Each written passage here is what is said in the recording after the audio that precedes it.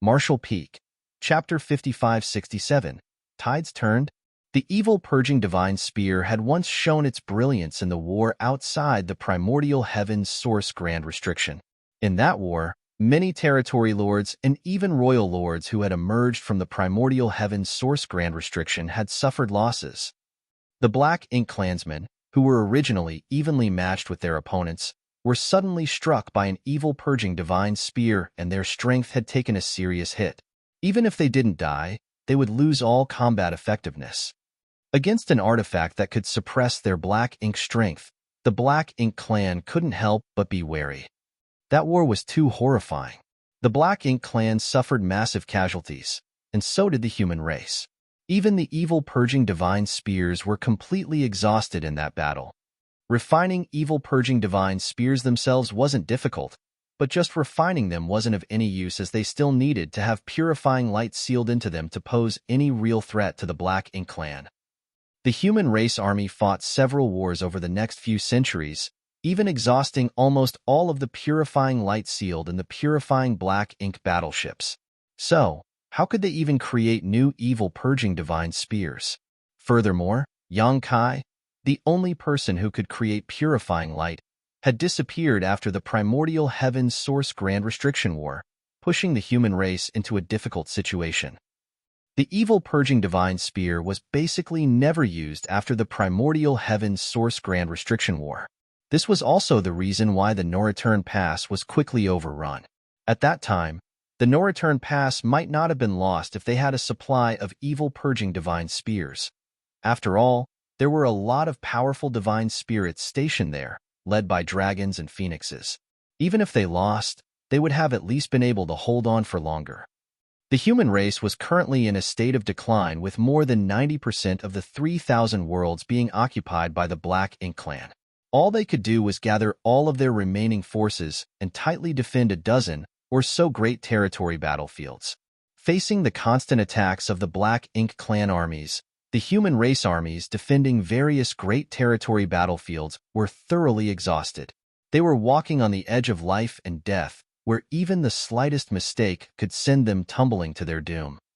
After decades of gruesome battles, the Black Ink clan witnessed the tenacity of the human race and also all kinds of bizarre methods employed by them. The Black Ink clan originally thought that they already knew the human race's limits, until Chen Yuan took out an evil purging divine spear. Hundreds of years ago, the evil purging divine spears had struck terror into the hearts of the Black Ink clan in the primordial heaven's source grand restriction war. Today, its brilliance shone once more as it severely wounded one of the 5 territory lords with just one strike. The territory lords fighting the 8th Order Open Heaven Realm Masters turned pale with fright as they instantly recognized this spear as the artifact that turned the tides at the primordial heaven's source grand restriction. All the territory lords were struck with terror. Fortunately, the human race no longer showed any intention of using the evil purging divine spears in the ensuing battle. The territory lords guessed that the human race didn't have many such weapons, otherwise, they would not have been so sparing in using them. In fact, the current number of evil purging divine spears was indeed not high. After all, it had only been less than a year since Yang Kai had returned. So, even if the human race refined evil purging divine spears as quickly as possible, they could only produce so many. Of course, the main reason they did not use another spear was because the territory lords were already on guard. Chen Yuan and the others didn't have any confidence in succeeding, which was why they had been exercising more patience. Sometimes, trump cards didn't necessarily need to be used to intimidate others. At the very least, after a territory lord was injured in the initial strike, the remaining territory lords were no longer as aggressive as before, giving the 8th Order Open Heaven Realm Masters a lot more room to breathe. After receiving the message from the 7th Order Communications Officer, though, Chen Yuan immediately summoned his own evil purging divine spear. His world force started surging as the evil purging divine spear before him started slightly trembling. It was ready to shoot at any moment.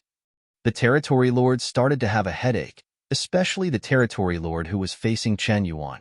His eyes were glued onto the evil purging divine spear hovering in front of Chen Yuan as he pushed his strength to the limit, ready to resist at any moment. After witnessing the fate of his companion, this territory lord knew that if he couldn't block this artifact's attack, he would be seriously injured if not dead. His entire attention was focused on dealing with the incoming attack. The warship that had come to deliver the message was fleeing around in the vicinity, with countless black ink clansmen in close pursuit. By the looks of it, the warship would meet a tragic end in a short while. At some point, the warship had started flying randomly while paying no heed to where it was, panicking and even rushing straight towards the battlefield of the Eighth Order, Open Heaven Realm Masters and Territory Lords. The Territory Lords were enraged when they noticed this. If this was any other time, just a casual blow from them would have been enough to send this warship and everyone aboard it to eternal damnation. But with the threat of the evil purging divine spear looming over their heads, none of them dared to be distracted. The evil purging divine spear hovering before Chen Yuan started vibrating even more violently, giving the impression that it would shoot off at any moment. The tattered warship was now very close to the Territory Lords, and the fear and panic on the faces of the dozen or so soldiers aboard it was apparent as the threat of impending death gripped their hearts. Right then, a powerful spiritual energy fluctuation suddenly flared, distracting the Territory Lord who was fighting Chen Yuan. The next moment, he felt a sharp force tear through his soul.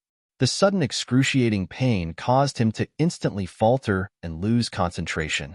The Territory Lord was horrified as, although he didn't know what just happened, how could he not understand that he was ambushed? Who could manage to do this? He had been keeping a close eye on Chen Yuan's movements, and the other Eighth Order Open Heaven Realm Masters had also been pinned down by his companions, while the Territory Lord had not noticed any signs of another human approaching. The Territory Lord was unable to fathom how he could be ambushed under these circumstances. Regardless of how it happened, he did not have any time to give it much thought as the instant that burst of spiritual energy appeared.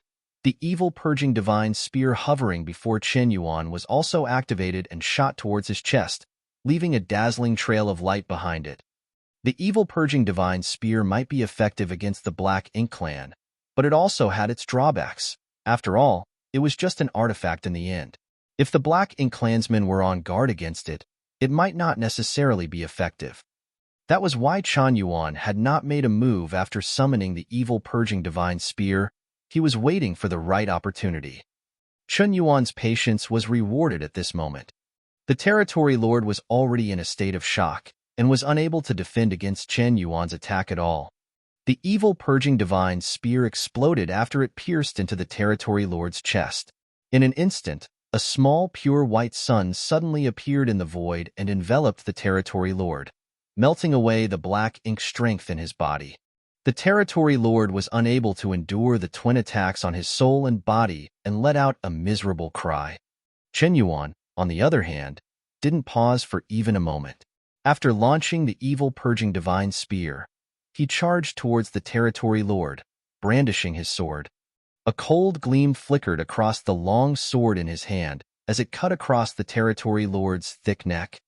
A frigid look blanketed Chen Yuan's face as they passed each other.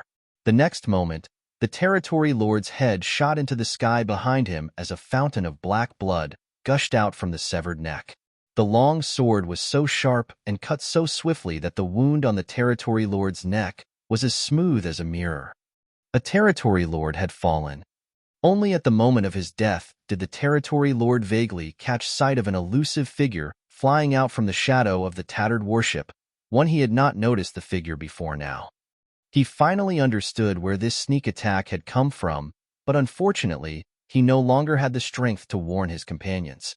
The pair of eyes on his massive head remained open, angrily glaring in some direction. It gave the impression that he had been unresigned in his death.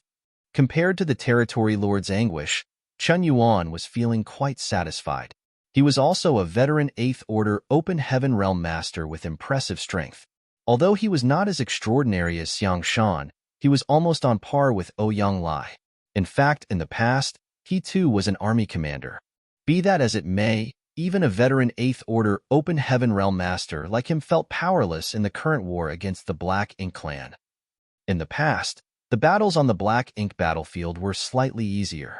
Although the Territory Lords were still greater in number, Most of them were weaker than the Eighth Order Open Heaven Realm Masters, not to mention veterans like him. He had also killed some territory lords in the past. Things changed after the Primordial Heavens Source Grand Restriction War. Before then, all the ordinary territory lords were wiped out, while the newly appeared territory lords were all innate territory lords who came directly from the Primordial Heavens Source Grand Restriction. Each and every one of them was far stronger than the territory lords of the past. After hundreds of years of fighting, Chen Yuan had only managed to kill 3 territory lords. Moreover, each time he had to team up with others to score a kill. Each battle was extremely arduous, and he had put his life on the line several times to achieve such results. Today, he finally managed to vent all the frustrations in his heart. He finally got to enjoy the feel of killing a territory lord with a single slash of his sword. Even though the success of his attack was not entirely due to his own efforts and more so because of Yang Kai's sneak attack, he was the one to take the territory lord's head. That was more than enough for him. While he was still immersed in his flurry of emotions, the other 4 territory lords' expressions changed drastically. The originally tense situation suddenly turned into a battle where life and death could be decided at any moment, making the territory lords shocked and apprehensive. They could not understand what just happened. Not just them, but even the other Eighth Order human masters were confused as to why Chen Yuan suddenly became so fierce. But soon, they understood the root of everything. Yang Kai had arrived. After shooting a soul-rending thorn, Yang Kai could not hide his tracks any longer. As such, he simply chose to come out from the bottom of the warship and fire another soul-rending thorn, targeting another territory lord. After firing the first soul-rending thorn, Yang Kai did not pay any attention to Chen Yuan's opponent. If Chen Yuan was unable to finish his opponent even with the help of a soul-rending thorn and an evil-purging divine spear, his years of arduous cultivation would be a waste. What Yang Kai needed to do now was to kill as many of these territory lords as quickly as possible. If he hesitated for even a moment, these territory lords might escape. This was a rare opportunity as the Black Ink clan in profound Nether territory was under the impression that he was still trapped in Acacia territory and thus had wantonly launched an assault on the human race. They had no idea that Yang Kai had already escaped. This was a huge oversight. Nonetheless, it could not be blamed on the Black Ink clansmen in Acacia territory. After all, how could they have known that Yang Kai could freely use the World Tree to travel to the Grand Ancient Ruins boundary and then to other universe worlds? Only a small number of humans knew about this secret. A war was not just about differences in strength. Information also played a crucial role in determining the course of battle. While the members of both races were still reeling from shock, Yang Kai had already fired a second soul-rending thorn, making a defenseless territory lord cry in pain as he staggered unsteadily. Yang Kai didn't stop there and immediately fired a third soul-rending thorn at the next closest territory lord. The soul-rending thorns carried impressive destructive might, but they were also quite simple to defend against. As long as one shielded their soul diligently, it would greatly weaken the soul-rending thorn's effectiveness. Yang Kai could not give these territory lords any chance to mount a defense. With another set of miserable screams, 2 territory lords were heavily injured by the soul-rending thorns and staggered as their auras started fluctuating wildly. There were 5 territory lords here, of which one was seriously injured while the other 4 were completely unharmed. They had the absolute upper hand against the 4 Eighth Order human masters presiding over this front. But the tides had turned in an instant. One territory lord was decapitated in a single stroke, and another 2 were injured and had their auras plummet. So, including the one who was already seriously injured, only one territory lord was currently left unscathed. Martial Peak, Chapter 5568. The die was cast. From the moment Yang Kai had hidden himself under the warship and used it to approach the battlefield, to when Chen Yuan beheaded the territory lord in one attack and Yang Kai's successive soul-rending thorns, only 3 breaths had elapsed, that's all. This sudden turn of events caught both the territory lords and Eighth Order masters off guard. Nevertheless, the Eighth Order masters came to their senses the next moment and hurriedly summoned their own evil-purging divine spears before hurling them at their opponents. The two territory lords who had been injured by the soul-rending thorns were completely unprepared. It was not because their responses were slow, but because they were on the verge of losing consciousness. The soul-rending thorn was too insidious, able to heavily injure both stealthily and soundlessly, causing not just extreme pain, but also dizziness and disorientation. Only Yang Kai, who had experienced this kind of pain many times, was now a little accustomed to it. Any enemy hit by a soul-rending thorn would be in so much agony that they would temporarily be dazed. Deafening explosions rang out one after another as small pure white suns manifested in the void, their pure light roasting the territory lords alive. Immediately, the territory lords started howling as their auras plunged. Having been presented with such a great opportunity, the Eighth Order Masters went all out, using their strongest divine abilities or even their divine manifestations as they charged at their respective opponents. Their fates were already set in stone. Meanwhile, the unharmed territory lord, having barely regained his composure, promptly dodged the oncoming evil-purging divine spear. There were a total of 5 territory lords on this auxiliary front, out of which one was grievously injured from the start. Yang Kai had incapacitated 3 others using 3 soul-rending thorns, but he was unable to do anything about the last one. This last territory lord was quite decisive, so when he witnessed one of his companions being killed and 2 others being ambushed, he immediately turned into a black ink cloud and fled towards the horizon. At that moment, Chen Yuan had just decapitated his opponent and was still relishing in the aftermath. When he saw the territory lord flee, though, how could he let him go? He flicked his sword before giving chase. "Help kill them. I'll stop him." Yang Kai suddenly shouted as he summoned his spear and stepped in front of the black ink cloud, enduring the excruciating pain in his soul as he unleashed a flurry of spear shadows. Even though Chen Yuan was quite strong, it would be difficult for him to stop a territory lord who was determined to escape. He would most likely return empty-handed. Since Yang Kai had decided to attack this front, how could he allow any of the territory lords here to escape from right under his nose? He wanted to eliminate all of them today. A flurry of spears filled the void, distorting the local space and causing the territory lord to be unable to tell up from down for a moment. Helpless, he had no choice but to reveal himself and fight Yang Kai. On the other side, Chen Yuan and the other 3 Eighth Order Masters were currently facing 3 injured territory lords, 2 of whom had critical injuries to both their bodies and souls. The die was cast. When the 4 Eighth Order Open Heaven Realm Masters surrounded the 3 territory lords, the latter knew that they would not be able to escape today. However, as the saying went, a beast is most dangerous when cornered.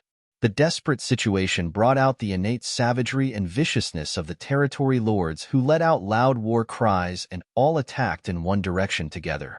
So long as they could create an opening, they might still have a chance to escape. But the next thing they saw left them in despair. Each of the 4 Eighth Order Open Heaven Realm Masters had summoned another evil-purging divine spear and hurled them out without a moment of hesitation. Previously, Chen Yuan and the others had not done so because they didn't have many evil-purging divine spears on hand. They were not willing to waste these valuable tools unless necessary. In addition, the territory lords had been on guard against them, so even if they used them earlier, they would not do much damage. The current situation was different. They could not hold back against these trapped territory lords, as the enemy would surely struggle with reckless abandon. As for whether it would be wasteful or not, once they won the battle, would they still need to worry about the lack of evil-purging divine spears with Yang Kai here? If they were parsimonious with external tools, and that allowed the territory lords to break out of their encirclement and escape, or if they lost an Eighth Order Master to a final life-or-death struggle, it would be a far greater loss that would be impossible to rectify. The Eighth Order Masters could easily evaluate the situation and make appropriate decisions. One after another, small suns exploded again, bathing the void in pure white light. It did not matter whether or not the evil-purging divine spear hit the territory lords directly, as just the radiant purifying light would be enough to give them a hard time. The pure light would constantly melt away their strength, weakening and injuring them further. The Eighth Order Open Heaven Realm Masters did not drop their guard, though. Even if they had the absolute advantage, they didn't try to force a quick end to the battle with the Territory Lords, instead choosing to seal off all escape routes before slowly chipping away at the enemy's strength. In less than the time it takes one to boil a cup of tea, another Territory Lord had fallen. A moment later, another, and then another. After finishing the 3 Territory Lords, Qin Yuan immediately ordered, Jing'an, Zhou Hong, you go take care of the leftover trash. Dao Hong, come with me to assist the army commander. The sudden change in the highest level battlefield had a massive impact on the armies of the two races. Originally, the humans could only passively defend against the continuous attacks of the Black Ink clan army. This kind of defense had lasted for several decades and the soldiers had already grown accustomed to it. But today, when the first Territory Lord fell and the 3 heavily injured Territory Lords were surrounded by Qin Yuan and the others, the Black Ink clan army was thrown into confusion. Every member of the Black Ink clan army knew that even if they held a great advantage over the human race in terms of numbers, once the Territory Lords were all defeated, they would be mercilessly slaughtered by the unencumbered human masters next. Thus, many feudal lords instantly led their subordinates to try to rescue the trapped Territory Lords, but unfortunately, these Black Ink clan reinforcements did not even manage to get close to the battlefield. The rich purifying light blocked most of the Black Ink clansmen's advance, and even if some of the feudal lords still tried to rush in fearlessly, they were easily taken out by Qin Yuan and the others. The Eighth Order Masters might struggle against the innate Territory Lords, but slaughtering feudal lords was a simple matter for them. As a result, the pressure on the human race's defensive line was greatly reduced. When Territory Lords fell one by one, the Black Ink clan army besieging the human base knew that the tides of war had turned against them, so how could they dare to remain here? They immediately fled in a helter-skelter. On the other hand, the morale of the human race army soared as they charged out. Assisted by 2 Eighth Order Open Heaven Realm Masters, Jiang'an and Zhou Hong, countless Black Ink clansmen's corpses were left floating across the void as the humans hunted down the routed enemies. By now, Qin Yuan and Dai Hong had already converged with Yang Kai, and the 3 of them were attacking the fleeing Territory Lord together. To be honest, this Territory Lord was quite shrewd. When he saw that the situation wasn't looking good, he immediately tried to escape, and he would have gotten away had Yang Kai not been here. Trying to escape from a master of the Tao of Space was nothing more than a futile dream. In the entire universe, if Yang Kai declared he was second when it came to escaping, no one would dare claim to be first. Throughout his life, he had been chased by countless powerful enemies and faced innumerable near-death situations, but he had managed to escape all of them by relying on his space secret techniques. The Territory Lord wanted to escape from right under Yang Kai's nose, but his skill was lacking to achieve such a feat.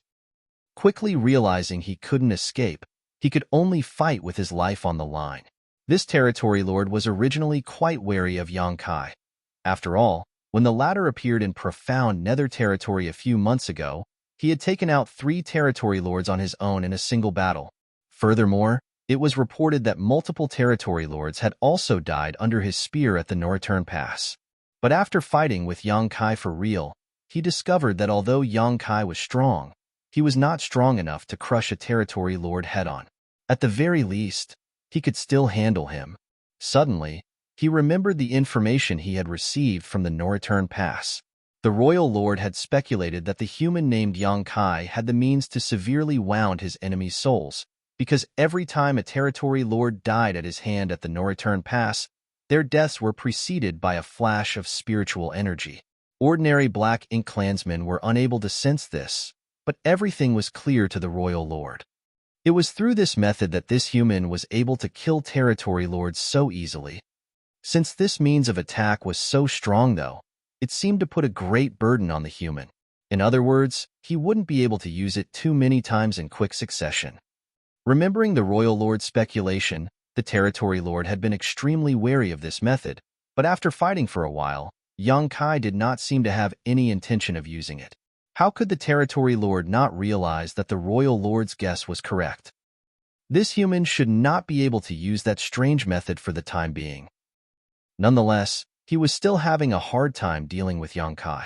He had fought many 8th Order Open Heaven Realm Masters, but those that were as strong as the one before him were extremely rare. All of Yongkai's methods were extremely bizarre, and his spear skills were superb, making it all but impossible to guard against. After a short exchange, both sides had suffered heavy losses. The Territory Lord was in a sorry state, but the same went for Yongkai. Both their bodies were covered in blood. Strictly speaking, the injury Yongkai had received to his soul from using the soul-rending thorns in Acacia territory had not fully healed yet. After all, only a few months had passed since then. Even if he had spent some time resting in the star boundary, the soul-warming lotus was still unable to completely repair his soul in such a short time. After using 3 soul-rending thorn just now, Yongkai felt like he had hit his limit and could lose consciousness at any moment. Even so, he had to stop this Territory Lord from escaping. Fortunately, Chen Yuan quickly rushed over with Dai Hong to assist Yongkai, attacking the Territory Lords from all sides. The situation had been decided. 4 of the 5 Territory Lords had been killed on this auxiliary front, and the last one remaining was besieged by 3 8th Order Open Heaven Realm Masters, so it was certain he would also die sooner or later. Whether it was Chen Yuan or Dai Hong, both of them felt extremely satisfied. They had been posted to this front for several decades now and had fought with the Black Ink clan army countless times. But every time they clashed, they would be forced to passively defend themselves. The few times they had taken the initiative to attack, they were quickly repelled. They had killed a lot of Black Ink clansmen, but not a single Territory Lord had fallen in this decades-long war. This left these 8th Order Masters very discouraged. They had been painstakingly cultivating for thousands of years, but they felt powerless in the face of the current situation. Today, however, 4 Territory Lords had died at their hands in less than an incense stick worth of time, and the 5th one would join his comrades on the journey to the Yellow Springs soon. All of this was thanks to Army Commander Yongkai. Originally, the 8th Order Open Heaven Realm Masters were apprehensive when they heard about Yongkai being appointed as the army commander from the Supreme Headquarters. After all, Yongkai was far inferior to the other 8th Order Masters, both in terms of age and seniority. Yongkai's personal strength might be great, but strength alone was not enough to lead an entire army. One must also have the skills to break the deadlock and show the army a path towards victory. Previously, when Yongkai left with 2 warships through the Black Ink clan's territory gate under the watchful eyes of many of the Territory Lords by himself, many 8th Order Open Heaven Realm Masters admired him, but some felt he was being impetuous and reckless.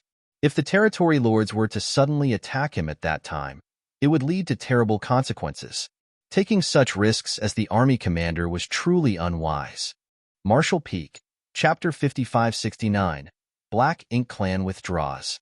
Fortunately, Yongkai had returned safely.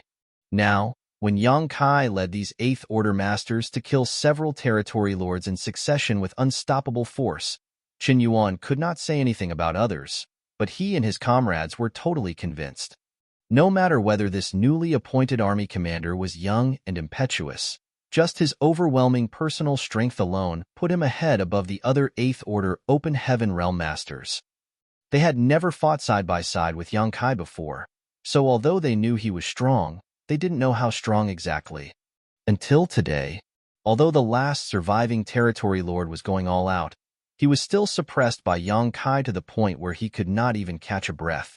Chen Yuan and Dai Hong basically did not need to put their guard up.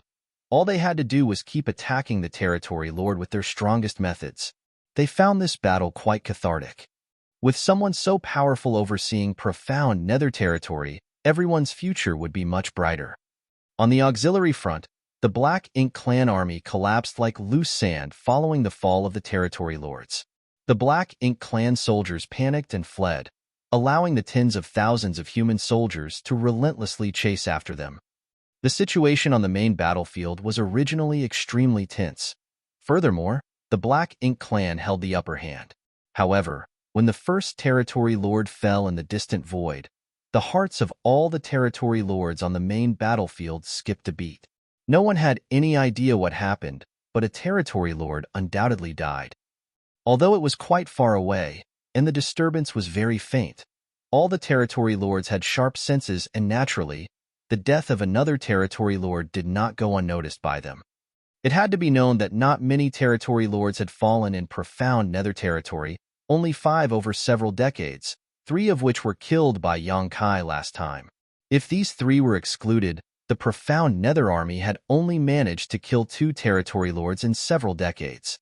Innate territory lords were not easy to kill, especially when the Black Ink clan had the overall advantage in terms of numbers. The human race had paid a great price just for this. But today, another territory lord was killed. 6 Arms, who was overseeing this place, stared into the distance as a deep furrow appeared on his brow, seemingly wanting to see through the void and determine what was happening. Unfortunately, the distance was too great, and he had no idea what was going on. All he could do was ask a subordinate feudal lord to send a message to inquire about it. There was a Black Ink nest on the auxiliary front, and although it was only low rank, it was enough for the Black Ink clan to quickly gather information. The death of a single territory lord was not a critical blow to their army, but it was not a small matter either. Just as Wei Junyang had said, however, 6 Arms was an extremely cautious territory lord, so he immediately wanted to inquire about the situation of the auxiliary front. While waiting for the report, 6 Arms looked towards the raging battlefield as his gaze swept over the 8th Order Open Heaven Realm Masters one by one, like a poisonous snake staring at its prey. If any of the 8th Order Masters showed any signs of weakness, he would make a move. He had done this multiple times over the past few decades, and many 8th Order Masters had fallen victim to his ploys. So, all the 8th Order Masters in profound nether territory were extremely wary of him. It would not have been a big deal if he really fought with the 8th Order Masters head-on.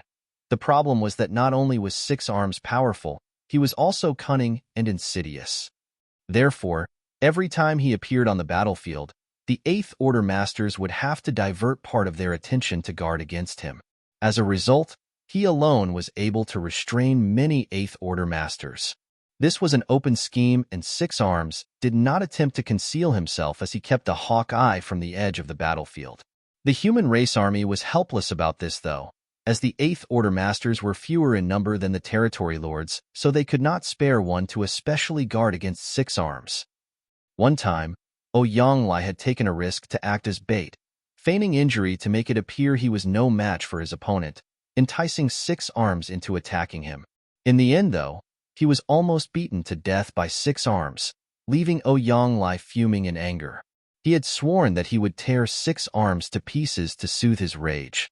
As the battle continued, 6 Arms patiently waited for an opportunity.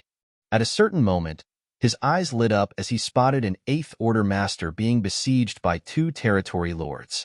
Just as he was about to make his move, though, his head suddenly swiveled as he stared off into the void. Spreading from that direction were the undulations of another territory lord's fall. Another one. 6 Arms' expression now became solemn. The death of a single territory lord was not that big of a deal. The situation on the battlefield was constantly changing, and if a territory lord showed the slightest neglect, the 8th Order human masters would seize the opportunity to kill. But now, 2 territory lords had fallen in quick succession, which was highly abnormal. Did a human race master come to help? In the direction he was staring was one of profound nether territory's auxiliary fronts. According to the intelligence 6 Arms had gathered, 4 8th Order Open Heaven Realm Masters were stationed on that front, while the Black Ink clan had 5 territory lords. The territory lords had always maintained an upper hand all these years, so the known 8th Order humans couldn't kill a territory lord. Why has the situation changed so suddenly today? Could Xiang Shan have come? A possibility crossed 6 Arms' mind. If there was any 8th Order Open Heaven Realm Master he feared, it was Xiang Shan. Xiang Shan had been moving between the various great territory battlefields, his whereabouts always elusive. He would suddenly appear and attack a territory lord while the battle was raging before slipping away, only to reappear on a distant battlefield sometime later. Quite a lot of territory lords had fallen at the hands of Xiang Shan over these past years, and many more were injured. Be that as it may, even if a territory lord had fallen victim to Xiang Shan's ambush, another couldn't fall. The territory lords were not stupid and would promptly raise their guard or even flee upon noticing that the tides were not in their favor. Six Arms suddenly felt uneasy. He had always been a cautious individual and could not tolerate any surprise or situation which he had no control over, so having no information on what was going on at that auxiliary front was giving him a headache. The deaths of two territory lords did not go unnoticed by the other territory lords either. This left every territory lord confused and even a bit nervous. Even their suppression over the Eighth Order masters had weakened, allowing the human masters to catch their breath. Many territory lords who were engaged in fierce battles shot a questioning glance at Six Arms, who slowly shook his head in response. He was completely oblivious to what was happening on the auxiliary front. The only thing he was certain of was that something highly unexpected had happened there for the things to have changed so suddenly. The feudal lord, who was responsible for relaying intelligence, had yet to report back, causing Six Arms to grow even more restless. Originally, his entire focus was on finding a flaw in the Eighth Order Master's defenses, waiting for an opportunity to strike. But now, he was in no mood to do so. When he sensed the demise of the Third Territory Lord, Six Arms' face turned ashen. Xiang Shan. It's definitely Xiang Shan. Xiang Shan was the strongest of the Eighth Order human masters, and he appeared and disappeared mysteriously. The humans couldn't kill three powerful innate territory lords in a short time without his help. However, Xiang Shan alone could not achieve such a feat. The humans must have deployed more reinforcements to the auxiliary front. Before Six Arms could finish speculating, though, he felt the passing of a third territory lord followed soon after by the fourth. The two deaths happened so close together they practically occurred at the same time. The auxiliary front has been lost. The interval between the territory lords' deaths became shorter and shorter, indicating that the human race's advantage was getting bigger. Nonetheless, what Six Arms failed to understand was how all five territory lords could be so stupid. Even if the humans had received powerful reinforcements, why did the territory lords not run when they could not defeat them? Innate territory lords were quite strong, and if they were determined to flee, no Eighth Order master could stop them. Unless the humans had somehow sealed the entire battlefield. But how could the human race have such ability?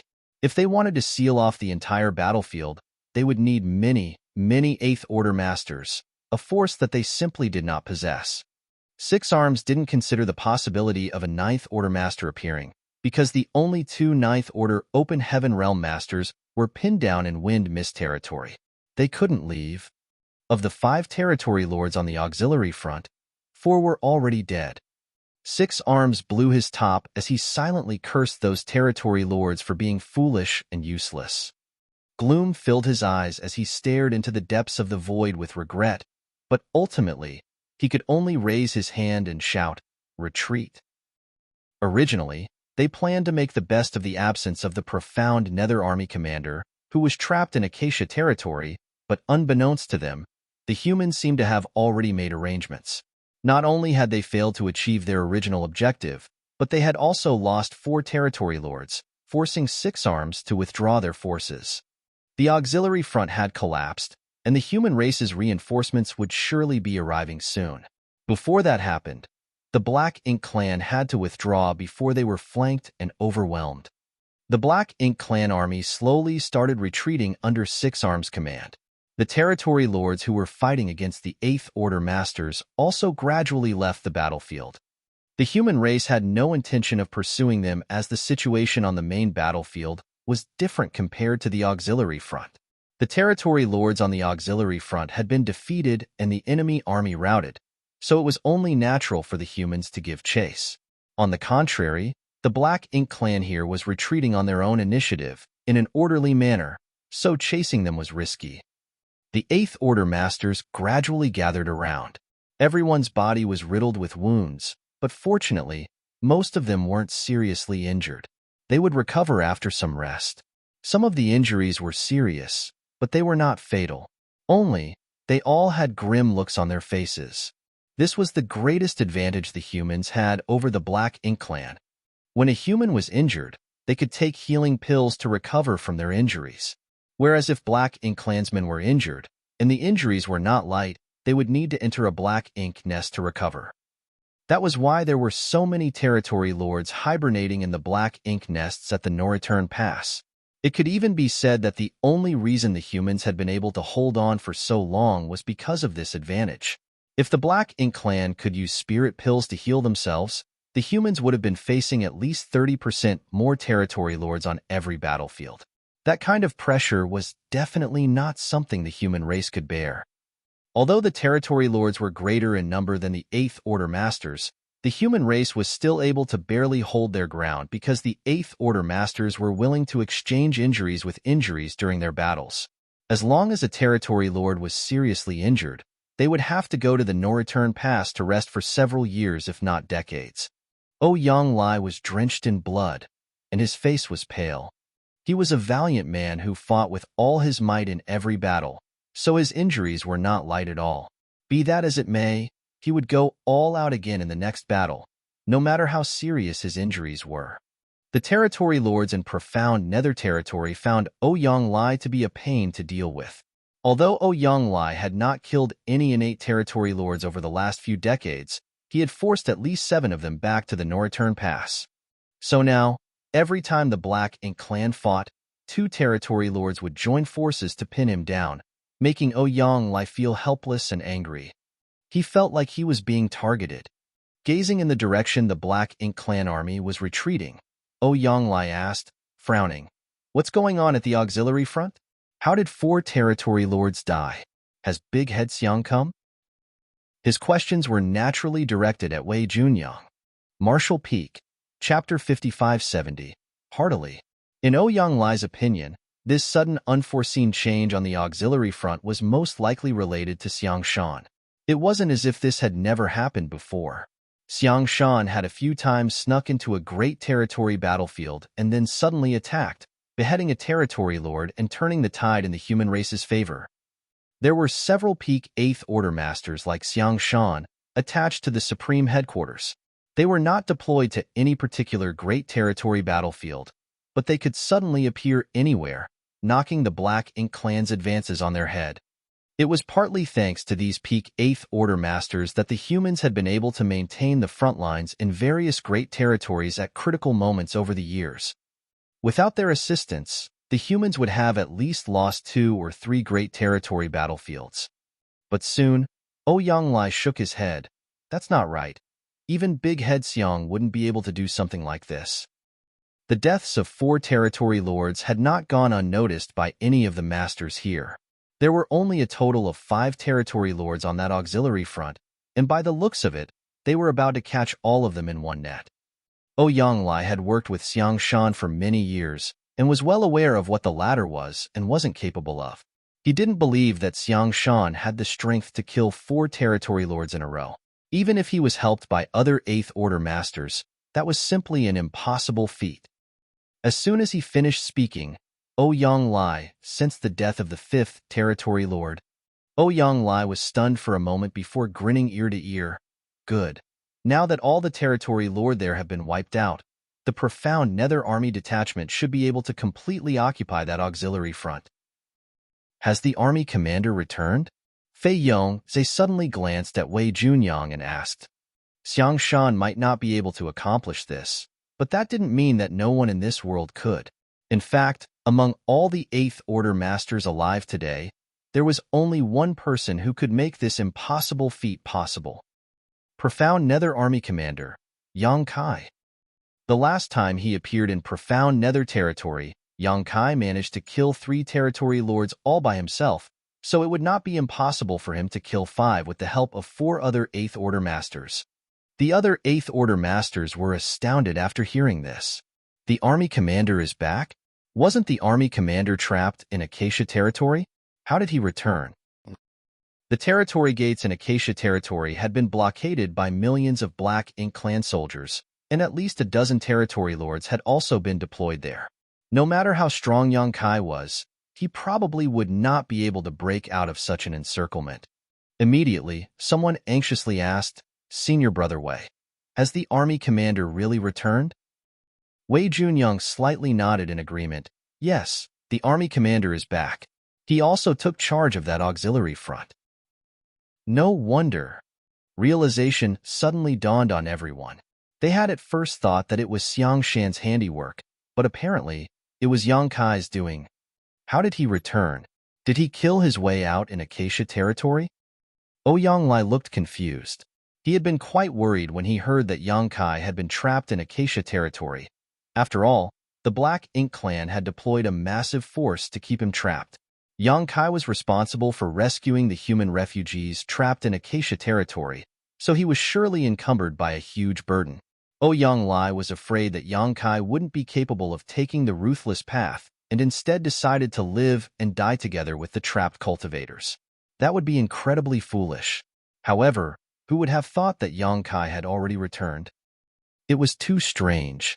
Moreover, the war broke out in profound Nether territory because the news of Yang Kai being trapped in Acacia territory had spread, allowing the Black Ink clan to act fearlessly. Did the Black Ink clan not know that Yang Kai had escaped? Ouyang Lai was confused, and it wasn't not just him. All the other Eighth Order masters had similar doubts. Wei Junyang replied, shaking his head, I don't know how the army commander managed to escape. You can try asking him yourselves if you're curious. Saying so, he stared into the depths of the void. The deadlock at the auxiliary front had been broken with the fall of the 5 territory lords stationed there. The human army should be able to eradicate the Black Ink clan army before long. This was a huge win for profound Nether territory, enough to set everyone's heart aflame. The human race was currently lacking such victories. After continuously fighting for decades, everyone, from the higher-ups to the lowest-level soldiers, was mentally and physically exhausted, and with so little good news coming from the various battlefields, everyone had started to lose hope. But now, perhaps there would be a new light. At the same time, the territory lords were also looking in the direction of the auxiliary front. When they sensed the passing of the 5th territory lord, resentment took over the territory lords' faces. The Black Ink clan had held the superior position on the profound Nether territory battlefield for years and had not suffered any significant losses during that entire time, but ever since Yang Kai came, they had suffered 2 consecutive defeats. The first time, he had killed 3 territory lords, and this time, 5 had perished. Furthermore, the Black Ink clan still had no clear idea what happened at the auxiliary front. Sir Territory Lord, a feudal lord hurriedly rushed over and saluted him, panic clearly visible on his face. It was the very same feudal lord who was sent by 6 Arms to inquire about the auxiliary front situation. The Black Ink clan could quickly gather information throughout the entire profound Nether territory with the help of their Black Ink Nest network. The feudal lord hurried over to 6 Arms, who asked him in a deep voice, What happened at the auxiliary front? Is Xiang Shan here? A look of fear covered the feudal lord's face as he shook his head and reported, It's not Xiang Shan. It's that human named Yang Kai. Some feudal lords witnessed him suddenly appear and kill the territory lords one by one. What? The territory lords were greatly taken aback. 6 Arms also had a serious look on his face. Yang Kai? Are you certain? The feudal lord replied, That is what the report said. Impossible. One of the territory lords firmly shook his head. Emo Na Yi in Acacia territory sent word that Yang Kai was still trapped, and there hasn't been any movement on that side. So how could he appear here? The other territory lords also felt that it was impossible. Even if Yang Kai was somehow able to kill his way out of Acacia territory, he would not have been able to return to profound Nether territory in such a short time. Everyone felt that the information from the auxiliary front was wrong. Check it again. Also, send a message to Emo Na Yi in Acacia territory to ask about the situation over there. Even though 6 Arms himself didn't believe it, this was a critical matter, so he had no choice but to be prudent. The feudal lord received the order and hurriedly flew towards the Black Ink clan's base camp. There was a mid-rank Black Ink nest at the camp that could communicate with all the other Black Ink nests in profound Nether territory. Sir, how about I go take a look personally? One of the territory lords asked. 6 Arms pondered for a moment before refusing, shaking his head. There's no need. That front has already fallen into enemy hands. It's pointless to go there now. On the contrary, you might fall victim to the human race's ambush. Go back and rest. He looked around and noticed that two territory lords' auras were in disorder. Obviously, they were seriously injured. He could not help but lightly sigh in his heart. These two probably wouldn't be able to participate in the war for quite some time, as they would need to return to the no-return pass to heal their wounds. He didn't know if the no-return pass would be able to transfer more territory lords here, as recently, the territory lords in profound nether territory had suffered quite a few casualties. If there were any more losses among the top ranks, the Black Ink clan might not be able to maintain pressure on the human race. At the same time, a sense of unease gripped Six Arms' heart. Has Yang Kai really returned and made an appearance at the auxiliary front? But that shouldn't be possible. Meanwhile, Yang Kai, leading 4 Eighth Order masters and tens of thousands of soldiers, was chasing after the Black Ink clan. Chen Yuan and the others were on a rampage. It had been a few decades, no, several centuries since they had been able to kill Black Ink clansmen so easily and freely after the Great Crusade. For the past few hundred years, every time they fought, their opponents would be the powerful innate territory lords. But now, with all 5 territory lords in the vicinity dead, there were no more Black Ink clansmen who could match them. Once they started the bloodbath, none among the Black Ink clan here could stop them. Even the feudal lords were being taken down in one attack. A million-strong Black Ink clan army lost countless soldiers under this pursuit, and the human race army soon killed their way to the enemy's camp, a universe world where dozens of low-rank Black Ink nests had been planted. In just the time it took to burn a stick of incense, these dozens of Black Ink nests were completely destroyed and ransacked. Although the quality of resources looted from these Black Ink nests was not that great, they won out in quantity. Half a day later, the battle came to an end. The Black Ink clan were wiped from this universe world, and the human race army that had chased them all the way here let out a thunderous cheer.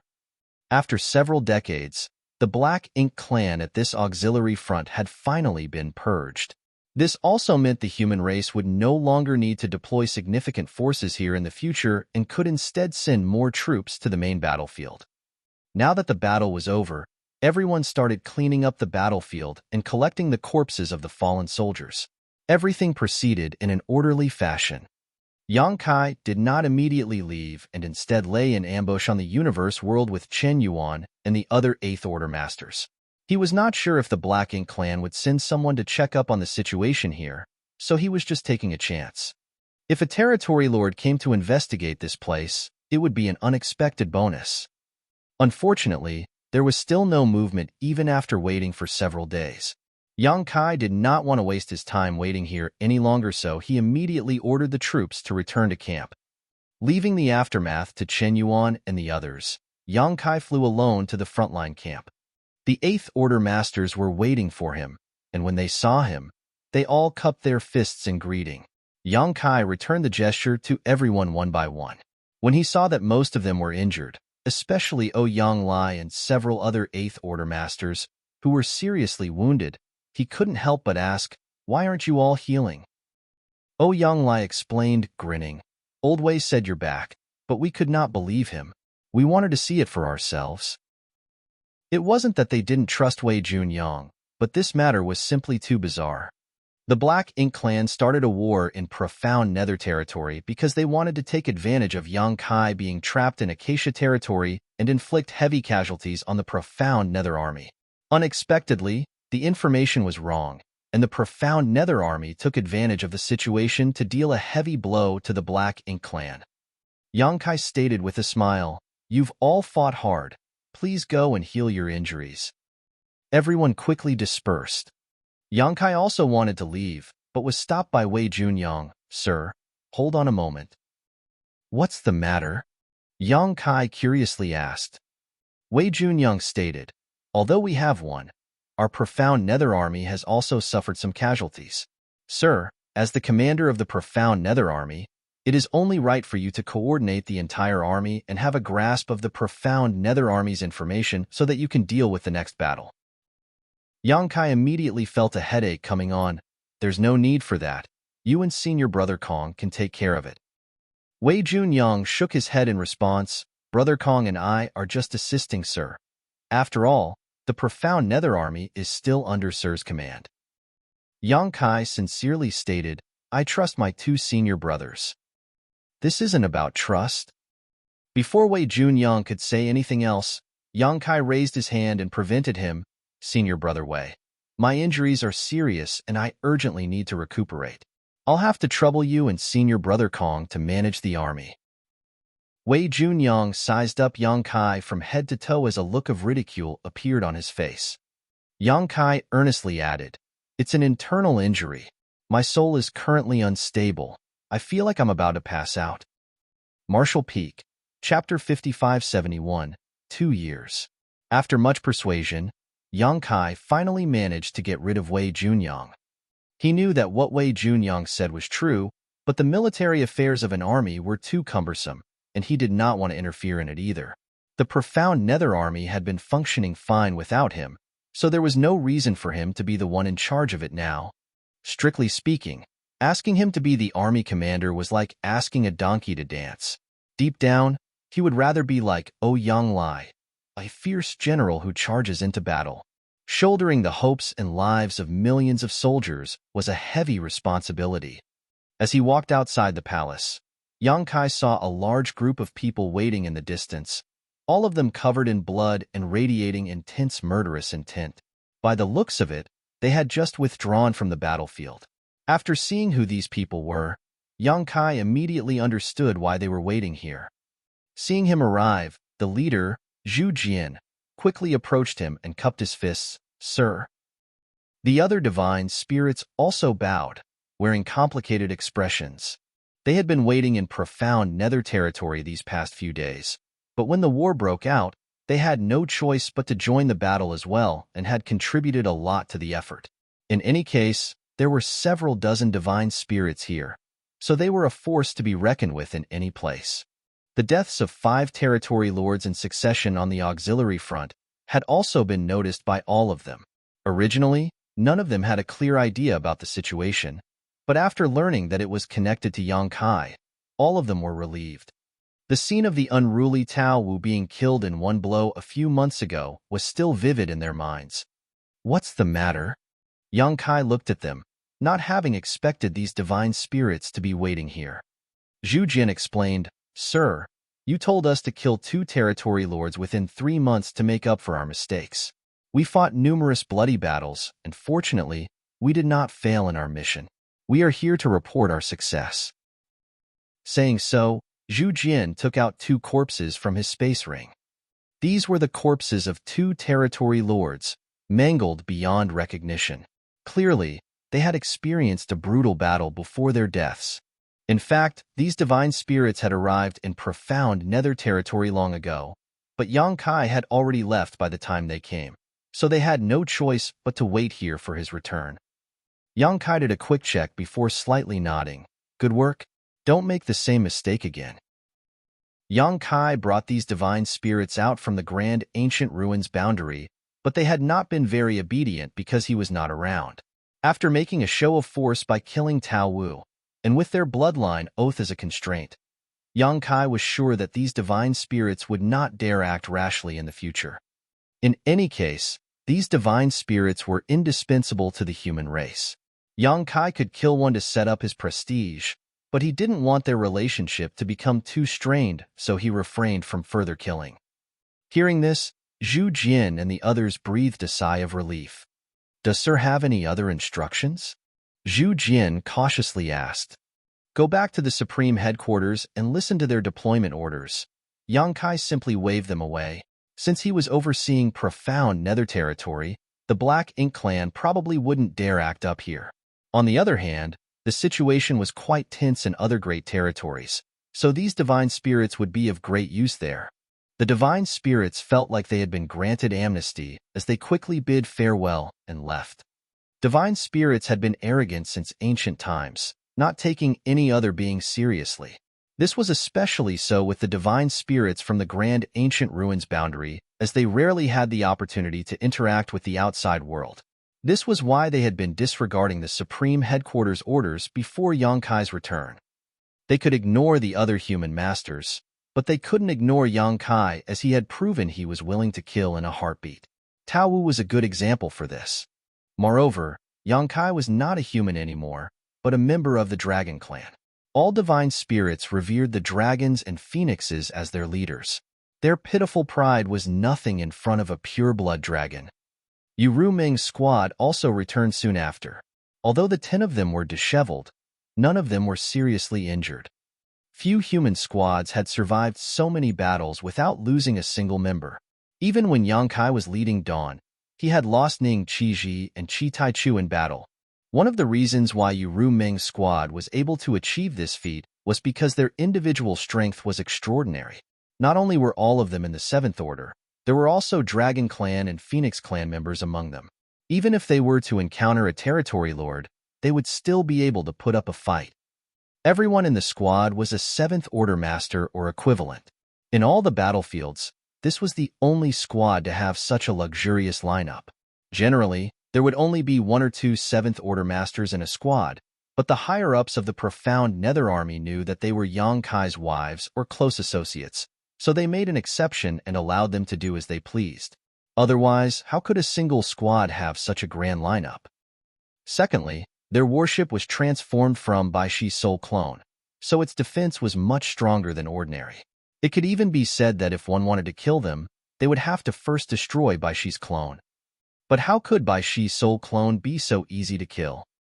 The Black Ink clan would have to send 2 territory lords to deal with such a squad, which would clearly be a waste of manpower. So up until now, Yu Ming's squad had been able to rampage about freely. Everyone had suffered varying degrees of injuries, and all of them required rest and recovery, especially Yang Kai. The pain of his soul being torn apart was simply unbearable.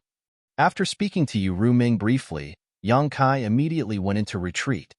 Both the humans and Black Ink clan had suffered great losses in profound Nether territory recently, but the Black Ink clan's casualties were far more substantial than the humans. Not only did they lose 5 territory lords, but they even lost the battle for one of the auxiliary fronts they had been contesting for several decades.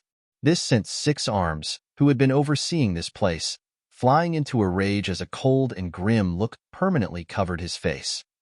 From the information he had received, the loss of the territory lords and the auxiliary base was likely related to the army commander of the profound Nether Army's unexpected return. Only, 6 Arms was unable to determine the authenticity of this news. There were indeed many feudal lords who claimed that they had seen Yang Kai, but how was that possible? The Black Ink clansmen in Acacia territory had sent word that Yang Kai was now just a turtle hiding in its shell. Deep down, 6 Arms was actually willing to believe that Yang Kai had returned.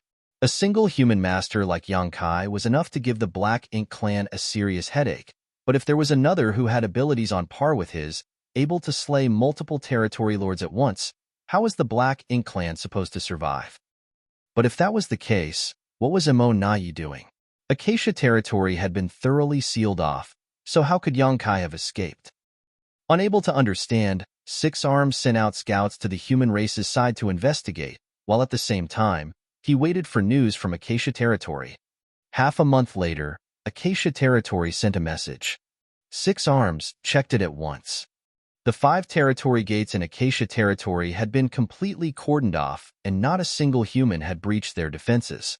All the hunters who tried to enter Acacia territory to gather information had been either captured or killed by the Black Ink clan army. Be that as it may, according to the Black Ink clan's investigation, the universe cave heaven in Acacia territory where the human race cultivators were originally hiding was now empty. Reading this report, 6 Arms' face sank as he cursed. That idiot Emo Nai has caused us a lot of harm. He was almost certain that Yang Kai had already left Acacia territory, and the previous loss in profound Nether territory was definitely because of him. The feudal lords who managed to escape that slaughter were indeed not mistaken. Cursing inwardly, 6 Arms continued reading the report. In the message, Emo Nai also swore that Yang Kai was still trapped in Acacia territory, but he had no idea where he was hiding. He planned on having the Black Ink clan army sweep the entire Great Territory and swore that he would find Yang Kai sooner or later. Find him my ass. 6 Arms couldn't be bothered to read any further. Yang Kai was already back in profound Nether territory, so who the hell was Emo Nai going to look for? If it weren't for the unforeseen incident in profound Nether territory, Six Arms would have firmly believed Emo Naye's report. After all, how could such a large group of humans escape when all the territory gates were sealed? But all hopes and speculations were false in the face of facts. Yang Kai had long since disappeared without a trace. It was laughable that idiot Emo Naye was still wasting his time in Acacia territory. However, what shocked Six Arms even more was that the Black Ink clan in Acacia territory had also suffered incredible losses. To his shock and dismay, Yang Kai had managed to kill 7 territory lords with the help of a mere 3 squads. Six Arms was horrified. 3 at the Northern Pass, a total of 8 in Profound Nether territory, and 7 in Acacia territory. In total, the number of territory lords who had died due to Yang Kai directly or indirectly had reached 18. This was all the information he could gather, but there were still some things he had yet to grasp. What is this human? Holding the jade slip from Acacia territory in his hand, Six Arms felt that Yang Kai was definitely the Black Ink clan's greatest and most dangerous enemy. What was laughable was that although Yang Kai had killed so many territory lords, the Black Ink clan did not actually have much information on him. All the Black Ink clan knew that he used some kind of strange method to attack souls, and finished off his opponent in one blow after his initial sneak attack. He could not use this soul attack method too frequently in a short period, but apart from this, the Black Ink clan knew nothing else. I guess I've to collect some information about this person. Six Arms began making plans. After the most recent battle, Profound Nether territory once again welcomed a rare period of peace. The human race and Black Ink clan armies stood on opposite sides of the void, glaring at each other. Although there were some small skirmishes, both the human race and Black Ink clan were restraining themselves, as if they were afraid that another war would embroil the entire territory. For the humans, this period of peace was extremely precious. Many of the soldiers had suffered injuries in the last battle and needed to recuperate, but how could the Black Ink clan fare any better? Not only did the Black Ink clan need to recuperate, they also needed to call in more troops. Below the territory lord level, their individual strength was inferior to the human races, so they could only rely on numbers to win. 2 years passed by in a flash. From a certain palace, Yang Kai finally emerged from his retreat. This time, it took him quite a long time to heal, mainly because he had used the soul-rending thorns too frequently. While he had still not recovered from the injuries his soul had sustained in Acacia territory, he had used more soul-rending thorns as soon as he returned to Profound Nether territory. The damage had simply become too much at that point. Fortunately, Yang Kai's soul had stabilized after recuperating for such a long period thanks to the soul-warming lotus.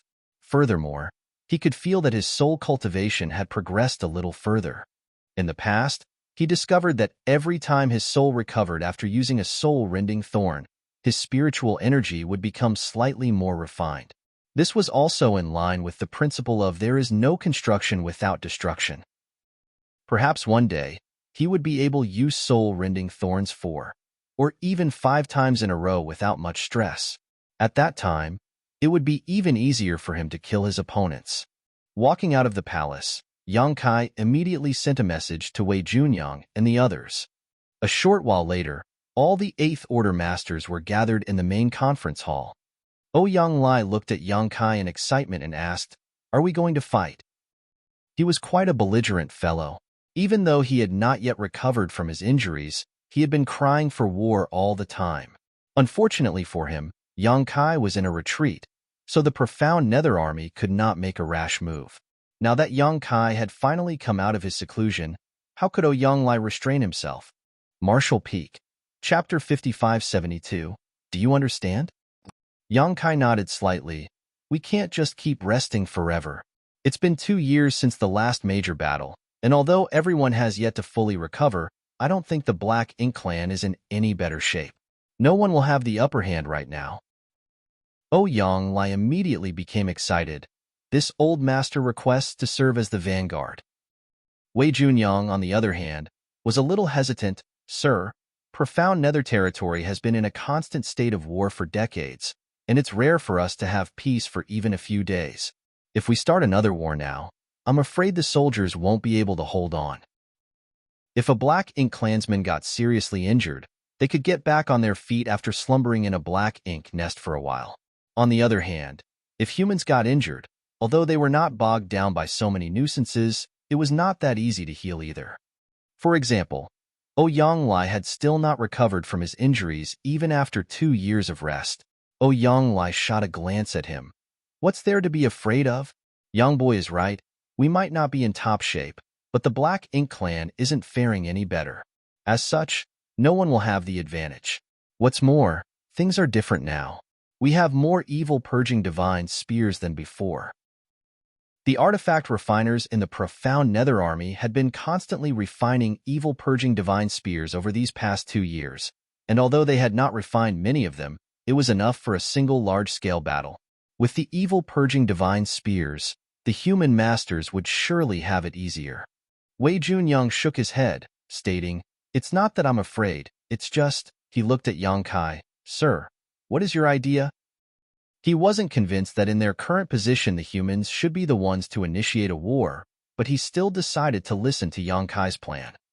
Yang Kai explained, "The Black Ink clan has a stronger and bigger army, while our human race army is weaker and fewer in number. In all these years, it has always been the Black Ink clan on the offense, while we humans are forced to passively hold our ground, which is understandable. I want to launch an attack, but not because I want to end the battle in profound Nether territory in one fell swoop. We humans don't currently have that kind of strength." Kong Chengda pondered for a moment before asking, "Sir, you mean?" Yang Kai added, "I want the profound Nether Army's main force to launch a campaign to divert the attention of the Black Ink clan army." He raised his hand and pointed towards a certain spot on the void chart. "I will head here and assist the 8th Order Division commanders in taking down the territory lords here, allowing us to occupy this front." Yonglai happily smiled. "Just like last time?"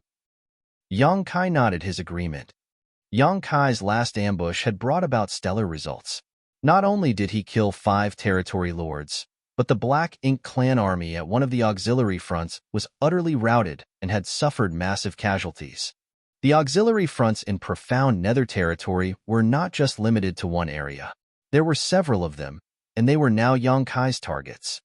Kong Chengda and Wei Junyang glanced at each other before the former smiled wryly and explained, "Sir, you've been in a retreat for the past 2 years, so I'm afraid you don't know about the situation in profound Nether territory.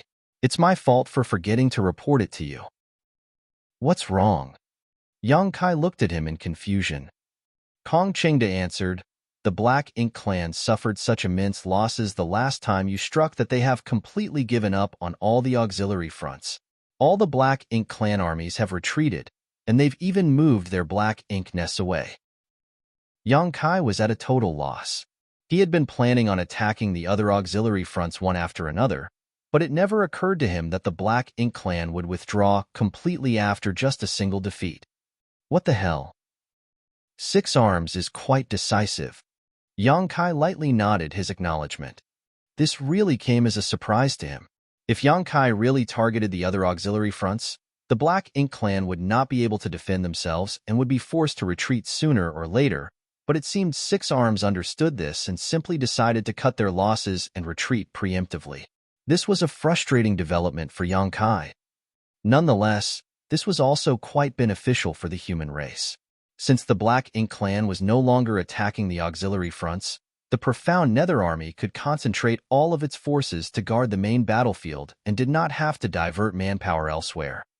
Kong Chengda pondered for a moment before asking, "Sir, were you planning to kill more territory lords?" Yang Kai nodded his agreement. "The territory lords are much higher in number than our 8th Order masters. Although we've killed a number of them here, that hasn't really closed the gap in high-level combat strength between our 2 races. In fact, this gap may never be closed, but where there is a will, there is a way. We can only reduce the pressure on our human race by killing more territory lords. I want all those territory lords to tremble in fear in the future." The 8th Order masters looked at each other, sighing at the hot-bloodedness of this young man. Although these old 8th Order masters weren't afraid of dying in battle against the Black Ink clan, they were still lacking in vigor compared to Yang Kai. Perhaps this was also the reason why the Supreme Headquarters had appointed Yang Kai as the army commander of the profound Nether Army. Yang Kai's fearsome strength was a critical factor, but the other reason was that the Supreme Headquarters wanted to bring some changes to the war situation. The other army commanders were all old and serious people, but that also meant that they acted more conservatively and cautiously. Kong Chengda stated, "Sir, if that's what you want, there is no need to hesitate then. The army will press forward and draw the Black Ink clan into a battle. The 8th Order Division commanders will be tasked with keeping the territory lords occupied, so you just need to find an opportunity to kill them." Someone worriedly stated, "The profound Nether Army prioritized defense mainly because there was a gap in strength, so we've been relying on various tricks and traps to defend against the enemy. If we were to rashly launch an attack without any support, we might land ourselves in trouble." The human race had also been primarily focused on defense on the Black Ink battlefield because the human race had the Great Passes. The same was true for the profound Nether Army. Although there weren't any impregnable passes they could use here, being able to decide the battlefield allowed them to set up numerous defensive emplacements that bolstered their combat strength. These arrangements could greatly make up for the difference in combat strength between the humans and Black Ink clan. Kong Chengda interjected, "That's not a big problem. While launching an offensive does have its fair share of drawbacks, we can compensate for them with the evil-purging divine spears. If we disregard consumption, the Black Ink clan may not be able to gain any advantage for a short time. Of course, the more drawn out the battle, the harder it will become for our side." Yang Kai asked, "Senior Brother Kong, by your estimation, how long can the profound Nether Army persist if we utilize every evil-purging divine spear we have?" Kong Chengda pondered for a moment before replying, "Half a day." After 2 years of continuous refining, they would only be able to hold strong for half a day at most, which was understandable as it was quite difficult to refine the evil-purging divine spears en masse, but using them was extremely simple. It all depended on the right timing. Yang Kai understood and ordered, "In that case, our troops must withdraw within half a day after the start of the battle, or else we will suffer excessive casualties." Yang Kai then focused his attention on the void chart, remaining silent. The 8th Order Masters patiently waited for Yang Kai to finish contemplating, whereas Yang Lai kept signaling Yang Kai with his eyes. His face filled with encouragement, as if he wanted this little brat to let him do as he pleased. After a long time, Yang Kai suddenly looked up and shouted, "Relay my orders. Unless a war breaks out at the front line, all forces are to return to the main camp. We will attack in 3 days with each division acting as an independent unit, forcing the Black Ink clan's army to come out and fight. We will engage the Black Ink clan army for 12 hours and then retreat. Every 8th Order Division commander will find an opportunity to join the battle and draw out the territory lords. You don't need to kill them. Your task is simply to fully occupy their attention." "Yes, sir." The 8th Order Masters received their orders. Some were excited, some were worried, and some wore a stoic look. After the military order was given, the profound Nether Army's main force could be said to have completely mobilized. Something like this had never happened in the last few decades. It was quite a risky move, and if the Black Ink clan came to learn of it in advance, it would have disastrous consequences. All the Black Ink clan needed to do was divide their forces and cut off the profound Nether Army's retreat to inflict heavy damage.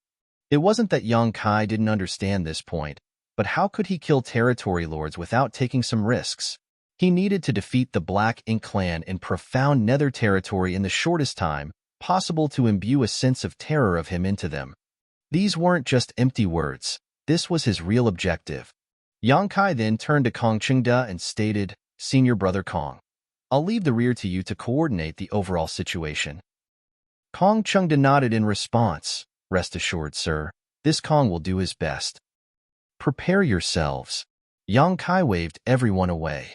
The 8th Order Masters quickly dispersed.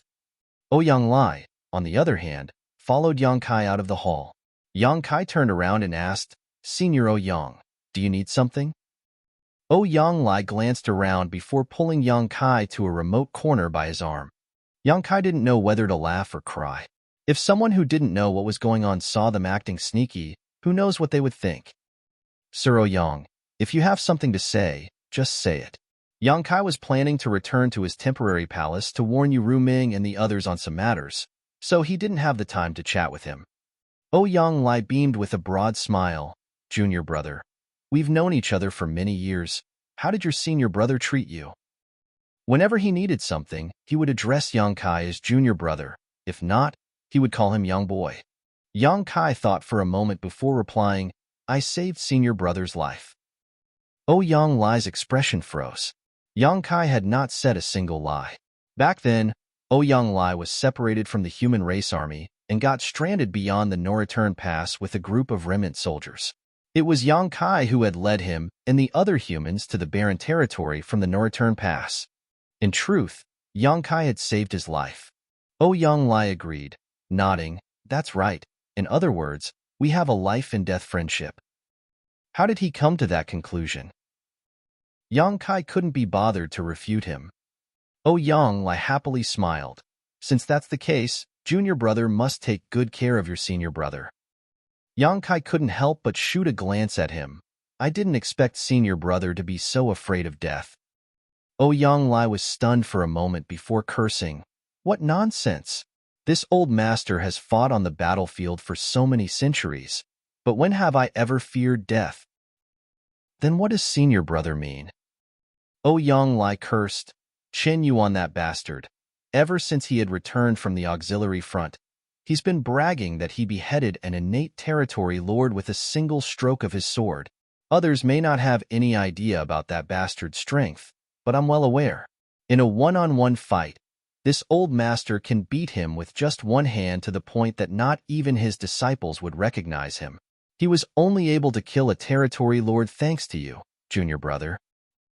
At this point, Yang Lai put on a meaningful grin and continued, Junior brother, you can't let your fertile water into another's land. Speaking of which, we're also one family, and we both have served in the Great Evolution Army. When you were injured, Gonglian, and I even took care of you. You want to kill territory lords, right? Then, this senior brother will find a territory lord and try my best to keep him occupied. Then, you can sneak over and give him a blow to the head. Do you understand? Yang Kai didn't know whether to laugh or cry and quickly nodded. I understand, I understand. Yang Lai was overjoyed. So, we have a deal? Yang Kai earnestly stated, Senior brother, I can only promise to do my best. Senior brother also knows that the situation on the battlefield is constantly changing, and I can't attack too many times either. Without waiting for him to finish, Yang Lai cut him off. I understand. Your senior brother understands. Then, I'll leave everything to you. After smacking Yang Kai's shoulder a few times, he turned around and flew away. Yang Kai stared at his back, thinking, what do you understand? Martial Peak, Chapter 5573, Mantis stalks the cicada. A heavy and murderous aura pervaded the universe fragment where the front line's main camp was located. Although no direct order had been issued yet, the soldiers could feel the oppressive pressure of the calm before a storm. Having fought the Black Ink clan for years, most of the soldiers had developed a keen perception of an impending war, and there were clear signs everywhere that a battle was about to break out. The human race army on the universe fragment at the main front all began preparing for the war. Inside a certain palace, Yang Kai watched as Yu Ruming's squad took off, heading towards the gathering point of their division. He did not give them too much advice as there was nothing for him to worry about. All of the women in this squad were 7th Order Open Heaven Realm Masters, and they had a customized warship built around by Shi's soul clone. In terms of safety, they were far better off than other soldiers. Since a foreign enemy had invaded the 3,000 worlds, every human capable of contributing their strength had to do so. So, even if Yu Ruming and the others were his family, they couldn't shrink from this. Especially now when Yang Kai was the army commander of the profound Nether Army, he could not show any kind of favoritism. Quite the contrary, he had to set an example. Watching Yu Ruming and the others gradually disappear into the distance, Yang Kai's figure also flickered as he disappeared from the spot. The entire main army was just a distraction, while his actions were the key to this operation. Yang Kai hoped that he could return with a full harvest this time. The human race troops began to gather in the void, with each division acting as a unit and Seventh Order Open Heaven Realm Masters patrolling back and forth. The army looked quite imposing. Soon, the void was filled with densely packed warships, forming a massive fleet. Ouyang Lai was standing on the deck of a huge, purifying black ink battleship, staring into the void. His expression was cold, and his fighting spirit was soaring. After receiving the go from the Central Command, Ouyang Lai pointed ahead and shouted, "Set off." There was a specially made battle drum on the purifying black ink battleship. As Ouyang Lai's only disciple, Gong Lian was holding the drumsticks and personally struck it. Even in the vast void, when Gong Lian started beating the drum, sonorous, inspiring beats resounded out one after another, lifting the army's morale. The vanguard set off. Ouyang Lai loved fighting, so almost every time the profound Nether army took action, he would be at the head of the charge. Right behind the vanguard forces were the various divisions, which began to move out one after another, fanning out to the left and right while Kong Chunda remained behind at the command center, coordinating the entire battle. The original boisterous universe fragment was now completely empty, leaving only a few non-combatants or cultivators who were still too injured to participate, seeing the army off. The Black Ink clan quickly noticed the human race army's movements. Nothing could be done about this, though, as the size of the profound Nether army's main force this time was 400,000 strong, and if the small stone race members were included, the size of the army would easily reach the million mark. If the Black Ink clan did not notice the movement of such a massive army, they would simply be blind. The Black Ink clan scouts who were monitoring the situation were all taken aback and quickly reported back to the main camp. Unlike the human race frontline camp that was located on a universe fragment, the Black Ink clan main camp consisted of several universe worlds, one of which was originally located here, while the others had been moved over by the Black Ink clan's masters. Black Ink nests were indispensable for the Black Ink clan, and so were these universe worlds. All these universe worlds had many Black Ink nests planted on them, some of them even mid-rank, which towered over the others. Currently, Black Ink clansmen were healing in and around these Black Ink nests. Reports from the frontline scouts came one after another, and soon were in Six Arms' hands. When he learned that the human race's main army was advancing, Six Arms was shocked. This had never happened before. Ever since he had taken command of the Black Ink clan's war in profound Nether territory, the human race had been on the defense. Of course, there were some occasional attacks, but nothing even close to this level. What is the human race planning? Six Arms was unable to understand, which made him a little depressed. In fact, Six Arms had been feeling quite frustrated because of Yang Kai for the past 2 years. Even if he shrugged off the fact that 8 territory lords had died in profound Nether territory because of him, the thing that was giving Six Arms the biggest headache was the fact that the Black Ink clan's actions were being completely restrained because of Yang Kai's presence. In the past, the Black Ink clan held the initiative, able to fight and retreat whenever and wherever they pleased while the human race was helpless against them. The territory lords also outnumbered the Eighth Order masters, which was a source of great confidence for the Black Ink clan. But now?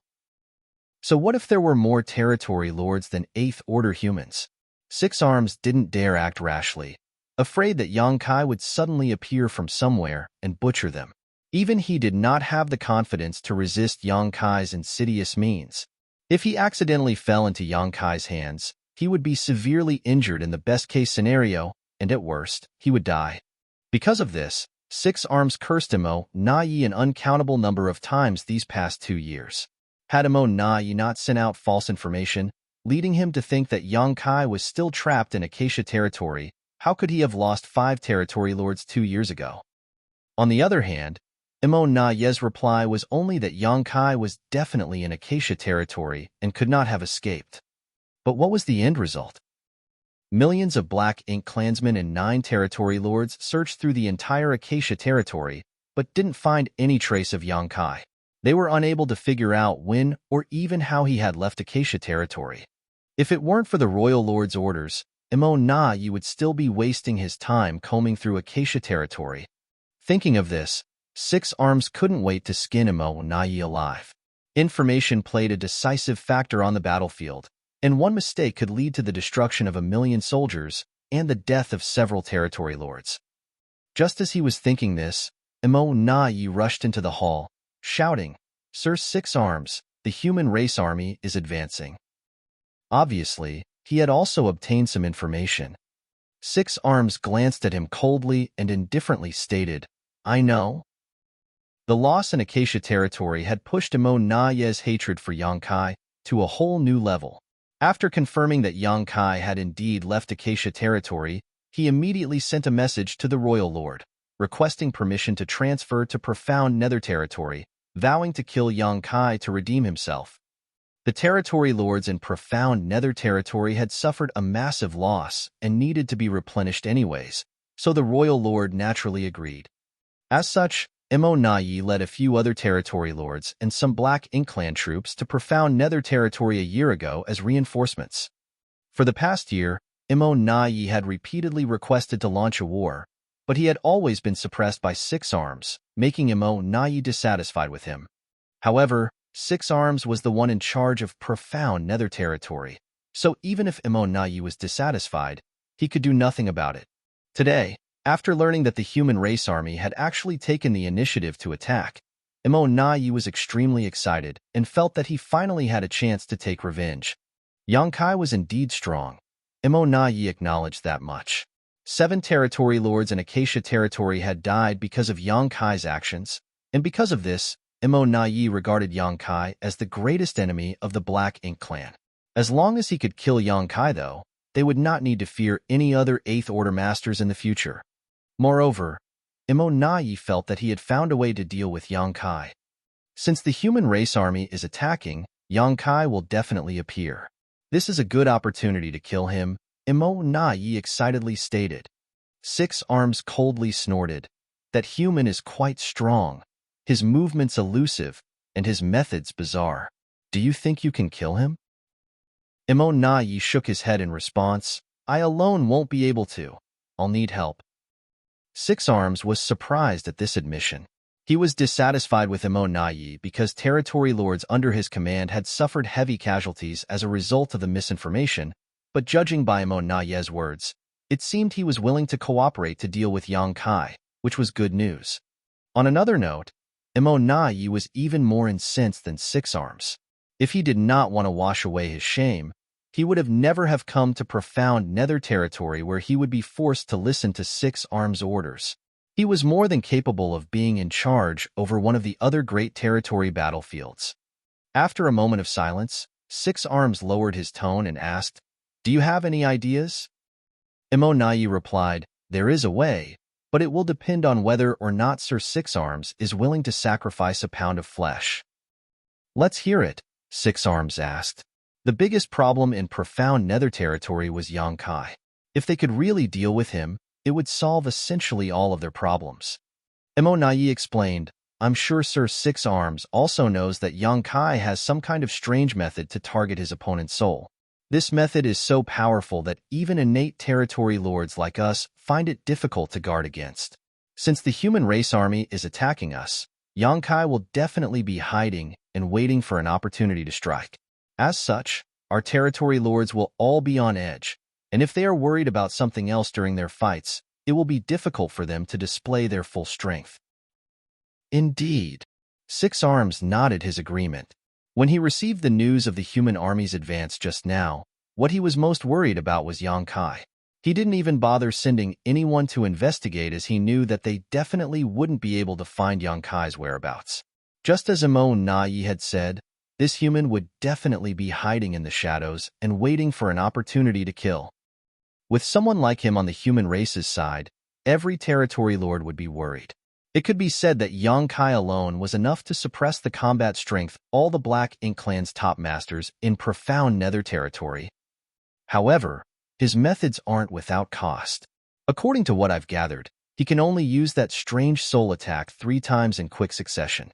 Furthermore, it's quite possible that doing so comes at a heavy cost, such as injuries to his own soul. The human race has a saying, the mantis stalks the cicada, unaware of the oriole behind. Since he wants to secretly attack our territory lords, all we need to do is give him a chance to do so, and he will definitely take advantage of it. However, once he makes a move, he won't be able to hide himself anymore. At that time, I will lead several territory lords to attack him. At that point, what does it matter how strong he is? Six Arms' eyes lit up when he heard this and glanced over at Imo Nai. If Yang Kai is the mantis, then are you the Oriole? Imo Nai nodded. Only then will we have a chance to kill him. Then who will be the cicada? That will have to depend on Sir Six Arms' arrangements. Six Arms pondered for a moment. He had no choice but to admit that Imo Nai was quite smart. This was indeed an excellent way to deal with Yang Kai, but if he really went with this plan, he should be mentally prepared to sacrifice a territory lord, because once Yang Kai struck, the territory lord who was targeted would most likely die. No wonder Imo Nai had said he would need to be willing to give up a pound of flesh to succeed. However, what was there to hesitate about? As long as they could kill Yang Kai, it did not matter if a territory lord was lost. After all, almost 20 territory lords had died because of Yang Kai already. If he could sacrifice a territory lord in exchange for eliminating Yang Kai, Six Arms would more than welcome it. Seemingly seeing through his thoughts, Imo Nai continued in a grave tone. Sir Six Arms, one cicada won't be enough to act as bait. Marshall Peak, Chapter 5574, Initiating the Attack? Six Arms asked, how many do you want? Imo Nai replied, since Yang Kai can attack 3 times, at least 3. It would be best if there were 5. Six Arms couldn't help but furrow his brow, hesitantly asking, you want that many? Imo Nai explained, slowly shaking his head, sir, from what I can tell, Yang Kai is an extremely cautious person, despite his actions seeming so bold and bombastic. If he doesn't have absolute confidence in succeeding, he won't act rashly. What's more, he is now the army commander of the profound Nether Army, so he will be more cautious than ever. Even a fool will get suspicious if there is just one vulnerable target. Yang Kai won't take such obvious bait. We need to dispel his suspicions. Of course, we can't use too many, as too much vulnerability will also be suspicious. Six Arms pondered for a moment. Although he had some resentment towards Imo Nai, he had to admit that what the latter said made sense. Seeing him hesitate, Imo Nai added, sir, this Yang Kai is already so strong when he is just an 8th Order master. Has Sir thought about what would happen if he were to break through to the 9th Order someday? Six Arms had not considered this before, but after giving it a thought, he couldn't help but shiver. That's right, Yang Kai is already so powerful in the 8th Order. What would happen if he broke through to the 9th Order? At that time, even royal lords would not be his opponent. Without any more hesitation, Six Arms declared, go get ready. I have arrangements to make on my side. Although he didn't obtain the answer he wanted, Imo Nai knew that Six Arms was tempted, and since he was tempted, he would definitely act according to his plan. Without further ado, Imo Nai nodded and left. A short while later, the Black Ink clan army also began to mobilize under a series of Six Arms orders, preparing to deal with the assault of the human race. The Black Ink clansmen who were healing in the Black Ink nests also emerged one after another. The battle was about to begin. The scouts of both sides constantly shuttled back and forth, passing information they had obtained from the front line back to their respective command centers. Half a day later, the two armies drew closer to each other. They looked like 2 swarms of locusts. 7th Order cultivators were shuttling around the fleets, passing orders for the squads to check their armaments and prepare for battle. This was the first time the profound Nether Army had launched such a large-scale attack on their own initiative, and it was quite a significant move. As a result, the morale and fighting spirit of the soldiers had risen to a whole new level. Soon, when the distance between the two armies had reached a critical point, the beats of war drums started reverberating across the battlefield from the vanguard one after another. Under the leadership of Ouyang Lai and the other 8th Order Open Heaven Realm Masters, the human race army began their attack. The battle broke out in an instant, and the moment the two armies clashed, the entire profound Nether territory appeared to shudder. The brilliance of secret techniques and artifacts filled the entire void, brightly illuminating the previously dark profound Nether territory. Warships shuttled here and there, coordinating with each other as they bombarded the approaching Black Ink Clan troops.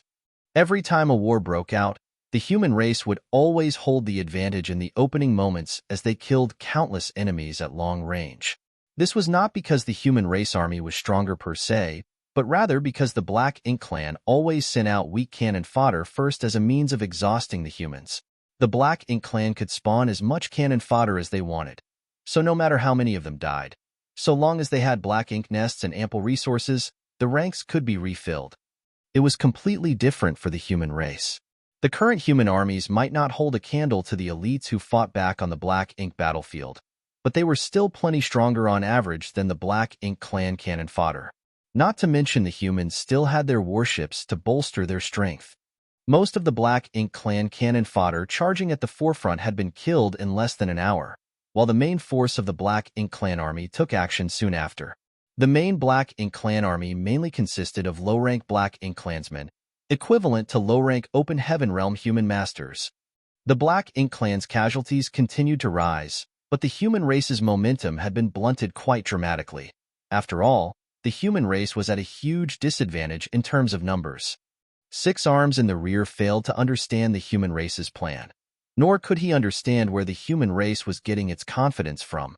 Even if they could kill some useless cannon fodder, they still wouldn't be able to resist the main army of the Black Ink Clan. It might look like the Black Ink Clan had taken quite huge losses, but their casualties were still within a tolerable range. On the other hand, if the humans tired themselves out too quickly and got themselves surrounded by the Black Ink Clan army, their losses would be devastating. Since he couldn't figure it out, though, 6 Arms did not brood too much over it. Right now, his entire focus was on finding Yang Kai's whereabouts. Unsurprisingly, Yang Kai was nowhere to be seen. He must be hiding somewhere and waiting for an opportunity to strike. Intentionally or unintentionally, 6 Arms' gaze swept across a few particular locations on the battlefield. Those were the locations where he had set the bait. If Yang Kai really made a move, he would definitely target those territory lords. Emo Nai was nowhere to be seen either, and would not make an appearance unless Yang Kai did. 6 Arms furrowed his brow and looked behind him towards where the main camp of the Black Ink Clan was situated. There were many Black Ink nests there, which could be considered the foundation of profound Nether Territory's Black Ink Clan. Could Yang Kai be planning to invade their main camp? 6 Arms was a little suspicious, but it did not matter even if Yang Kai really went to the main camp, as 10 territory lords were still standing guard there. Yang Kai would not be able to raise any waves, even if he tried to sneak in. The territory lords were far greater in number than the 8th Order Open Heaven Realm Masters, which was why 6 Arms had made such arrangements. The battle had been raging intensely from the very start. It was like the human race army had lost their minds as they were going all out right from the start, as if they wanted to vent all the resentment they had accumulated over the years in this one battle. Nonetheless, the human race's offense was stopped soon after when the Black Ink Clan main army launched a counterattack and quickly put them into a disadvantageous position. Yang Kai has still not been sighted. It seems he's quite patient. Just as 6 Arms was thinking so, a sun-like brilliance suddenly flashed somewhere on the battlefield. This sun-like flash appeared to be some kind of a signal as small white suns erupted all over the battlefield, one after another, illuminating the entire void. Even though the suns had erupted quite a distance away from him, the pure rays of white light, blaring one after another, made 6 Arms feel extremely uncomfortable. 6 Arms had seen this light before and knew that it was the power of some artifact. The human race also used these artifacts in the war 2 years ago. 6 Arms had no idea about this artifact's name, but Black Ink Clan survivors of that battle had reported that it had an extremely suppressive effect on Black Ink strength. The rays originating from what seemed to be spears could actually vaporize Black Ink strength. Back then, much to the Black Ink Clan's dismay, a territory lord hit by this artifact was instantly injured, and had he not quickly escaped, he would have been killed by an 8th Order human master. When these flashes of light reappeared, a despondent look appeared on 6 Arms' face. They had been fighting the profound Nether army for several decades now, but the human race had not used this artifact before. It was used for the first time 2 years ago, but at that time, the humans did not possess many of these artifacts, so the Black Ink clan did not suffer too many casualties from them. However, the current situation was different. That pure white brilliance was erupting all across the battlefield one after another, and it covered a vast expanse of space every time. How could the human race have so many such artifacts? Why didn't they use them before? Although he was unable to understand, Six Arms knew it was this human race trump card that gave them the confidence to launch an attack. He reached this conclusion because the human race army, which was at a disadvantage just a moment ago, instantly became as fierce as a tiger and mighty as a dragon after the appearance of these brilliances, overwhelming the Black Ink clan army to the point that they were unable to mount any counterattack. Some territory lords were injured, and numerous feudal lords died at the hand of this artifact. Six Arms would not even bat an eye at the deaths of low-rank Black Ink clansmen, regardless of how many of them died, but the deaths of feudal lords were different. The birth of each feudal lord was not easy, and the Black Ink clan was counting on these feudal lords to become territory lords and then royal lords in the future. Their annihilation would set the Black Ink clan towards a bleak future. Fortunately, the Black Ink clan army quickly stabilized the situation and maintained their formation after a short period of panic and loss. Now, though, they didn't try to kill their opponents and instead focused on defending themselves. For a time, the situation on the battlefield reached a stalemate.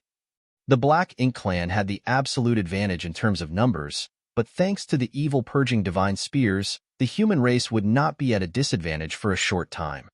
Be that as it may, the evil purging divine spears would eventually be exhausted, and once that happened, if the humans had not yet retreated, what awaited them then would be a merciless slaughter. Somewhere on the battlefield, Ouyang-Lai was bathed in blood as he engaged in a life-and-death battle. Since the start of the battle, he had been caught in a 1 versus 2 situation. It had been a difficult fight, but fortunately, he had been through this very situation multiple times. So even though he had fallen into a disadvantageous position, his life was not in immediate danger. On top of that, Ouyang-Lai was also keenly aware that his two opponents were not using their full strength as they were obviously on guard against something. Regarding this, Ouyang-Lai was well aware that these people were worried about Yang Kai sneak attacking them. Although this situation would make it difficult for Yang Kai to launch a sneak attack here, it did make Ouyang-Lai's situation a little more bearable. Pitifully, he had just asked Yang Kai to give him a helping hand in killing a territory lord so he could brag about it, but by the looks of things, it was highly unlikely to happen this time. Since 2 territory lords were targeting him, it would not be the best choice for Yang Kai to attack here. In the void, Imo, Na Yi, and 4 other territory lords were hiding inside a Black Ink cloud, concealing their auras as they observed the battlefield. Black Ink clouds were everywhere on the battlefield, and the human race would not venture inside to investigate them if they could avoid doing so. So it was the best place to hide without worrying about being exposed. Through the Black Ink cloud, Imo Na Ye's sharp eyes were scanning the surroundings. He was certain that Yang Kai was hiding somewhere, waiting for an opportunity to attack. Perhaps, Yang Kai was also hiding in a Black Ink cloud? Imo Na Yi looked towards the various Black Ink clouds, having no clue. Suddenly, he muttered, "Yu Gong, if you dare to escape again, I will not forgive you." Beside him, Yu Gong's face flushed red as he muttered, "Don't worry, I also want to kill that Yang Kai. If he dares to show his face, he will definitely die." Imo Na Yi glanced at him coldly and snorted, stating, "That's for the best." Last time, in Acacia territory, Yu Gong was scared witless by Yang Kai, which Imo Na Yi still felt indignant about. If it weren't for Yu Gong's cowardice back then, they would not be in this trouble today. Martial Peak, Chapter 5575, The Oriole Behind. 5 territory lords had set up an ambush for Yang Kai this time. Imo Na Yi was confident that so long as Yang Kai dared to show himself, he could hold him down. While they were talking, a burst of spiritual energy fluctuation suddenly surged somewhere on the battlefield before disappearing in a flash. All kinds of energy fluctuations were surging across the chaotic battlefield, so if one was not deliberately paying attention, it would be difficult to detect these specific fluctuations.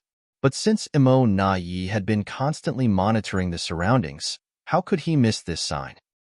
A bright gleam flashed across his eyes. Yang Kai made his move. These spiritual energy fluctuations were extremely familiar. In Acacia territory, every time Yang Kai launched a sneak attack, such fluctuations would appear. Nai immediately looked towards the source of the spiritual energy fluctuations and instantly spotted Yang Kai rushing out from a black ink cloud. As expected, he was hiding inside a black ink cloud. Nai had been keeping an eye on the various black ink clouds, but he had no idea when Yang Kai had snuck inside of this particular one.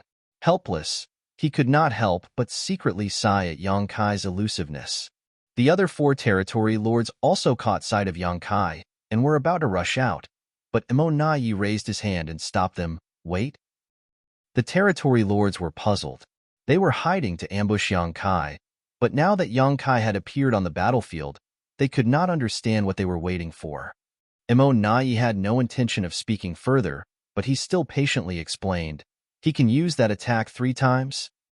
He did not elaborate after that, but the territory lords instantly understood. Nai was quite insidious. He was waiting for Yang Kai to exhaust his trump card on the other territory lords. Once Yang Kai had used up his unique method, he would be no different than an ordinary 8th Order master. At that time, what did this team of 5 territory lords have to fear? However, one of the territory lords hesitatingly asked, "If we don't act now, how would we explain it to Sir Six Arms?" If a territory lord died because of their delay, Six Arms would definitely blame them. Nai indifferently stated, "Killing Yang Kai is the best explanation." The territory lords looked at each other in dismay as a chill gripped their hearts. Apparently, Nai had gone somewhat insane after the defeat in Acacia territory. He was now even willing to sacrifice a few territory lords just to kill Yang Kai. Doing so might be cruel and unacceptable, but it could still significantly increase their own safety. After all, they were reluctant to face Yang Kai when he still could use his ultimate move. Thus, no one had any objections. By the time they looked in that direction once more, the battle had already ended on that part of the battlefield as they sensed the fall of a territory lord. The territory lord's opponent was none other than Chen Yuan, who knew right away that Yang Kai was making his move the moment he sensed the unique spiritual energy fluctuations. Having experienced the same thing 2 years ago, why would Chen Yuan hesitate? He immediately unleashed his strongest divine ability, splitting his sword into 3,000 beams of light that rained down on the territory lord. 2 years ago, when Yang Kai had launched a sneak attack, Chen Yuan had beheaded a territory lord in one attack. It could be said that everything had gone very smoothly. But this time, the territory lords were obviously on guard, so Chen Yuan failed to kill the opposite party in one move, only managing to severely injure him. Fortunately, Yang Kai timely attacked with his spear, piercing it straight through the territory lord's heart. Chen Yuan swung his sword once more, beheading the territory lord. The territory lord seemed to have cursed something or someone before his death, his eyes filled with indignation, but Chen Yuan could not be bothered with the cries of the defeated. He raised his head to look around, but Yang Kai was nowhere in sight. He had already gone back into hiding who knows where. Chen Yuan lifted up his sword, turned around, and flew towards another battlefield where another 8th Order master and territory lords were locked in a heated battle to provide assistance. The 8th Order master was besieged by 2 territory lords, so, even if he used an evil purging divine spear, he would still be in danger. What he did not know was that the territory lord had cursed Nai before his death.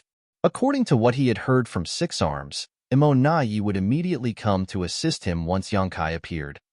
He also knew that he was a bait arranged by Six Arms to lure Yang Kai out, so he had always been on guard and had been defending his soul zealously.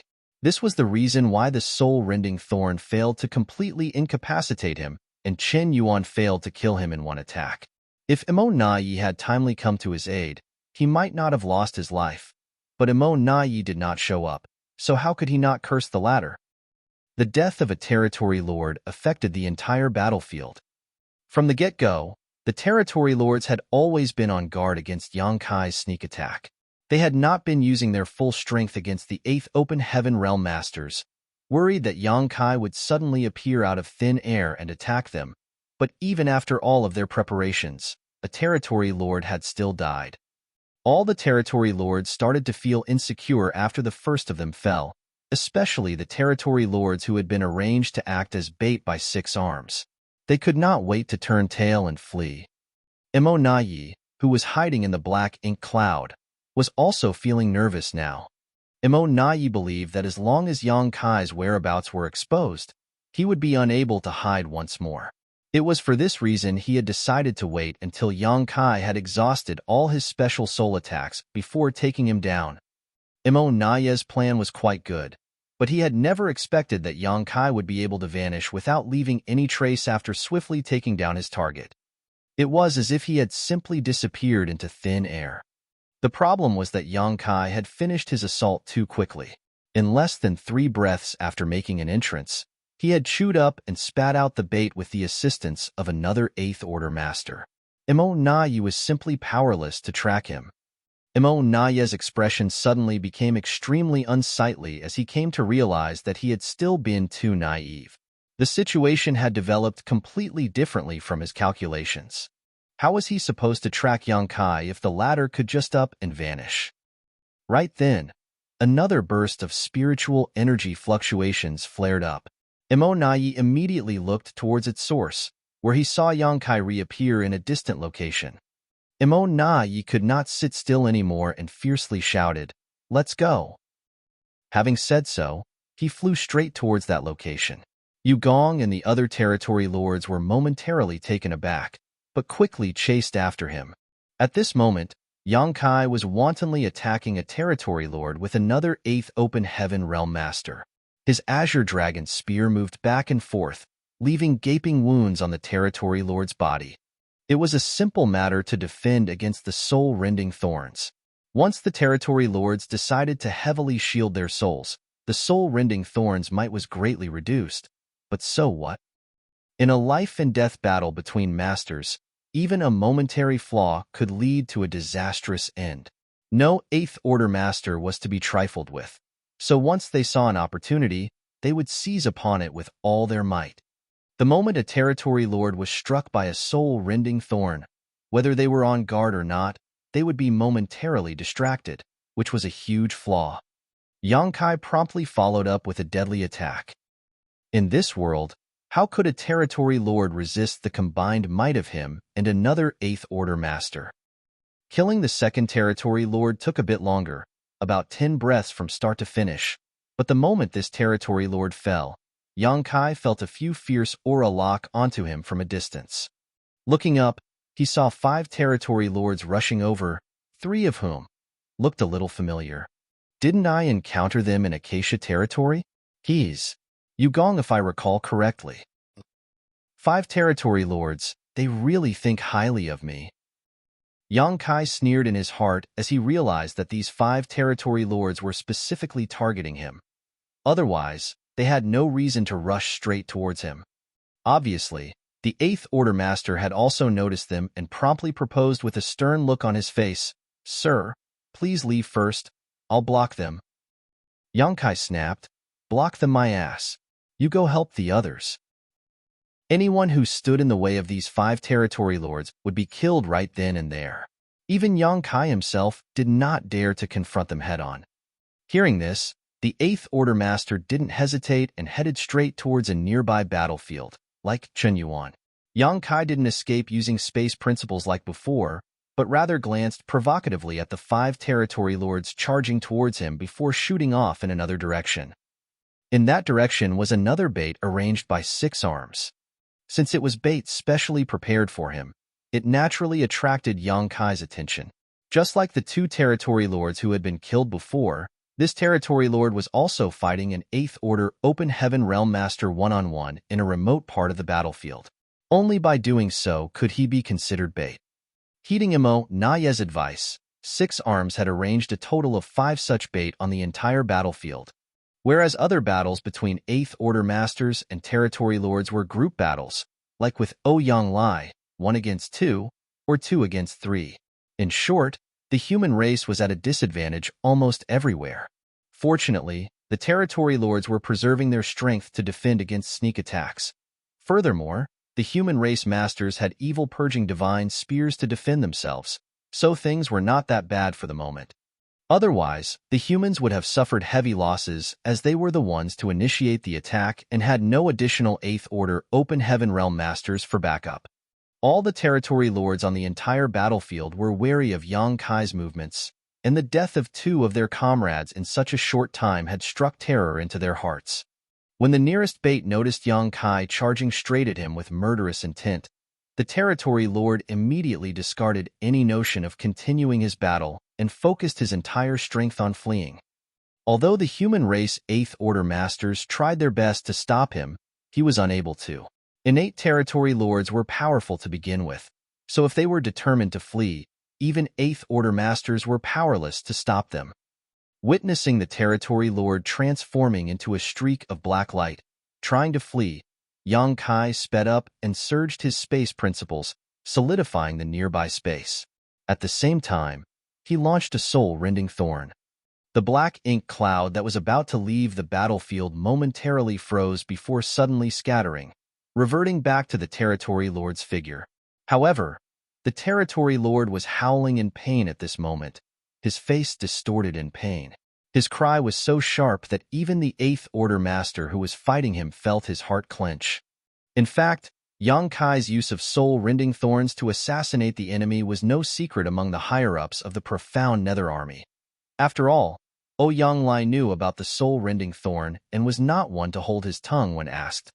They also knew that every time Yang Kai used a soul-rending thorn, he would need to sacrifice a piece of his own soul. However, very few people had personally experienced such heart-wrenching pain, so they could not understand just what sort of agony this technique produced. Although the 8th Order Master had never tasted such pain, he could imagine how much it would hurt from the reaction of the territory lord after he was hit by the soul-rending thorn. The soul-rending thorn was a sacrificial technique, and once used, both the user and its target would suffer intense pain. The territory lord was in so much agony that he would rather die, but even though Yang Kai's face had gone completely pale from the pain, he did not utter a single cry. The 8th Order Master was awe-inspired after seeing Yang Kai's endurance and perseverance. Yang Kai had paid such a huge price, so if he were to let the enemy escape now, that would truly be a joke. This 8th Order Master's face immediately darkened as he promptly summoned his divine manifestation, preparing to go all out. Unlike Yang Kai's Golden Crow cast the sun, and Feng Ying's myriad sword dragons venerable, this 8th Order Master's divine ability manifestation was even more majestic and brilliant. Impressively, it conjured up a dazzling golden humanoid phantom that was exuding a fearsome and overwhelming aura, giving the impression as if an ancient god had descended. The humanoid phantom stood behind the 8th Order Master, holding a long sword just like him, but the sword was bigger and thicker. The next moment, the 8th Order Master raised his sword and swung it hard as the phantom behind him mirrored his actions. Immediately after, the void was cut apart and black ink strength started dissipating. Right then, a slit spread across the territory lord before his body separated into 2. Martial Peak. Chapter 5576, Chasing and Intercepting. The 8th Order Master was filled with joy after successfully killing the territory lord. But before he could rejoice, Yang Kai's voice rang in his ear. When he looked up, Yang Kai was already quite a distance away. At the same time, he also sensed several fearsome auras rapidly heading in his direction. When the 8th Order Master looked towards the auras, he saw 5 powerful territory lords, including Emo Na Yi, heading straight towards him. This scared the hell out of him, and he quickly turned tail and fled in the opposite direction from Yang Kai. Apparently, Emo Na Yi and the others were not interested in this 8th Order Master as their target was only Yang Kai. Quite a lot of territory lords in profound nether territory had lost their lives because of Yang Kai, so unless he was killed, not a single territory lord could feel at ease. Furthermore, Yang Kai had already used his ace 3 times in a row, killing 3 territory lords. Yang Kai did not have the strength to use it again. The current Yang Kai was like a tiger without his fangs, so how could Emo Na Yi and the other territory lords be afraid of anything? This was a rare opportunity. If they failed to kill Yang Kai this time, who knows when they could find another opportunity like this? As such, Emo Na Yi, leading the other 4 territory lords, chased after Yang Kai doggedly. During the chase, they crossed the vast battlefield. At some point, Imo Na Yi and the others heard the beating of war drums from the human race. The rhythm was quite distinct and powerful, but they had no idea what kind of order they were issuing. In any case, the 5 territory lords couldn't care less about it as all of their focus was on Yang Kai. Imo Naye's face distorted with frustration after chasing Yang Kai for a while as he realized that even if Yang Kai had become a toothless tiger, they were still powerless to do anything to him because he was simply too fast. They could not catch him, and thus could not kill him no matter how badly they wanted to.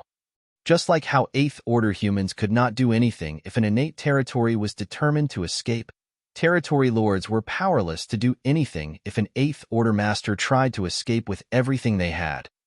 This was also the reason why not many 8th Order masters and territory lords had fallen over the last few decades. When things went south, no one just sat around waiting to die. 2 8th Order masters had fallen in the battle 2 years ago mainly because profound nether territory was about to fall, and they had no choice but to fight to the death. Had they not been willing to sacrifice their lives, the humans would have suffered even greater casualties, and they might have even lost profound nether territory to the Black Ink clan. Imo Na Yi had fallen into an awkward situation. With the 5 territory lords working together, they indeed had a real chance of killing Yang Kai, but that was only if the other party stopped fleeing and faced them in battle. This left Imo Na Yi with a stomach full of grievances, but nowhere to vent them. He was the one to propose this strategy to Six Arms, and Six Arms had done his part to cooperate. However, if he failed to gain anything despite the fact that they had sacrificed 3 territory lords, Six Arms would definitely lose his temper. Left with no choice, Imo Na Yi summoned a black ink nest into his hand. It was an extremely small black ink nest, roughly the size of his palm. It was an incompletely hatched black ink nest, and naturally incapable of breeding black ink clansmen. Be that as it may, it could still be used for communication. This was only a low-rank black ink nest, for it was just used for communication, so its rank did not really matter. Imo Na Ye's divine sense surged as he sent a message using the tiny black ink nest in his hand. Unable to catch Yang Kai, Imo Na Yi had no choice but to request reinforcements. A short while later, 3 of the territory lords remaining on the primary universe world where the Black Ink clan's main camp was located rose into the sky and flew off into the void. Frustration piled up in the pursuing Imo Na Ye's heart as he continued to make new arrangements while the fleeing Yang Kai was completely relaxed. Although the repeated use of the soul-rending thorns ended up giving him a splitting headache, he was already used to it by this point, so it did not affect him much. At most, his combat effectiveness had suffered a little. As he was unable to use more soul-rending thorns for the time being, he could not bother to engage the territory lords. The main reason he was fleeing now was that he wanted to lure these 5 territory lords away from the battlefield. According to the original plan, the human race army should be withdrawing right about now. The humans did not have that many evil-purging divine spears, and their army's strength was no match for the Black Ink clan in a straight-up fight. Yang Kai had already heard the beating of war drums, signaling the retreat, and he knew that leading 5 territory lords away would make it easier for the army to withdraw. In fact, he could easily escape from his pursuers using space principles if he wanted to. Even if the territory lords' auras had locked onto him, so what? When even royal lords failed to capture him in the past, what could mere territory lords do? Since he could escape at any moment, Yang Kai naturally had nothing to fear, and that was why he was letting them follow him. After a while, Yang Kai sensed something and looked up, vaguely sensing a powerful aura rapidly approaching him. Yang Kai raised his brow as he muttered to himself, "Someone is blocking the way ahead." He thus promptly changed direction. But a moment later, another territory lord rapidly approached him from the front, blocking his way. Yang Kai changed direction once more.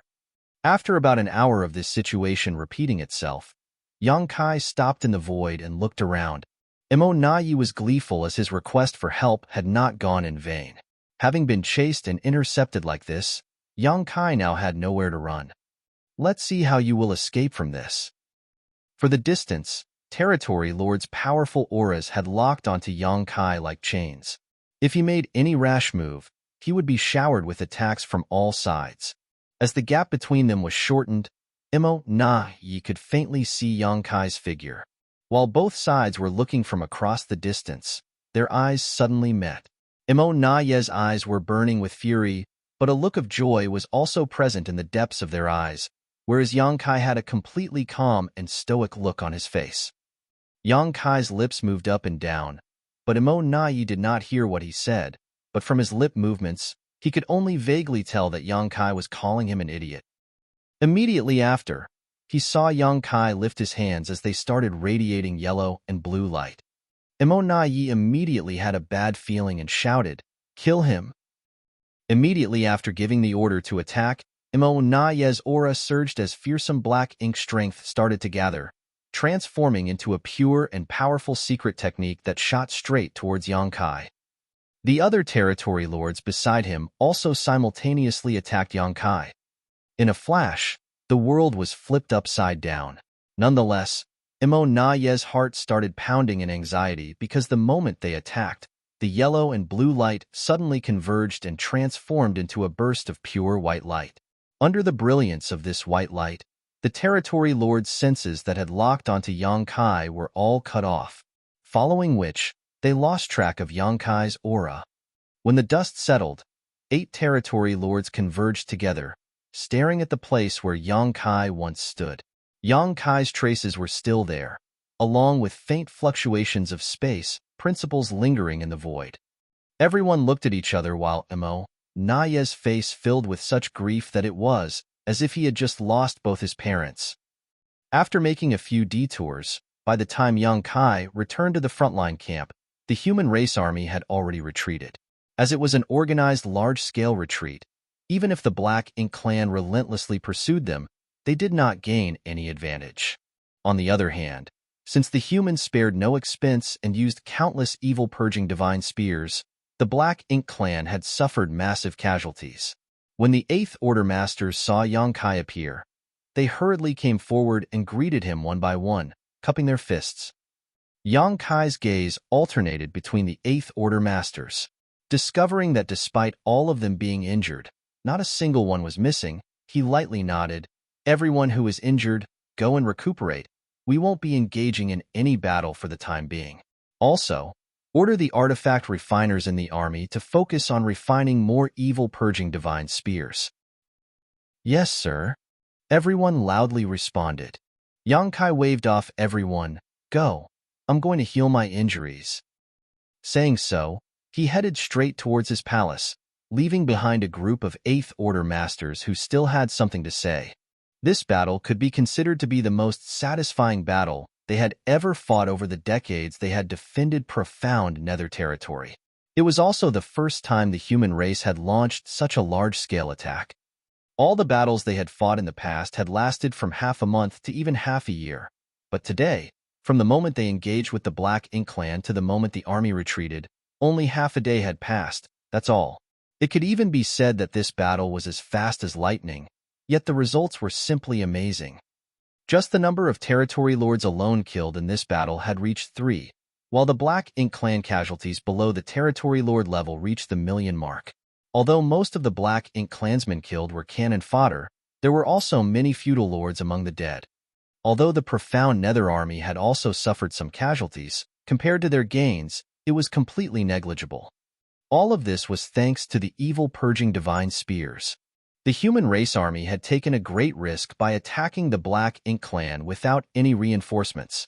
In the past, the humans had always relied on various prearranged defensive emplacements to resist the Black Ink clan's attacks, but such a strategy could only prolong the war, not win it.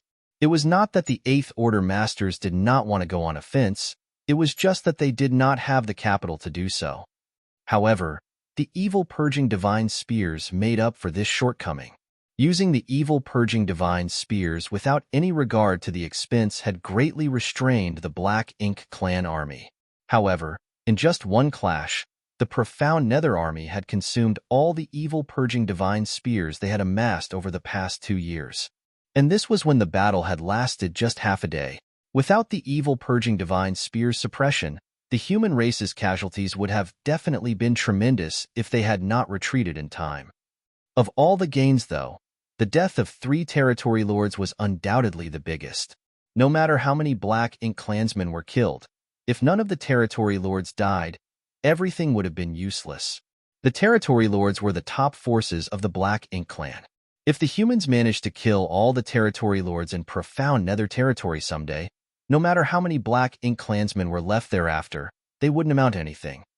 Sir Army Commander is young and promising. Every soul-rending thorn momentarily stuns a territory lord, leaving them at the mercy of us humans. Just one swing is enough to behead a territory lord.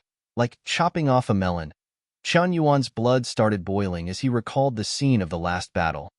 He had killed a territory lord with Yang Kai's help 2 years ago, and got the opportunity to kill another one during this battle.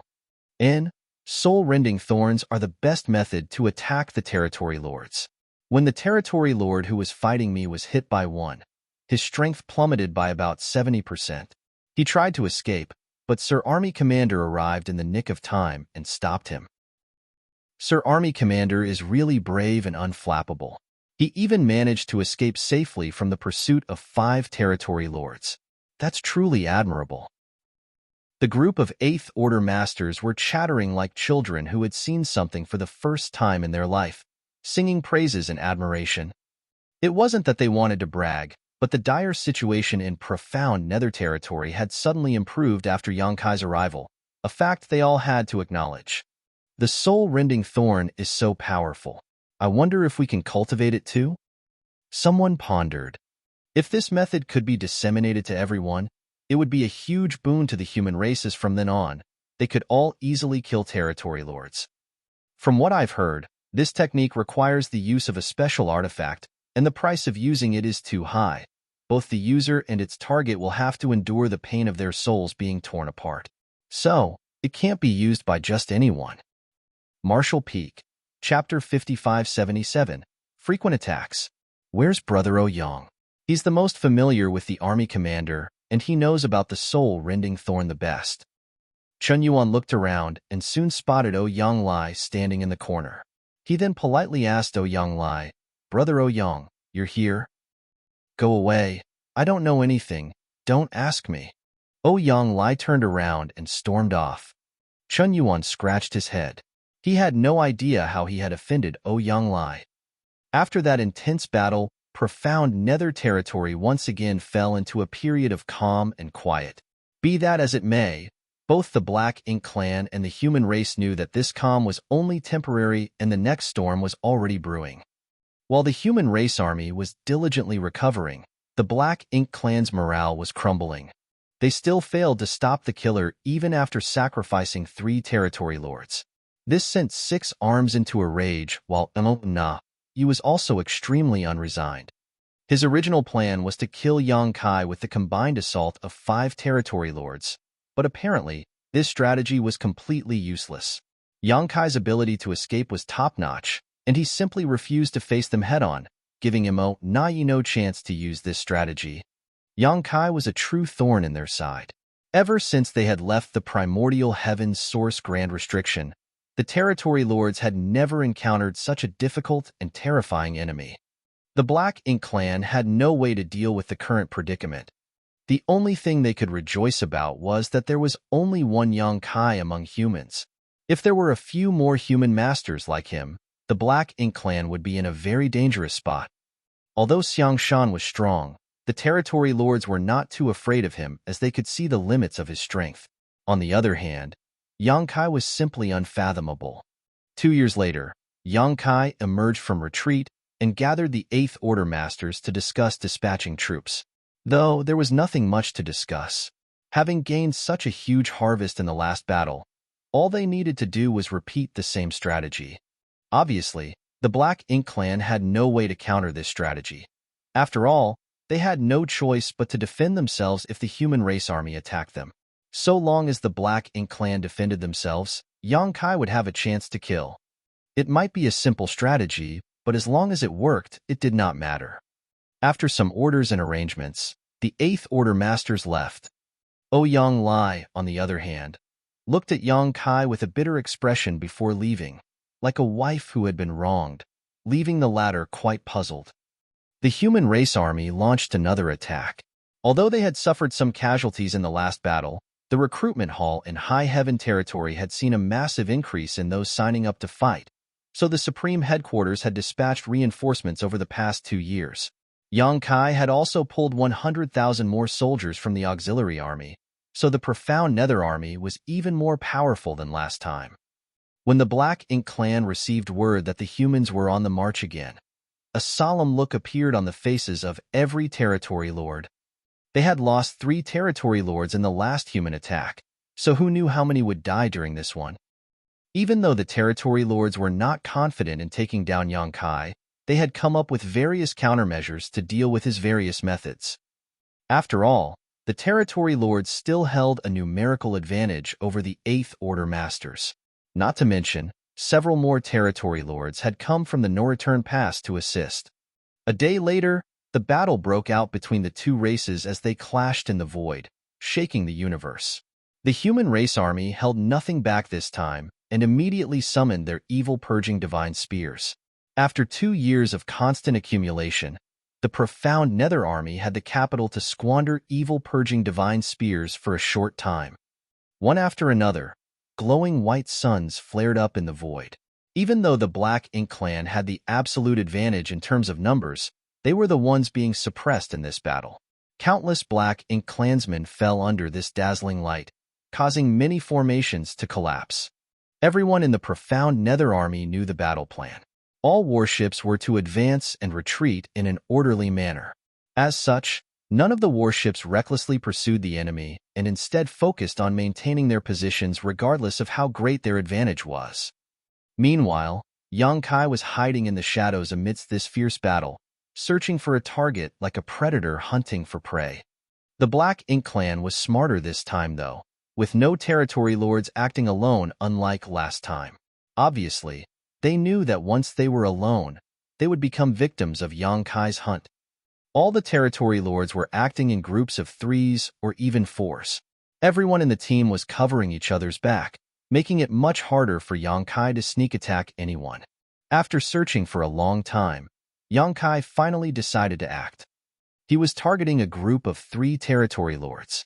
2 8th Order Open Heaven Realm Masters happened to be fighting them, and these 2 8th Order Masters had already used 5 evil-purging divine spears, but all they had managed to do was weaken their opponent's strength slightly. They had been unable to gain any kind of advantage. Fortunately, the territory lords were also not using their full strength. All the territory lords had diverted some of their strength to defend against the sneak attack that was surely lurking behind them, just like in the previous battle. As such, even though the 2 8th Order Masters were hard-pressed, they were still able to hold their ground.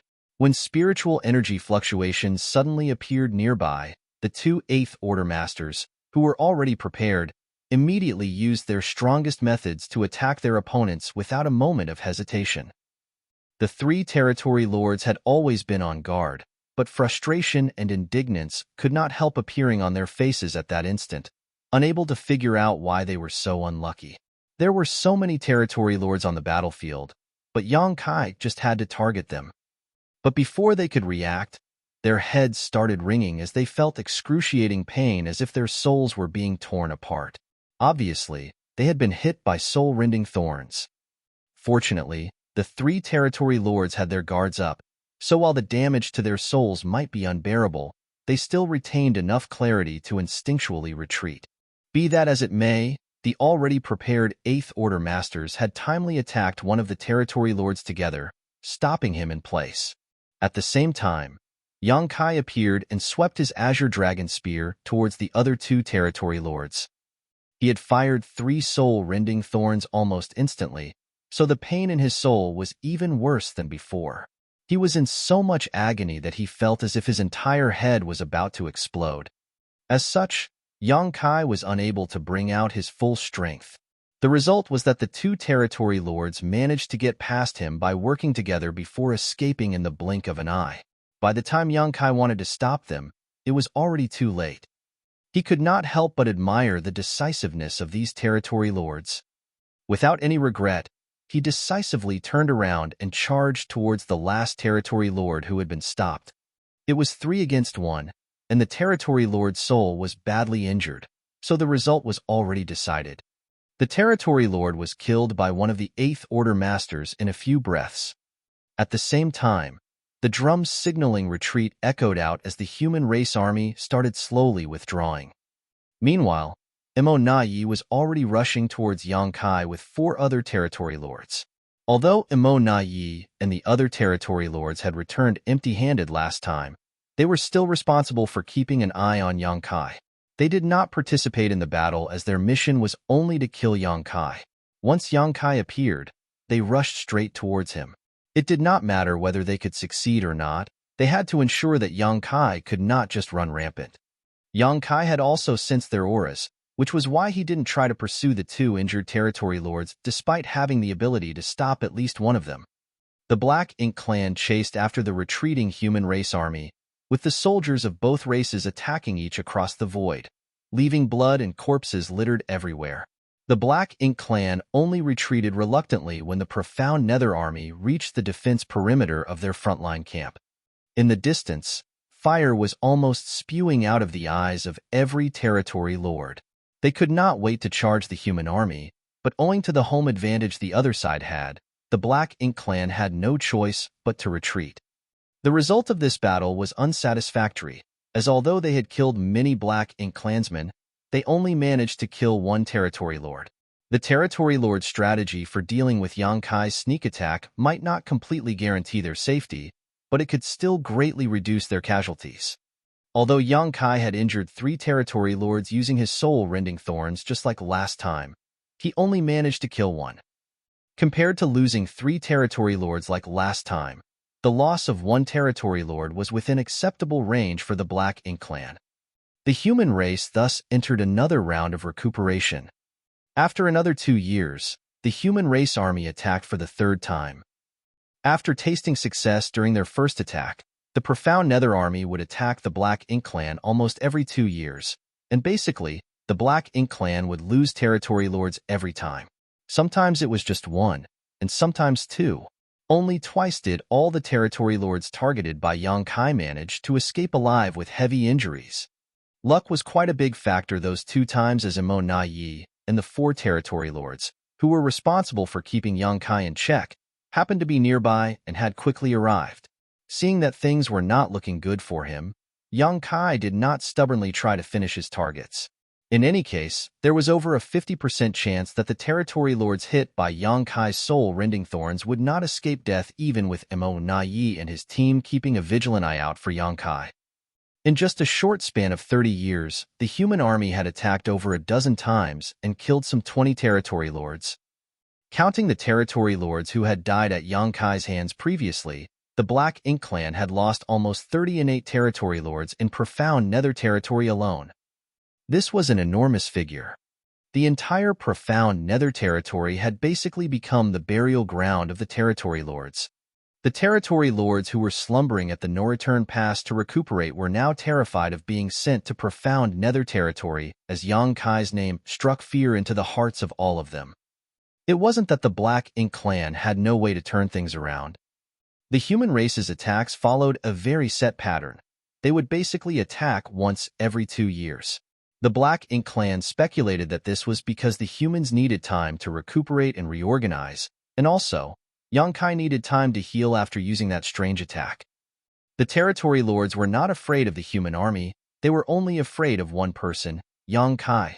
Therefore, after going through the same thing a few times, the Black Ink clan army relentlessly pursued the profound Nether army when they retreated, trying to take advantage of Yangkai's injuries to deal a heavy blow to the enemy.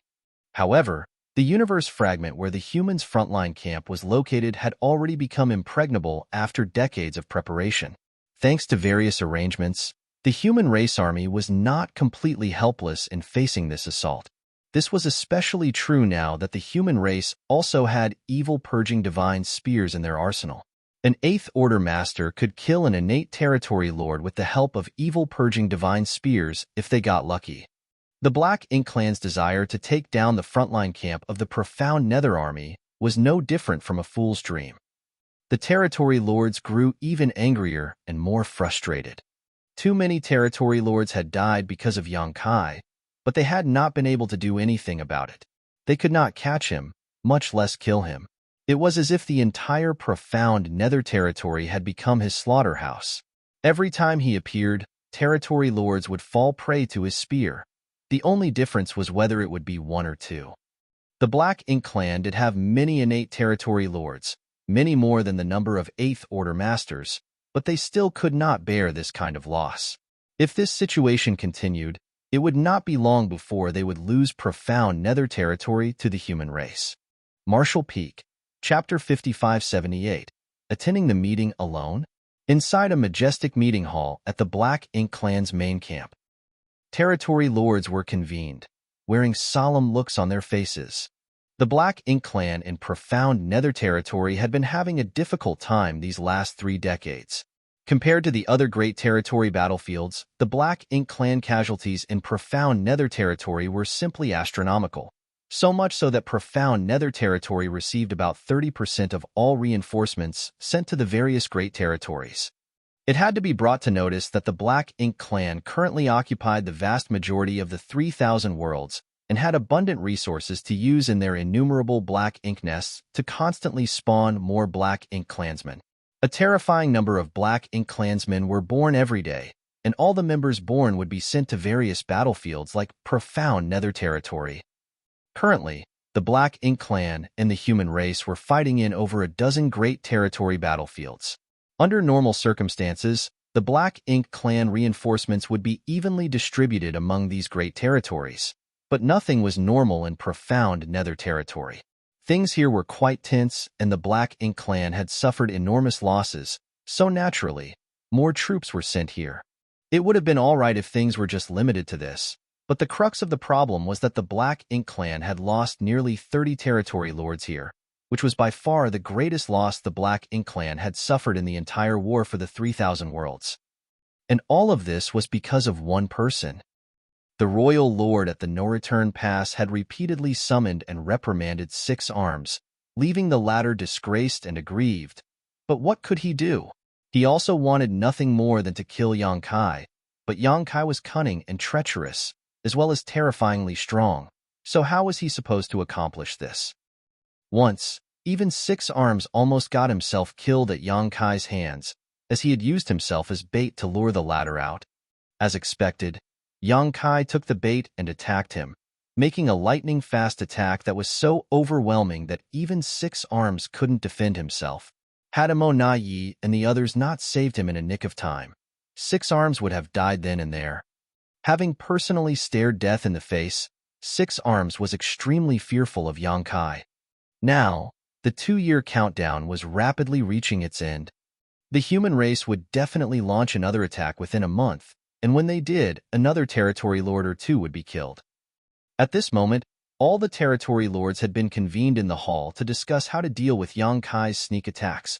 However, when Six Arms presented this question to them, the hall immediately sunk into silence. This exact same meeting had been convened many times over the past 3 decades. Every time the human race army attacked, Six Arms would gather all the territory lords to discuss possible countermeasures, but each meeting would end up with nothing accomplished. Watching every territory lord remain silent, Six Arms flew into rage. Are we really going to let him continue to run rampant? He's just 1/8 order human. Yet none of you can think of any way to deal with him? The territory lords remained silent. If there really was a way, profound nether territory's situation would not have been so gloomy all these years. The territory lords had racked their brains and tried all kinds of methods to deal with Yang Kai, but they were simply unable to stop him. No matter what kind of tactics they applied, all of them proved useless. One of the territory lords thoughtfully suggested, "I'm afraid only if Sir Royal Lord took action would it be possible to take down Yang Kai. We territory lords are not weak, but if he is determined to escape, we are all powerless to stop him." Many territory lords, especially Imo Na Yi, nodded in agreement. All these years, he had been targeting Yang Kai with 4 other territory lords. They had managed to stop him from killing others multiple times. But so what? He had still fled right under their noses. Space secret techniques were truly unmatched when it came to escaping. The Royal Lord is guarding the no-return pass, a matter of the utmost importance. How can he take action so easily? One territory lord shook his head. Almost all the high-rank black ink nests were planted at the no-return pass, making it the foundation of the current Black Ink clan. If the human race masters attacked the no-return pass when the Royal Lord was away and destroyed those black ink nests, the Black Ink clan would become a tree without roots, a river without a source. The Black Ink clan only had one Royal Lord left, leaving them in quite an awkward situation, but the territory lords were also a little relieved at this situation. If at that time the last Royal Lord had not stayed behind to guard the no-return pass, he too would have died in the Barren Territory. The Barren Territory War was especially tragic, as almost all of the Ninth Order Open Heaven Realm humans had sacrificed their lives to kill all but 2 Black Ink clan Royal Lords. Every time the Territory Lords thought back to that battle, shivers would shoot up their spines. Even they were shaken by the ruthlessness the human race had displayed that day. Six Arms stated, coldly snorting, "It's impossible for the Royal Lord to act, so it is up to us to come up with another strategy." Though he dismissed this idea decisively, Six Arms could not help feeling some regret about it.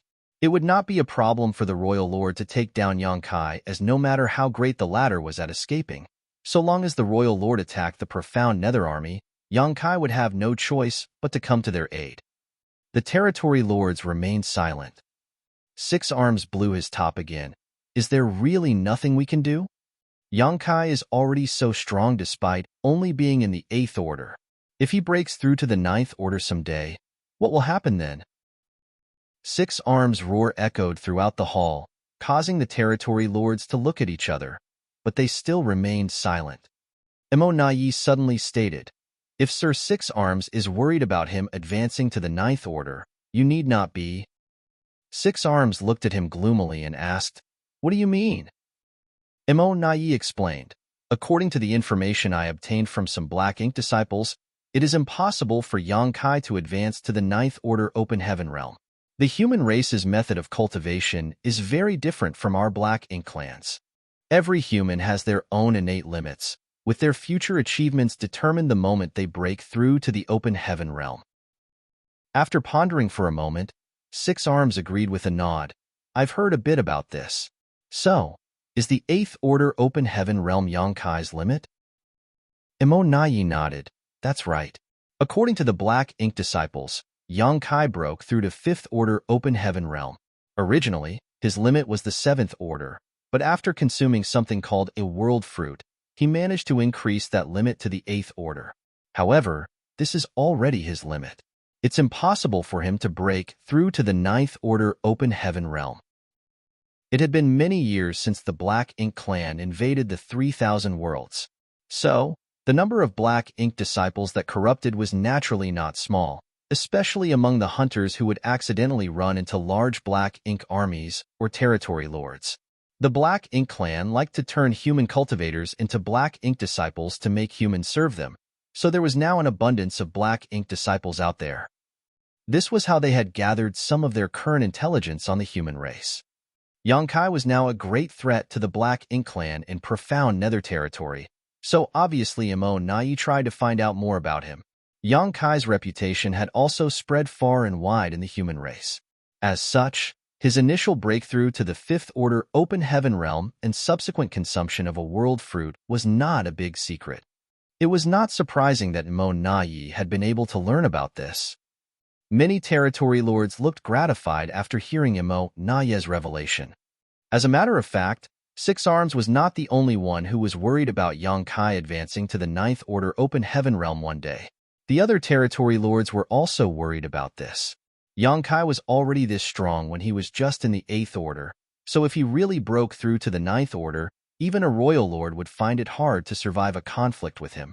If that really happened, how was the Black Ink clan supposed to survive? These territory lords were all afraid of being killed by Yongkai. One of the territory lords stated solemnly, "Nothing is absolute. I heard that the human race has a way to break these innate shackles. As long as they can find open heaven pills produced by the universe furnace, they can break their limits. Emonayi nodded in agreement. That is indeed true, but that so-called universe furnace is an innate supreme treasure of the universe.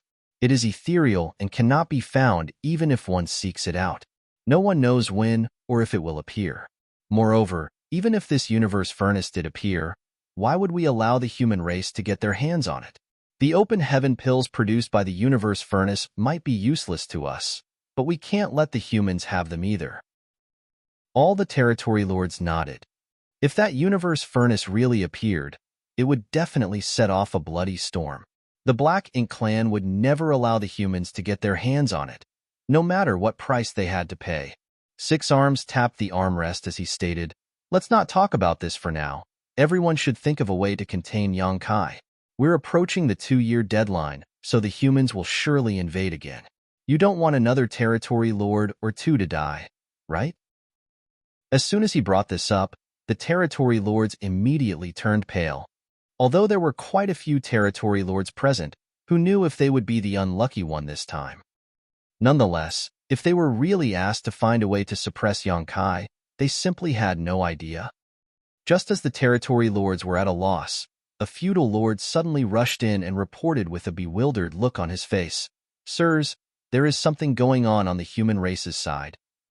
The territory lords turned pale as one of them hurriedly asked, "Is the human race attacking? Why is the human race moving so early? There should still be some time left." "Those bastards. I say we ignore Yongkai entirely. If they can kill a territory lord, why can't we respond by killing their 8th Order masters?" The territory lords started shouting all at once, setting off Six Arms once again. Speaking of which, he felt quite aggrieved. In all the other great territory battlefields, the Black Ink clan basically held the initiative and were able to attack and retreat as they pleased. But profound Nether territory situation was the exact opposite. When had the Black Ink clan ever been worried about the human race attacking them? Saying it out loud would be a disgrace. Looking at the territory lords under him all but panicking, Six Arms suddenly felt tired. He looked at the feudal lord who had come to report and asked, "Is the human race really attacking?" The feudal lord replied, "The human race army is showing no signs of mobilization, but a human is approaching us. According to the scout's report, this person is suspected to be Yongkai." The territory lords were all shocked. Emonayi anxiously asked, "Alone?" The feudal lord nodded. "There is only one person." What the hell are humans up to now? What is Yongkai's planning? For the moment, Emonayi was unable to grasp the situation. No matter how strong Yongkai was, it was foolish for him to come here alone. What's more, Yongkai had proven himself to be both cunning and insidious, so he wouldn't do something as stupid as this without purpose. Of course, Six Arms also understood this and frowned for a moment before ordering, "Double the scouts monitoring the situation. Immediately report if anything happens." Yes. The feudal lord accepted the order and left. Not long after, the scouts indeed sent a series of reports, further confirming the situation. The human race army was not attacking, but there were signs of large-scale mobilization. This was not surprising though, as the human race would basically attack once every 2 years, so the Black Ink clan was already used to this. A lone human was indeed approaching the Black Ink clan, and that person was none other than Yongkai, who the territory lords feared. Furthermore, he seemed to be intentionally exposing his whereabouts. He didn't try to conceal himself at all along the way, and his speed wasn't fast either. Some Black Ink clan scouts were even closely monitoring him, but he made no move to kill them. This made the territory lords even more confused. What the hell is he planning? Is he just trying to taunt us? This human was simply too arrogant. Marshall Peak, Chapter 5579, Ceasefire. In the void, Yongkai was flying towards the Black Ink clan's main camp at a leisurely pace. There were many Black Ink clan scouts hiding along the way, but these scouts were only at the level of feudal lords at best, so they were unable to hide themselves from his senses. Yongkai was indeed unafraid of revealing himself, as he was not here to kill anyone. Rather, he was here to discuss some business with the territory lords. The human race army had attacked the Black Ink clan over a dozen times during the past 3 decades, killing some 30 territory lords, which was more than enough already. It was the right time for him to initiate his plan, as the sooner it was implemented, the better. Looking towards the depths of the void, he could vaguely see the Black Ink clan's main camp that was spread across a few universe worlds. He could not wait to slaughter all of them, and why would he not? But not only would this take a lot of time, even if he did manage to kill all the Black Ink clan troops in profound Nether territory, what would that really accomplish?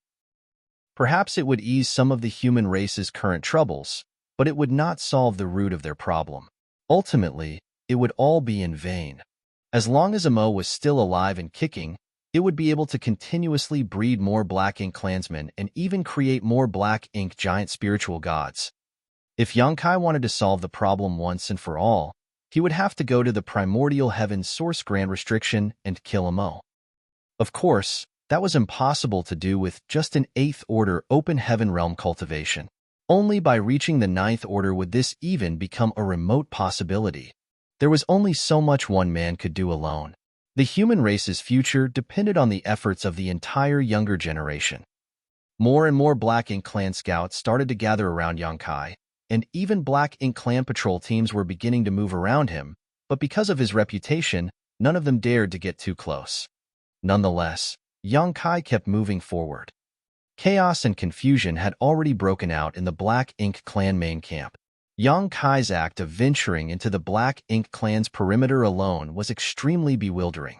Some territory lords believed it to be another one of the human race's schemes, and that Yonkai was just bait to attract their attention. They believed that the human race masters were lying in ambush somewhere, waiting for an opportunity to deliver a fatal blow. Some territory lords were clamoring that it was a rare opportunity, saying that the most important thing right now was to use all of the Black Ink clan's strength to kill Yonkai. His death would definitely cripple the morale of the entire profound Nether Territory's human race army, leaving them vulnerable and giving the Black Ink clan an overwhelming advantage. Listening to their constant bickering and shouting, Six Arms finally couldn't help but roar, "Shut up!" The chaotic voices finally fell silent. Six Arms glanced around with a gloomy expression as his face turned dark and disgraced. The fact that 1/8 open human had sent so many territory lords of profound Nether territory into utter panic had left him speechless. Although he knew that it was because many territory lords had died at this human's hands, his subordinates' behavior here had still disappointed him. After glancing around for a moment, Six Arms' gaze finally landed on Emo Nai as he asked, "What do you think the human race's plan is?" Although Six Arms and Emo Nai had not been on good terms these past few decades, Six Arms had to admit that Emo Nai was not only strong, but his mind was also sharp. Emo Nai replied, "The human race may not have any plan." Emo Nai's reply left the territory lords speechless. What nonsense! What do you mean by no plan? Six Arms' face turned black. He had lowered himself to ask for Emo Nai's opinion, but he had not expected the other party to give such an answer. Fortunately, Emo Nai quickly continued, "The human race army is showing signs of mobilization, but they haven't dispatched any troops yet. The scouts also haven't discovered any trace of other 8th Open Heaven Realm Masters moving, which means that Yonkai really came alone.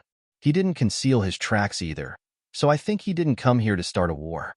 Perhaps he wants to discuss something with us?" "Discuss what?" Six Arms raised his brow. Emo Nai shook his head. "I don't know either. Yonkai is both strong and bold, but most importantly, his ability to escape is unmatched. He probably thinks that even if he comes here alone, we wouldn't be able to do anything to him." Emo Nai felt a little ashamed when he said this last sentence, but it was the truth. He had pursued Yonkai countless times with 4 other territory lords over the years, but they had never once managed to even hit him. "So what do you think he's here to discuss with us?" Emo Nai replied, "It's just my guess. Whether it's true or not, Sir Six Arms will have to determine." Six Arms nodded slightly. To be honest, he also felt this was the case, as there was no other explanation for Yonkai's strange actions today. There is an irreconcilable feud between the Black Ink clan and the human race. Rivers of blood flow every time a war breaks out. So what could Yang Kai want to discuss? After a moment of silence, Six Arms stated, "Since that's the case, let's go and meet him." He then selected 9 other territory lords and ordered, "Follow me. As for the rest of you, conceal yourselves and wait for my orders." If possible, he did not want to miss an opportunity to kill Yang Kai. If he could kill Yang Kai somehow, they would be able to suppress the entire profound Nether territory within a couple of years. The territory lords understood this and immediately obeyed. In the void, Yang Kai continued to move forward at a leisurely pace.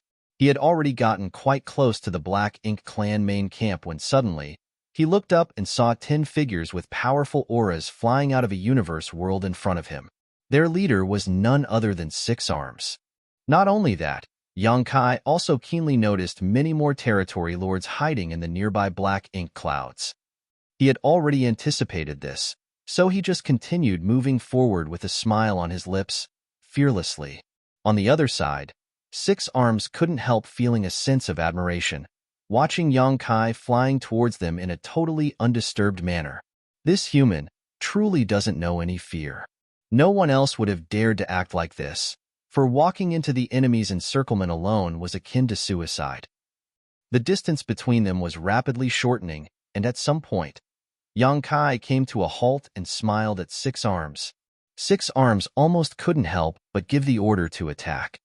Yang Kai's current position was quite tempting to the Black Ink clan as he was surrounded by territory lords from all directions and was locked onto by all of them. The territory lords were ready to attack at a moment's notice, so as soon as Six Arms gave the order, they would rain down hell on Yang Kai. Even if he is proficient in the Tao of Space, he might not be able to escape unscathed, right? Should we attack or not? At this moment, Six Arms' heart rate began to accelerate. But before he could make a decision, Yang Kai chuckled, "Six Arms, since I dared to come alone, I naturally have the confidence to escape too. I might be surrounded by many territory lords, but you won't be able to kill me. At best, you would only be able to seriously injure me." Six Arms' face turned dark and gloomy, but he did not retort back. The other territory lords' faces also turned ugly as they felt that Yang Kai was being too arrogant. Had it been any other 8th Order human, the territory lords would scoff at these words, but since Yang Kai said them, they had no choice but to take his words seriously. They knew that this human was no fool. If he didn't have absolute confidence, why would he dare come here all alone and let himself be surrounded? Yang Kai continued without any sense of urgency, "So long as I'm alive, you'll always have to watch your backs. I'll keep killing 1 or 2 of you every time we fight. I wonder how many territory lords the Black Ink clan can sacrifice?" Listening to this, a territory lord beside Six Arms angrily shouted, "Yang Kai, don't act so arrogantly. Since you've come here alone, you can forget about leaving here alive." Yang Kai looked at him, sizing him up before indifferently stating, "I remember you. You managed to escape from my hands 10 years ago. Have you recovered yet?" The territory lord immediately choked and couldn't speak as he subconsciously touched his waist where there was still a deep wound that had yet to heal.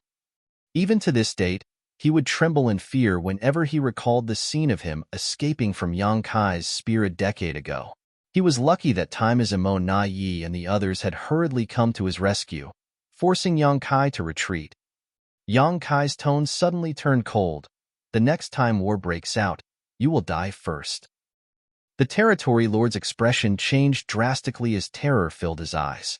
He couldn't help but step back in fear, but the next moment, when he felt everyone's gaze on him, he felt so ashamed that he wanted nothing more than to crawl into a hole and never come out.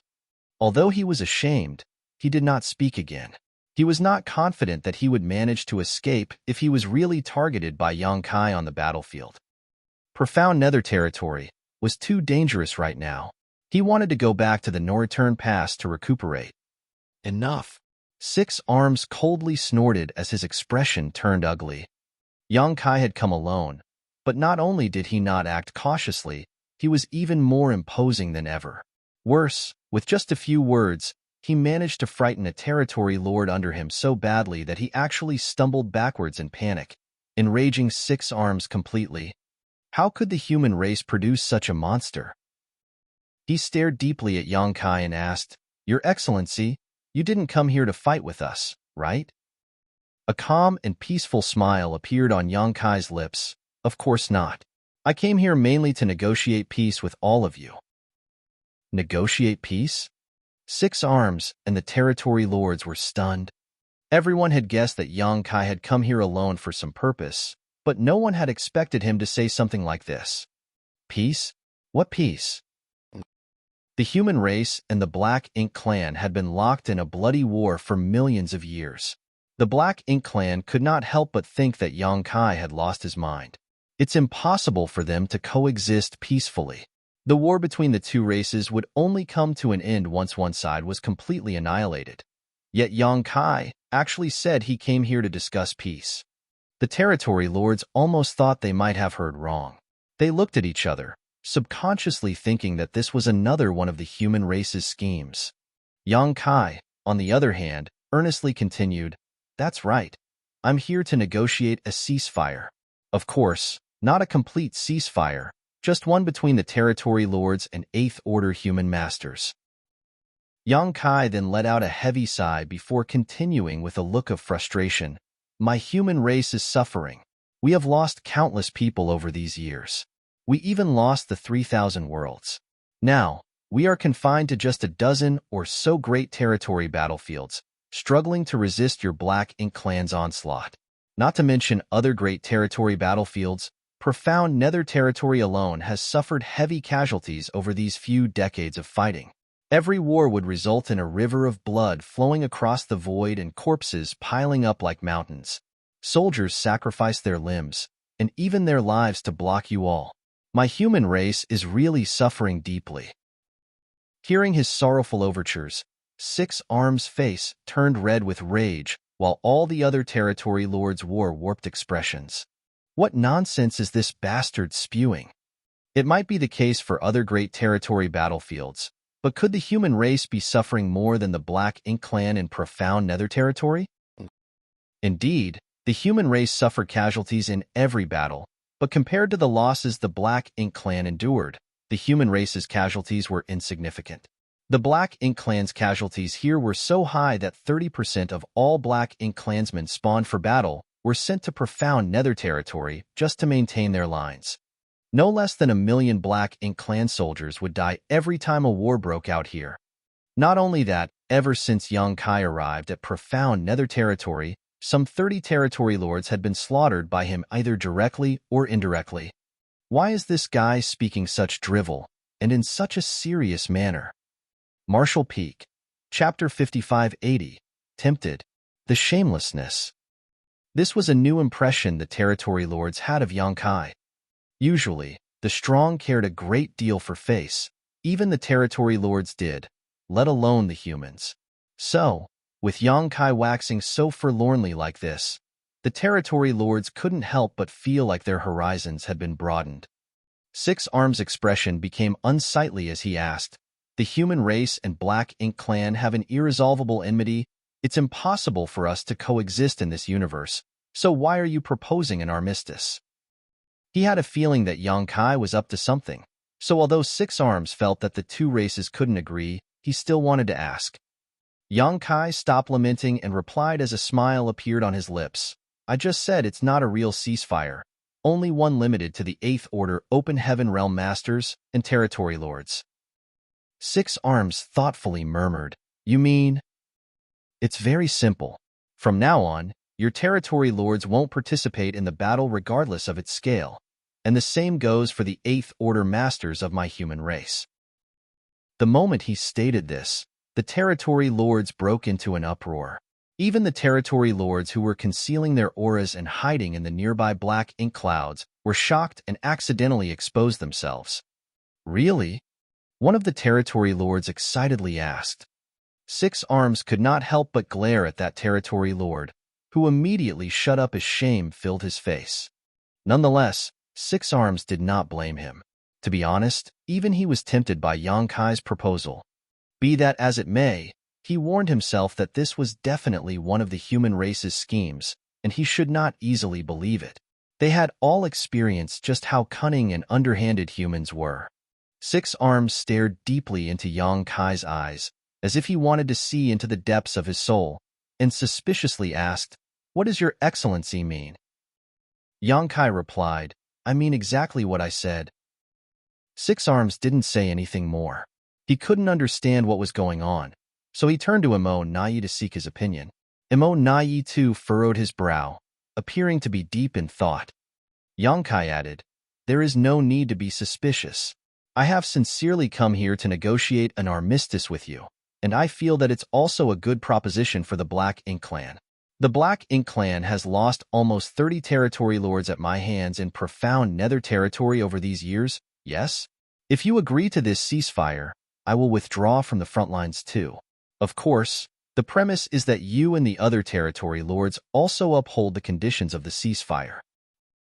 An ugly look immediately appeared on the face of the territory lords. The death of 30-odd territory lords in profound nether territory was a matter of great humiliation for them.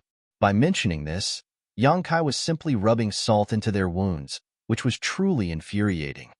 Nonetheless, it was the truth, and they could not refute it. Seeing the territory lords remain silent, Yang Kai's smile slowly faded as his tone became dark and cold. "What's wrong?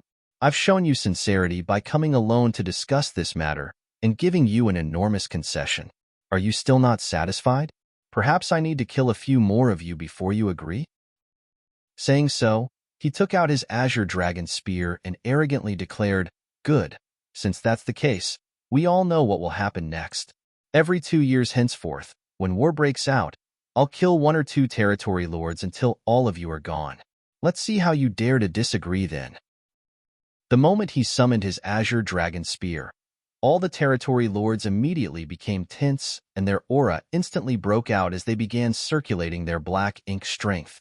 The calm and peaceful situation immediately became highly agitated. Six Arms jumped back in fright, no longer having any thoughts of killing Yang Kai, as he quickly raised his hand and stated, "Your Excellency, please don't be rash."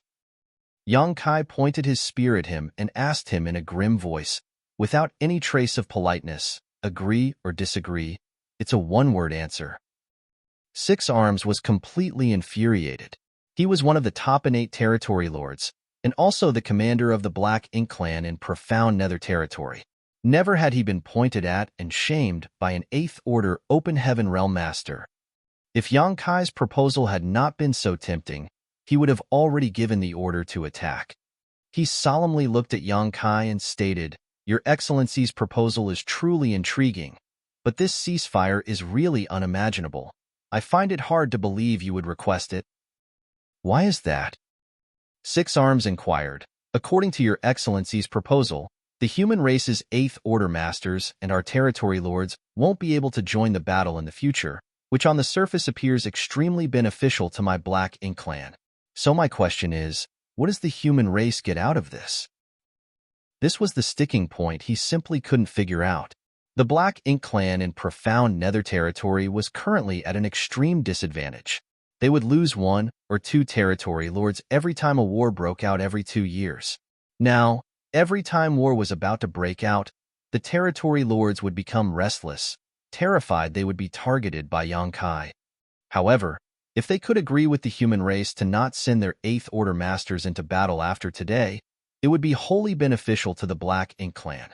Six Arms could not figure out why the humans would make such a proposal, much less uphold it. Why would the humans do something which would not bring them any benefit? Six Arms wasn't naive enough to believe that Yang Kai was considering the Black Ink Clan's interests. The two sides were sworn enemies, so it made no sense. Yang Kai asked, frowning, "What does my human race's gains from this have to do with you? Why ask so many questions?"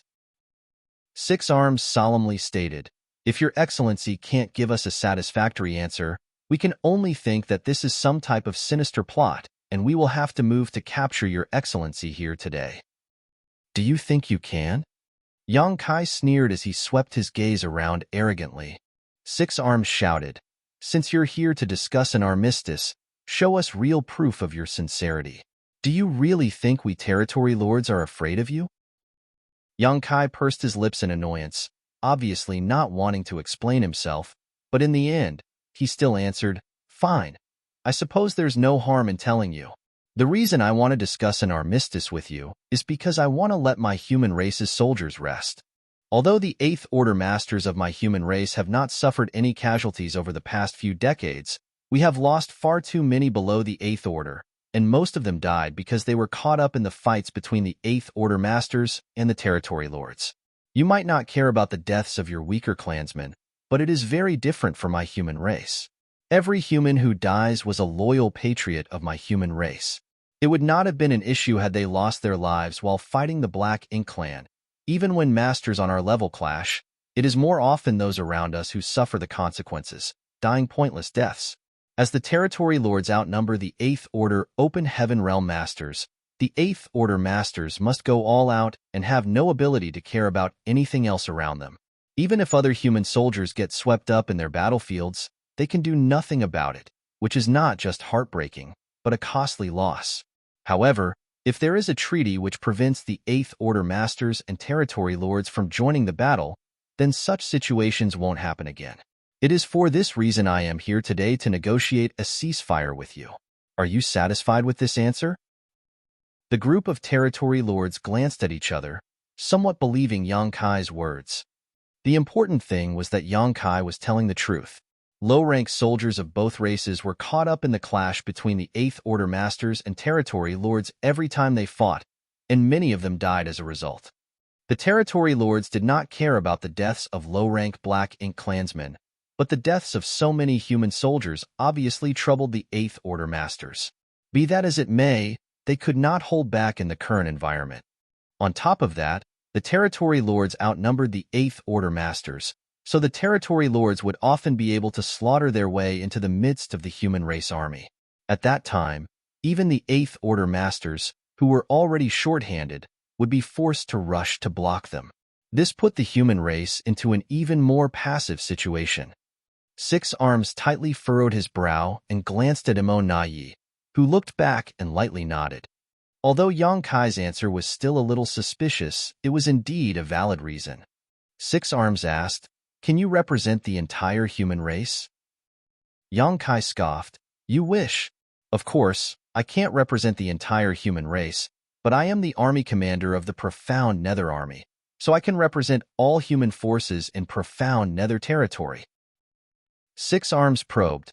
In other words, the scope of this treaty is limited to the territory lords and Eighth Order masters in Profound Nether territory? That's right. The human race is quite devious. How can we trust you? I can swear, but would you believe me? Yang Kai looked at Six Arms with a serious expression. Trust is built based on mutual understanding between two sides. No matter what I say, you won't believe me anyway, but the fact that I came alone is enough to show my sincerity. You will know whether I'm telling the truth or not after seeing how the human race acts in the future. From today on, the Eighth Order masters of my human race will not take the initiative to take part in the war in Profound Nether territory. I hope that you territory lords can also abide by the agreement. Of course, you can also not abide by it, but I will kill anyone who dares to do so. Don't think that you'll be safe if you go into hiding. Even if you scurry back to the no-return pass, I can still go there, kill you, then escape. The territory lord's expressions immediately became ugly as this was a naked threat. I've said what I came to say, farewell. Yang Kai put away the Azure Dragon spear, turned around and left, without caring whether the territory lords agreed or not. The group of territory lords stared at Six Arms, seeking an answer from him. Six Arms, on the other hand, appeared to be struggling as to what to do. Only when Yang Kai had truly left did the territory lords break the encirclement, while Six Arms heaved a long sigh of relief as a sense of exhaustion hit him. Just now, he was almost unable to hold himself back from giving the order to attack Yang Kai. If he gave the order, this so-called peace treaty would have naturally been broken, and the Profound Nether Army would have undoubtedly retaliated. The reason why he didn't give the order was because he wasn't confident he could take Yang Kai down here, as the latter was just too calm.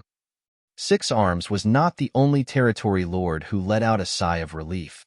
It had to be said that many territory lords were tempted to accept Yang Kai's so-called peace treaty. If they could reach an agreement with the human race that the Eighth Order Masters and territory lords would not partake in the battle here any longer, then they would have nothing to worry about in the future. Over the past few decades, every time the human race army attacked, it would cause the territory lords extreme anxiety. No one knew which territory lord would become Yang Kai's target. Only when Yang Kai really made his move could they finally put their pounding hearts to rest. When Six Arms saw the expressions on the territory lords' faces, he became a little depressed. These territory lords of profound nether territory had been thoroughly traumatized by Yang Kai and likely would never recover. He then turned to Emo Na Yi and asked, "What do you think?" Emo Na Yi confirmed, frowning, "Does Sir Six Arms mean the peace treaty or—" "Naturally, the peace treaty. It's a good deal," Emo Na Yi replied, "although I doubt we understand all its implications and I don't think the human race will be so kind. If they abide by the agreement, it will be a good thing for us territory lords." Six Arms nodded slightly in agreement. "I think so too. I'm just afraid that the humans have some hidden agenda that we're still unaware of." Emo Na Yi added with a smile, "The territory lords are the most important targets in profound nether territory, and since Yang Kai is willing to give up the opportunity to kill us to negotiate, it's not surprising that he has some ulterior motive. It also feels that the reason he gave is lacking." "For the consideration of the human race soldiers, huh?" Six Arms understood. Emo Na Yi agreed with a nod, and, although many of the human race's soldiers have died at the hands of the territory lords over the years, giving up on killing territory lords for the sake of those weaker human soldiers is very foolish. Perhaps there is some greater motivation we haven't guessed yet. Marshall Peak, Chapter 5581. The human race must train? Although he realized that Yang Kai was hiding something, Emo Na Yi couldn't figure it out. When Yang Kai returned to the human race's main camp, all the Eighth Order Masters happened to be waiting for him. Yang Kai raised his head and nodded lightly to the crowd. It's settled. From now on, the Eighth Order Masters and the Territory Lords will not be allowed to participate in further battles. Yang Kai had discussed the treaty with the Eighth Order Masters before heading out. Some were against it, some were puzzled, but none of them endorsed it. The human race had the upper hand in profound nether territory. Everyone believed that they should be taking revenge, especially when Yang Kai could kill one or two territory lords in every battle. The territory lords had suffered heavy losses over these past 30 years, but not a single Eighth Order Master from the human race had fallen. If this continued, the human race's advantage would grow bigger and bigger. The Eighth Order Masters could already imagine flattening the Black Ink clan army in profound nether territory after a few more centuries. As such, no one had expected that Yang Kai would actually want to make a peace treaty with the Black Ink clan in these circumstances, especially since this treaty was only limited to the Eighth Order Masters and Territory Lords, which was equivalent to the human race giving up their greatest advantage. Nonetheless, Yang Kai eventually convinced them. The human race must train its soldiers. The human race happened to have many good seedlings who had advanced directly to the 6th and 7th Order Open Heaven Realm thanks to the Star Boundary World Tree Clone's feedback. These seedlings had high hopes of reaching the 8th or 9th Order Open Heaven Realm in the future. So, if they could grow, it would greatly alleviate or even reverse the decline of the human race. Many of the geniuses who had advanced to the 6th Order Open Heaven Realm had entered the battlefield right away, but those who had broken through straight to the 7th Order were regarded as precious treasures by every cave, heaven, and paradise. They were hidden away, where they were given a large amount of resources. They were painstakingly cultivating in seclusion, hoping to break through to the 9th Order Open Heaven Realm as soon as possible and lead the human race out of this predicament. Even Hua Qingxi of High Heaven Palace had hidden 200 such elites. But was it possible to cultivate to the 9th Order Open Heaven Realm in seclusion? If it was really that easy to advance to the 9th Order Open Heaven Realm, the human race wouldn't only have had 100 or so old ancestors at its peak. Even if someone somehow managed to advance to the 9th Order Open Heaven Realm like this, they would be like a flower in a greenhouse that had never experienced true winds and rains. As such, their strength would be doubtful. Yang Kai only managed to reach his current heights because he had forged his way through mountains of corpses and seas of blood. The same was true for every Eighth Order master present today. As such, the human race needed to temper their troops. They needed to send the geniuses who had broken through straight to the Sixth and Seventh Order open heaven realm to the battlefields and let them taste real hardship while allowing them to understand the predicament of the human race. However, the current Great Territory battlefields were a little dangerous to train these geniuses. The Territory Lords outnumbered the Eighth Order Masters. Sometimes the Eighth Order Masters failed to contain all the Territory Lords, giving them a chance to kill unscrupulously. Because of this, even the most talented elites had a high chance of dying. In fact, many geniuses have fallen over the years because of this. Losing the geniuses who had advanced straight to the Sixth Order open heaven realm was one thing, but losing even just one who had advanced straight to the Seventh Order open heaven realm would be quite heartbreaking. The purpose of training them was to make them stronger, not to let them die in vain. On the barren territory battlefield, the Ninth Order old ancestors willingly sacrificed their lives to kill all the royal lords to create a safe space for their juniors to grow. They even managed to severely injure the black ink giant spirit god to buy more time. The Ninth Order old ancestors played a huge part in the current status quo the human race had managed to maintain, barely holding their ground in a dozen or so great territory battlefields. Nonetheless, it was not enough. Yang Kai's wish to make a peace treaty with the Territory Lords was simply an extension of the wills of the Ninth Order old ancestors. The old ancestors had wiped out most of the Black Ink clan royal lords, whereas Yang Kai kept the Territory Lords in check in profound nether territory, thereby creating a haven for the human race's younger generation to grow. This was the reason why the profound nether army had constantly been on the offensive for the last 3 decades, and why he had been indiscriminately killing the Territory Lords on the battlefield. He was attacking the Territory Lords so that he could force them to accept this peace treaty. This plan was already in motion when Yang Kai had returned from the Star Boundary, but he had never told anyone about it. Now, since the Eighth Order Masters and Territory Lords in profound nether territory would not be making any further moves, the human race could send their geniuses to this battlefield, where they could wander between life and death, comprehend the mysteries of the Grand Tao, and stimulate their potential. Of course, some geniuses would lose their lives in the process. After all, the Black Ink clan still held the advantage over the human race currently, but such losses could be accepted for the future of the human race. In any case, a dead genius was not a genius. The Star Boundary and the myriad monsters world were constantly being nurtured by 2 world tree clones, so how could the human race lack geniuses in the future? Of course, by doing this, the profound nether army had tied themselves up and let the Territory Lords of profound nether territory gain an immediate advantage. From now on, they no longer had to worry about being ambushed by Yang Kai in battle. Be that as it may, this war was not just Yang Kai's war alone. It was a struggle the entire human race had to participate in as it concerned its very survival. No matter how strong Yang Kai was, he could not end it alone. He had advanced straight to the Fifth Order open heaven realm and then consumed a mid-rank world fruit, which allowed him to have a foundation of the Sixth Order open heaven realm. Owing to this, his current cultivation of the Eighth Order open heaven realm was his limit. It would be next to impossible for him to advance to the Ninth Order open heaven realm without the appropriate opportunity. The current him could kill a Territory Lord with the help of his soul-rending thorns, but if he was up against a royal lord, he would have no choice but to flee. In the future, the Black Ink clan would not be lacking Territory Lords and royal lords. After thousands of years, when the advantages created by the Ninth Order old ancestors were completely gone, what would the human race do? What the human race lacked was peak Eighth Order masters who could kill innate Territory Lords, and Ninth Order masters who would fight neck and neck with royal lords in the future. All of this depended on the effort and growth of the young geniuses. As such, Yang Kai had to make arrangements while he still had some deterrence against the Territory Lords. Yang Kai's reasoning had convinced the Eighth Order masters of profound nether army. Many Eighth Order masters even felt ashamed after the discussions came to a close. They only saw the current success of the profound nether army and failed to look further into the future.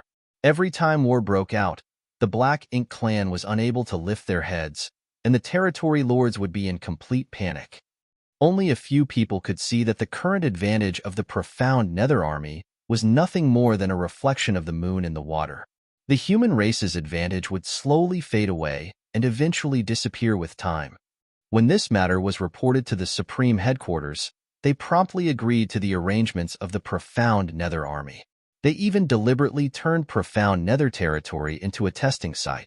However, the profound Nether army had also made preparations to launch an all-out attack when Yang Kai went to negotiate the treaty. The moment the territory lords made a move on Yang Kai, the profound Nether army would definitely charge out to attack. Fortunately, Yang Kai's negotiation went extremely smoothly. The territory lords also did not take advantage of the fact that Yang Kai was alone to try to attack him. Yang Kai's calmness made the territory lords doubt whether they could kill him or not. Furthermore, the treaty was also quite tempting to the territory lords. Because of these points, Yang Kai was able to safely return. After hearing from Yang Kai that the matter was settled, Yang Lai shouted as a look of disbelief took over his face. "Don't the territory lords have any balls?" Wei Junyang smiled. "It's not that they don't have any balls. It's more like they are too afraid of being killed."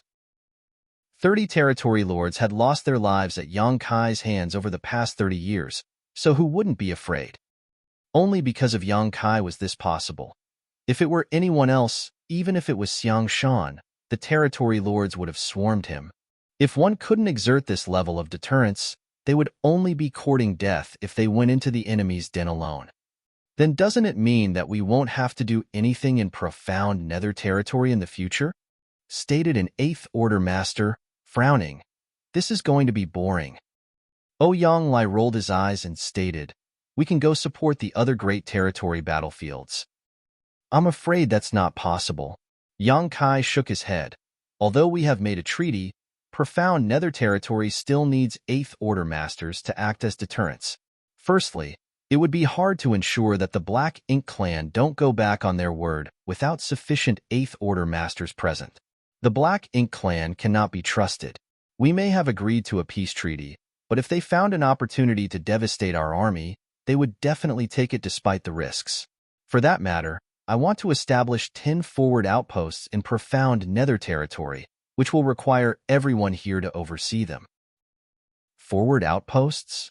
an 8th Order Master asked curiously. Yang Kai explained, "Since we're going to be training our soldiers, a large-scale army strategy will no longer be suitable. In the future, the confrontation between the human race and Black Ink clan soldiers in profound Nether territory will probably only happen on a small scale. Profound Nether territory is quite large, so we'll be building forward outposts as places where our soldiers can rest and heal." The 8th Order Masters immediately understood after hearing this. Wei Junyang agreed with this plan, nodding, "You're right. These outposts can also provide a certain degree of security to our soldiers." "That's right. Training is one thing, but we still need to minimize our losses."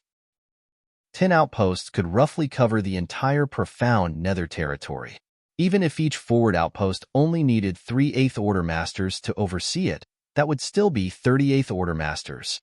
Because of this, the 8th Order Masters of the profound Nether army could not easily withdraw, so Yang Lai's request to go support the other great territory battlefields was simply a fantasy.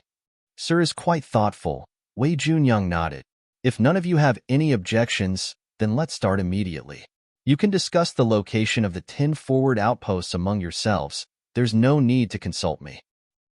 The 8th Order Masters glanced at each other, none of them having any objections.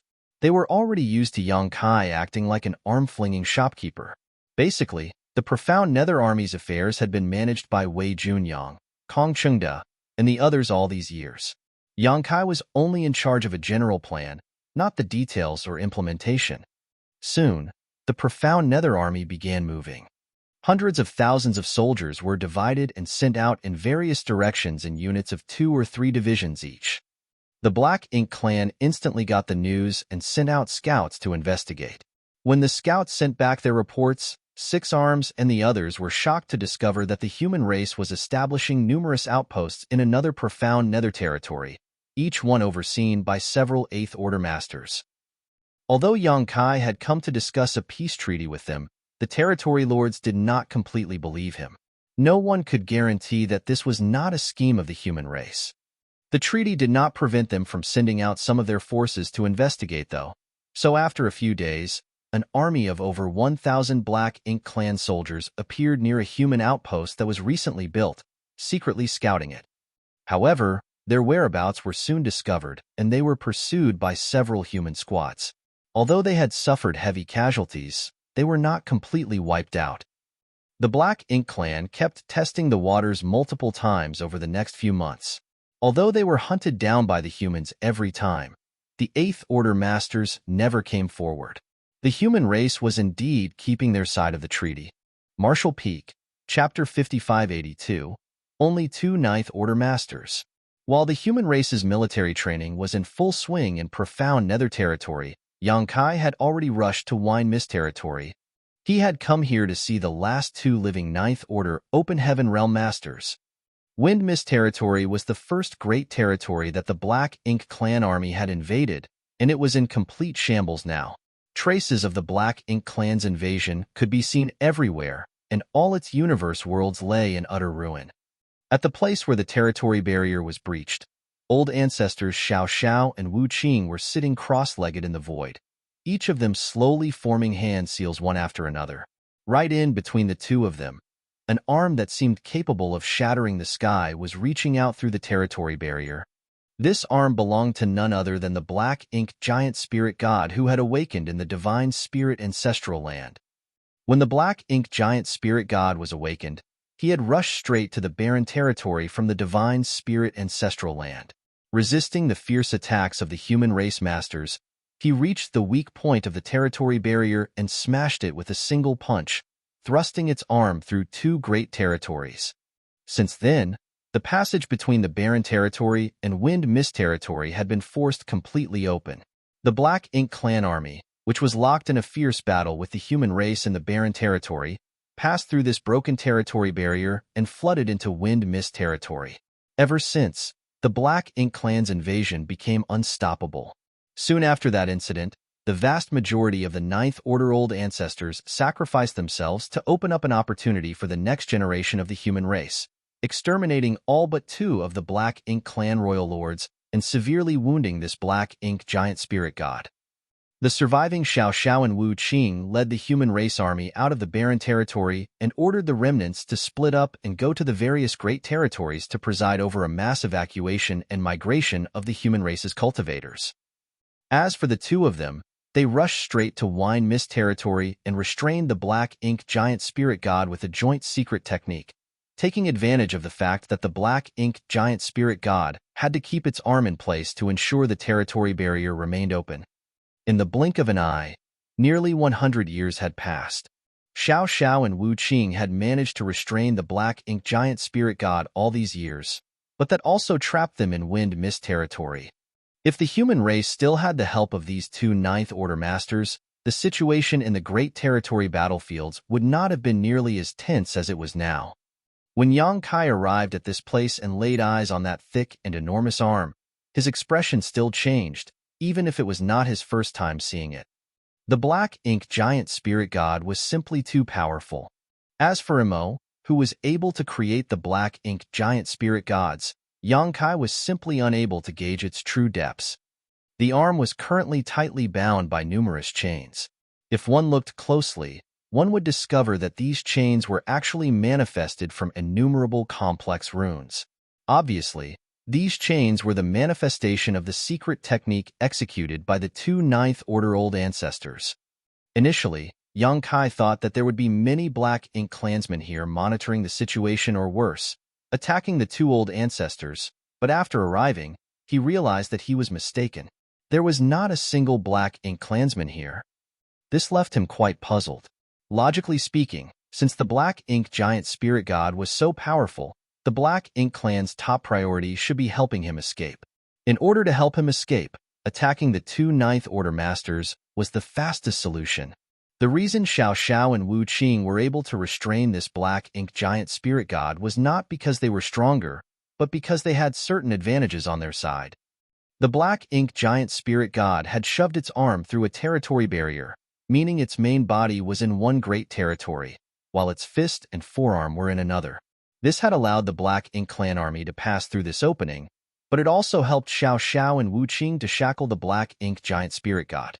While the two old ancestors could use their full strength, the Black Ink giant spirit god could only exert a fraction of it, as most of its strength was used to keep the passage open. If it weren't for this, the Black Ink giant spirit god would have broken free long ago.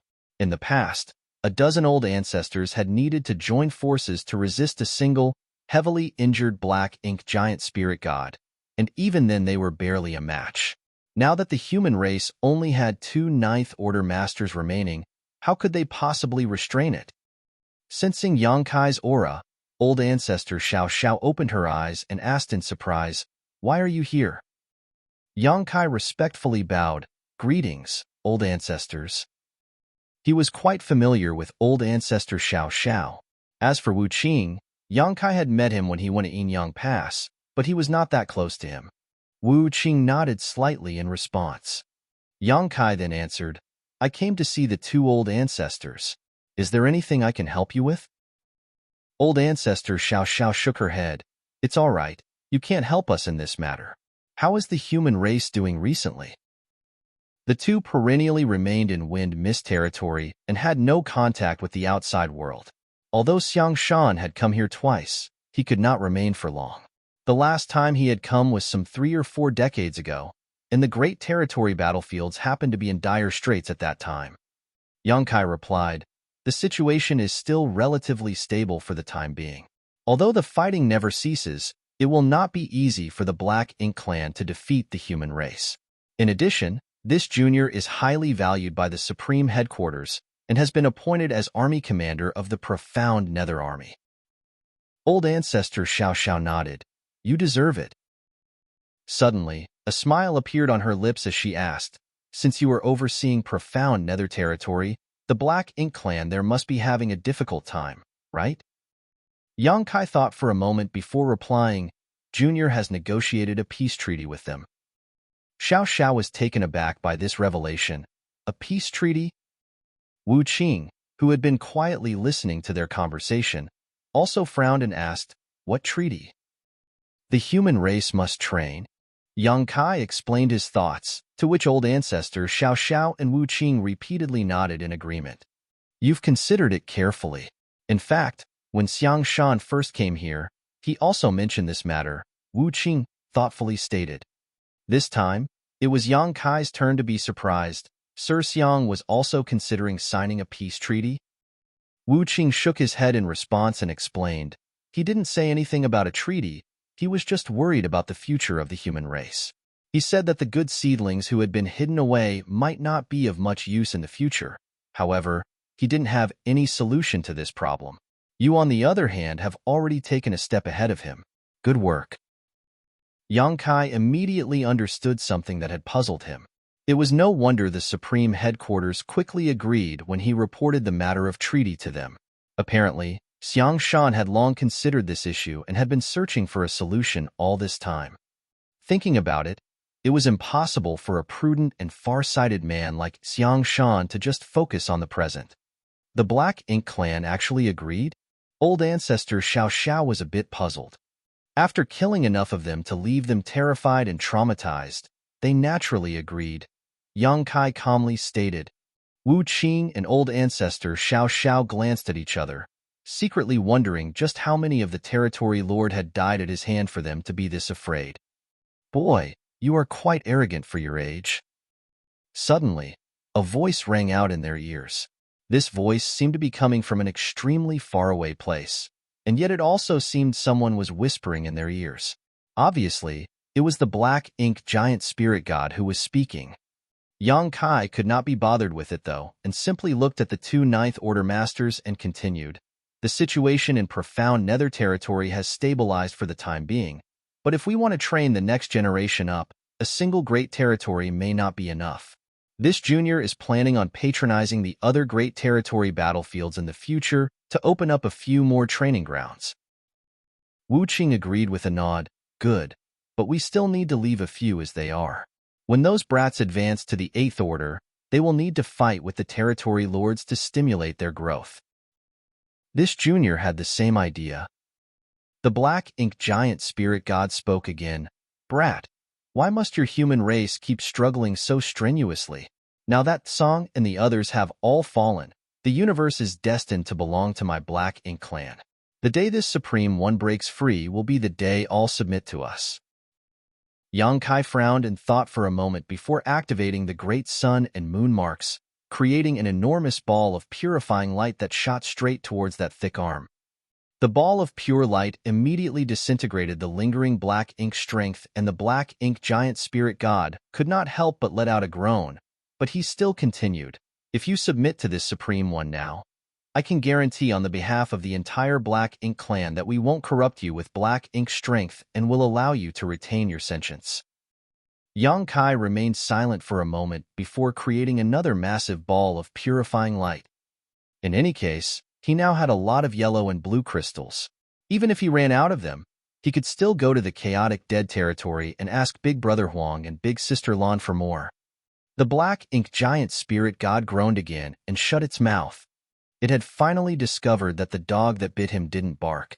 Yang Kai simply had no intention of communicating with it. If it continued to blabber on, Yang Kai would definitely just use that purifying light again.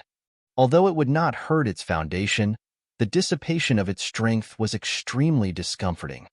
This thing seems to be full of energy. Can the two old ancestors restrain it? Yang Kai worriedly asked. Wu Qing replied with a smile. If it decides to escape, the two of us won't be able to stop it. Many things had become clear to them over the past century. Yang Kai immediately became worried. Then what should we do? If this black ink giant spirit god really managed to escape, the human race would not be able to resist him. Even if Fu Guang came out of seclusion and teamed up with old ancestors Xiao Xiao and Wu Qing, they still would not be its opponents. Don't worry, old ancestor Xiao Xiao reassured. He would have to pay a huge price in order to forcefully break free right now. At the very least, he will have to leave behind this arm that has crossed the two great territories. Furthermore, he is currently injured, so even if he breaks free, his strength will be greatly reduced. In the past, when the black ink giant spirit god awakened from the divine spirit ancestral land, he traversed through the shattered heaven and rushed to the barren territory, bearing the bombardment of countless human race masters. No matter how powerful he was still injured at that time, and to break the territory barrier, he had no choice but to pay a certain price. After the black ink giant spirit god had shattered the territory barrier, the 9th Order old ancestors went all out to kill the invaders. By sacrificing their lives, not only did they manage to completely wipe out all but 2 royal lords, they also heavily injured the trapped black ink giant spirit god. He's also waiting for an opportunity while healing himself. There won't be any problem for the time being, old ancestor Xiao Xiao explained. Yang Kai nodded in response, feeling much more relieved. Only now did he understand why the Black Ink clan had not sent troops to attack the 2 human race old ancestors. Even if they helped the Black Ink giant spirit god in escaping, he would still need time to heal himself. On the other hand, this way the top masters of both races could still restrain each other. Fu Guang was still recuperating in the dragon pool, and it would probably take him hundreds or even over 1,000 years before he could leave. Once he came out of seclusion, he could come and help old ancestors Xiao Xiao and Wu Qing, making it safer. What troubled Yang Kai was that he didn't know where Ada had gone. It had been so many years, but he was still nowhere to be found. Logically speaking, now that the Black Ink clan had invaded the 3,000 worlds and countless universe worlds had died, Ada should have appeared by now. Yang Kai suspected that this guy was fast asleep in some remote great territory, which would make it all but impossible to find him without an exhaustive search. Old ancestors, you don't need to worry about the matters of the human race. Us juniors will handle them. Old ancestor Xiao Xiao nodded. Do your best, but don't feel too pressured. We old fogies have failed to live up to their expectations and forced the burden onto all of you.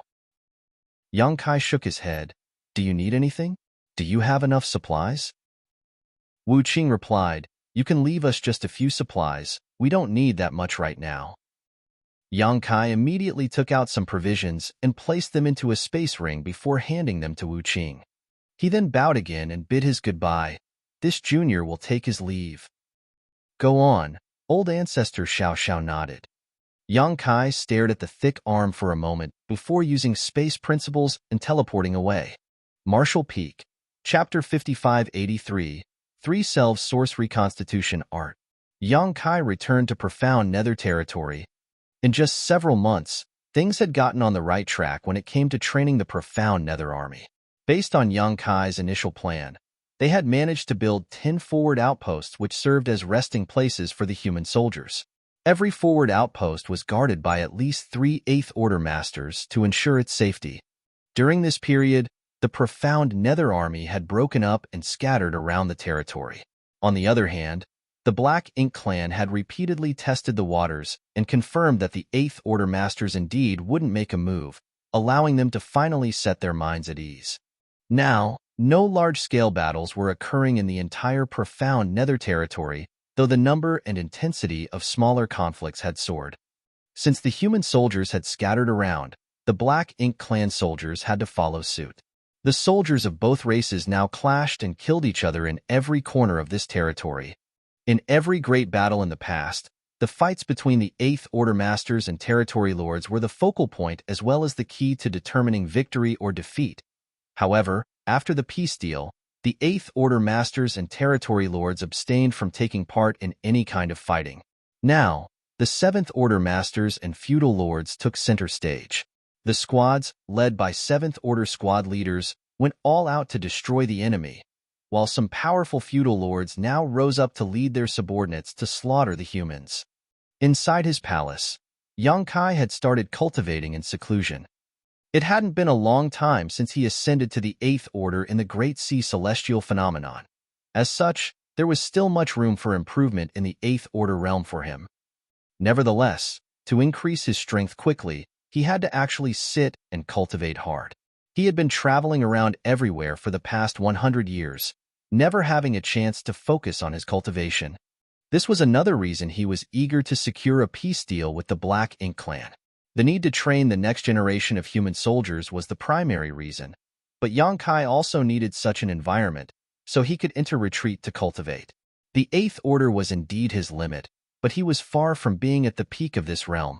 Right now, he needed to use soul-rending thorns to swiftly kill innate territory lords, but if he managed to reach the peak of the 8th Order, he had the confidence to pull off the same feat without the help of soul-rending thorns. The accumulation process in the 8th Order was extremely long. Fortunately, Yang Kai had a world tree clone. The reason Duan Hongchun and the others could rapidly increase their cultivation was that they had the Star Boundary's help. They were great emperors acknowledged by the Star Boundary's will. As such, the abundance of heritage in the Star Boundary could be absorbed by them so they could cultivate far more swiftly. The great emperors of the Star Boundary had gained massive benefits by sharing the benefits of a world tree clone between them, but Yang Kai had a world tree clone all to himself in his small universe. He wasn't short on any resources either. What he needed was a stable, safe place to cultivate. While the human soldiers were training, Yang Kai had to cultivate hard as well. Hence, he had no choice but to secure a peace deal with the territory lords. Yang Kai had one more reason to secure a stable environment for himself. For a long time, he would probably fall into a weakened state. He had no idea how frail he would become, but he was certain that his strength would be significantly weakened. As such, he had to force the territory lords off the battlefield before he could carry out his plan with peace of mind. Yang Kai ordered that unless it was a critical matter, no one was to disturb him, and then he set up multiple layers of restrictions around his cultivation chamber to ensure he was not interrupted. A large amount of resources were stored in his space ring so that he could use them at any moment. It had come to a point in his cultivation where consuming open heaven pills to cultivate was far too inefficient. Hence, he had to refine 7th Order or even 8th Order sets of resources. Having said that, even though he had loads of resources, Yang Kai only had a small amount of 8th Order ones. The resources he possessed were mostly in the 6th Order and 7th Order. All the same, the resources were more than enough. In the past, no one could ever squander resources to cultivate like him.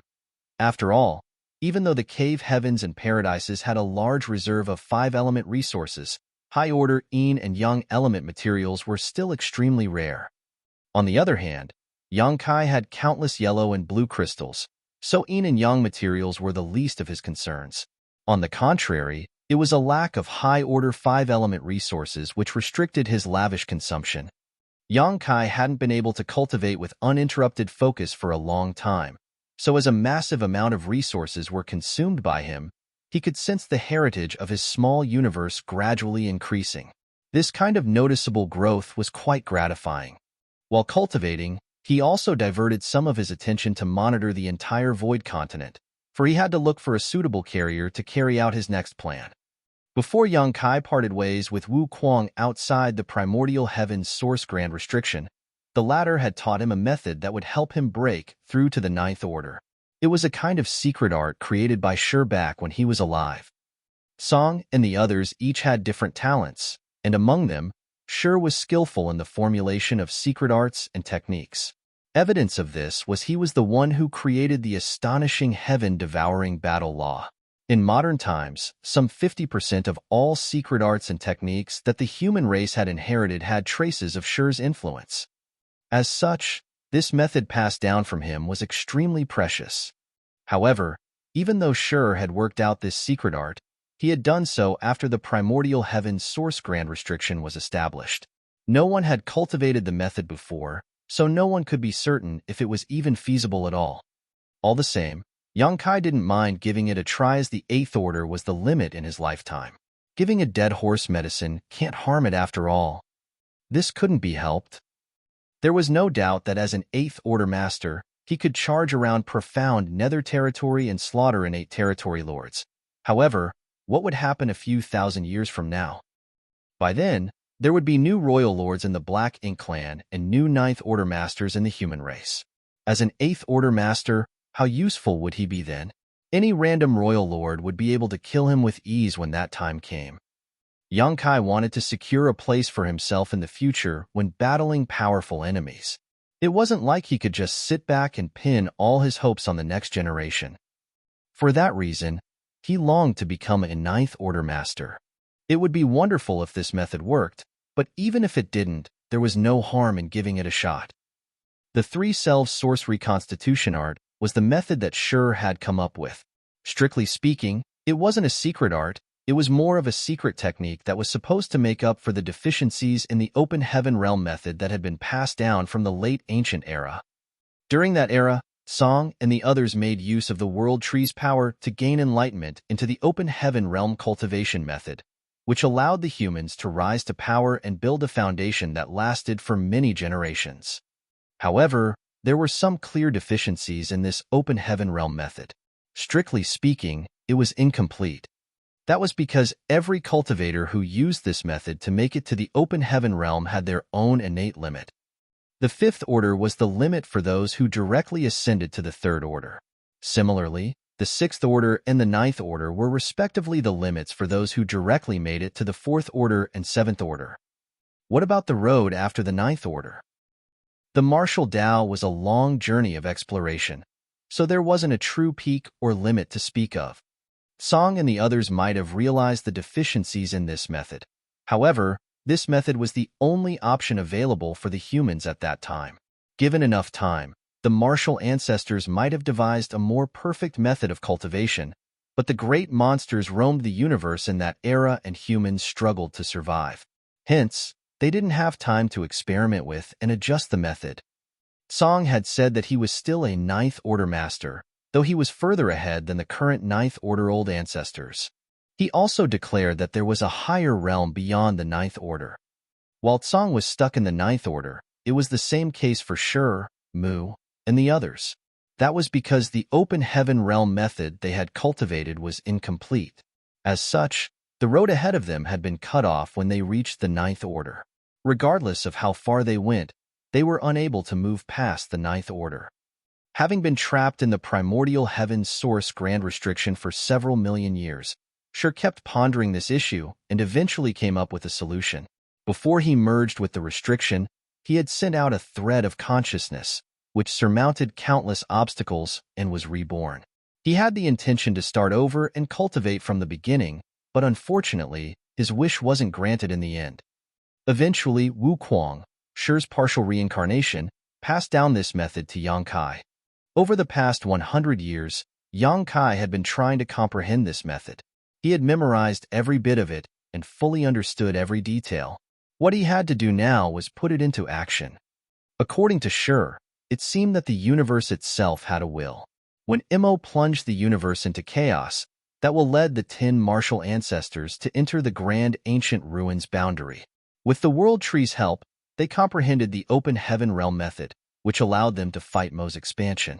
In the following eons, those who had the chance to enter the grand ancient ruins boundary and obtain World Tree clones were akin to cards that Will had drawn in order to protect itself. However, those cards were all basically destroyed. Yang Kai was just the latest example and probably the last one. During the primordial era, divine spirits ruled over the universe, and during the early ancient era, the monster race was the most powerful force. It wasn't until the late ancient era that the humans rose to dominance. If the heavenly way really had a will, there was no denying it favored these 3 kinds of living creatures, for their presence represented 3 different magnificent eras. These 3 kinds of living creatures were probably the chosen ones of the heavenly ways during the different eras. If Yang Kai could merge these 3 favored existences into his own being, he might be able to make up for the deficiencies and find a way forward in his cultivation. Although the method sounded abstruse and even a bit fantastical, it wasn't actually difficult to put it into action. Yang Kai just had to come up with a way to integrate the powers of these 3 kinds of living creatures. Simply put, he had to cultivate soul clones, which were his divine spirit self, monster self, and human self. As these 3 selves united, he might be able to break through the shackles of the open heaven realm and ascend to the 9th order. It was for this reason that he headed to the demon realm back then and retrieved embodiment. He had to get prepared for cultivating the 3 selves source reconstitution art by taking back his other living soul clone. Yang Kai was originally a human, but in the past, he happened to obtain a divine dragon source. Gradually, his bloodline was dragonized, and after he cultivated in the dragon pool, his human bloodline was permanently purged. Now, he was technically a pure divine spirit. Moreover, he was a part of the dragon clan, the head of the divine spirits. There was no doubt he was formidable in his own right. As such, he already had a divine spirit self. Now, he needed a human self and a monster self. Regardless, Yang Kai decided to cultivate his human self first as it was probably the easier one. If there were any problems in the future, he could slowly make some adjustments. Therefore, during his retreat, while he consumed the resources to cultivate, Yang Kai had also been paying attention to everything on the Void Continent. Presently, the Void Continent could be considered prosperous. Following Yang Kai's increase in strength, his small universe's capacity had also greatly expanded. The most conspicuous change was that the small universe's territory had become larger. As a result, there had also been an increase in population. The flow of time in his small universe was different from that of the outside world, and with the World Tree clone's presence, more and more youths with extraordinary aptitudes appeared. Most of them became part of the major sects and learned how to cultivate there. When they reached a certain age or level of cultivation, they would be invited to the Void Tao Temple, thus becoming disciples of the Tao Temple. There were still some conflicts in the Void world. There had been the rise and fall of different families and sects. Regardless, there was one powerful force that had stood the test of time. It was none other than the 7 Stars sect. After all, the Tao Lord was the supreme elder of the 7 Stars sect. As such, no one had the guts to offend 7 Stars sect. Instead, they were all eager to flatter them. Meanwhile, even though the 7 Stars sect was the most powerful in the entire Void world, they remained humble and righteous, never committing any kind of outrage or offense since it rose to power several tens of thousands of years ago. For that reason, many talented young people dreamed of joining the 7 Stars sect, which helped further strengthen the sect's foundation and inheritance. Martial Peak, Chapter 5584, Fong Family. The present 7 Stars sect was very different from the one Yang Kai had seen in the past. The sect now occupied countless mountains and rivers, while on the various spirit peaks, houses and pavilions could faintly be seen as rare beasts roamed around freely. There was no denying it was now a powerful sect. After several tens of thousands of years of accumulation, this sect, which had migrated from its original location back then, had a very ample heritage now. Yang Kai hadn't paid attention to his small universe for a long time, so as he looked around Seven Stars Sect, he felt that everything had changed drastically. There was no doubt he still had some emotional attachment to Seven Stars Sect. After all, his soul avatar had stayed in this place for quite some time, and he had even taken his 3 disciples from here. Although he hadn't found anything useful this time around, he wasn't disappointed and simply went on to inspect other places. A few years later, when Yang Kai scanned his small universe with his divine sense again, something in the Seven Stars Sect caught his attention. His brow twitched as he couldn't help thinking that he indeed had some predestined fate with Seven Stars Sect. Other than the fact that he had taken on his 3 disciples in the Seven Stars Sect, he had also found his human self here. In fact, he had encountered some suitable options over the past few years, but none were really up to his standards. This was a matter closely related to his future, after all. Therefore, he wouldn't dare to be negligent as he wanted everything to be perfect. The opportunity he had come across this time was satisfactory. After some inspection, he stopped hesitating as he began executing the 3 selves source reconstitution art. At that instant, his soul was torn apart and his aura plunged. When he used soul-rending thorns to kill innate territory lords, Yang Kai also tore his soul apart. By powering the soul-rending thorns with a portion of his soul essence, he not only destroyed the enemy, but also harmed himself. However, that feeling of being torn apart was quite different from the present one. As he activated the 3 selves source reconstitution art now, Yang Kai felt as if he was slicing himself in half. If not for the fact that he had activated soul-rending thorns many times before, this kind of extreme pain would have made him pass out directly. The method that Sure had come up with was intriguing to say the least. It would be worth it if it was useful, but if it turned out to be useless, all this pain and suffering would be for nothing. As his soul was ripped apart, Yang Kai not only became frail, but he also realized that he had become listless and dazed. His forehead felt scorching, as though he had come down with fever. Now, he couldn't even use half of his full strength. If he were to fight an innate territory lord in such a condition, he would undoubtedly die. He tried to pull himself together as he used the secret technique to wrap his soul fission with layers of seals. This was a soul fission from a powerful 8th Order master, after all, so the average carrier couldn't possibly bear it. As such, he had to seal it. When he was done sealing the soul fission, Yang Kai let out a long breath. As a thought flashed across his mind, the soul fission traversed the small universe and descended in a particular direction. Seven Stars Sect was the strongest sect in Void World with several tens of thousands of years' worth of inheritance. Not only was the inside of the sect magnificent, but the lands under its jurisdiction were also prosperous. Several cities surrounded Seven Stars Sect as countless cultivators streamed along the streets. The Fong family village was located some 200 kilometers outside one of these major cities. One of the Fong family's ancestors was a Seven Stars Sect disciple. However, his aptitude was weak as he had only managed to make it to the Dao Source Realm. He passed away 1,000 years ago. Over the past 1,000 years, the Fong family had some members who had aptitude for cultivation, but none of them were very talented. As such, they couldn't restore their family's former glory. Now, most people on the Void Continent aspired to be cultivators, and there were a lot who had outstanding aptitudes. Nevertheless, rarely would anyone be considered a prodigy. Fortunately, the present cultivation environment was much better than it used to be several tens of thousands of years ago. As long as one wasn't completely crippled, they would have some cultivation talent in them. Having said that, while talent was important, one's own hard work and will to improve were still the key to achieving success.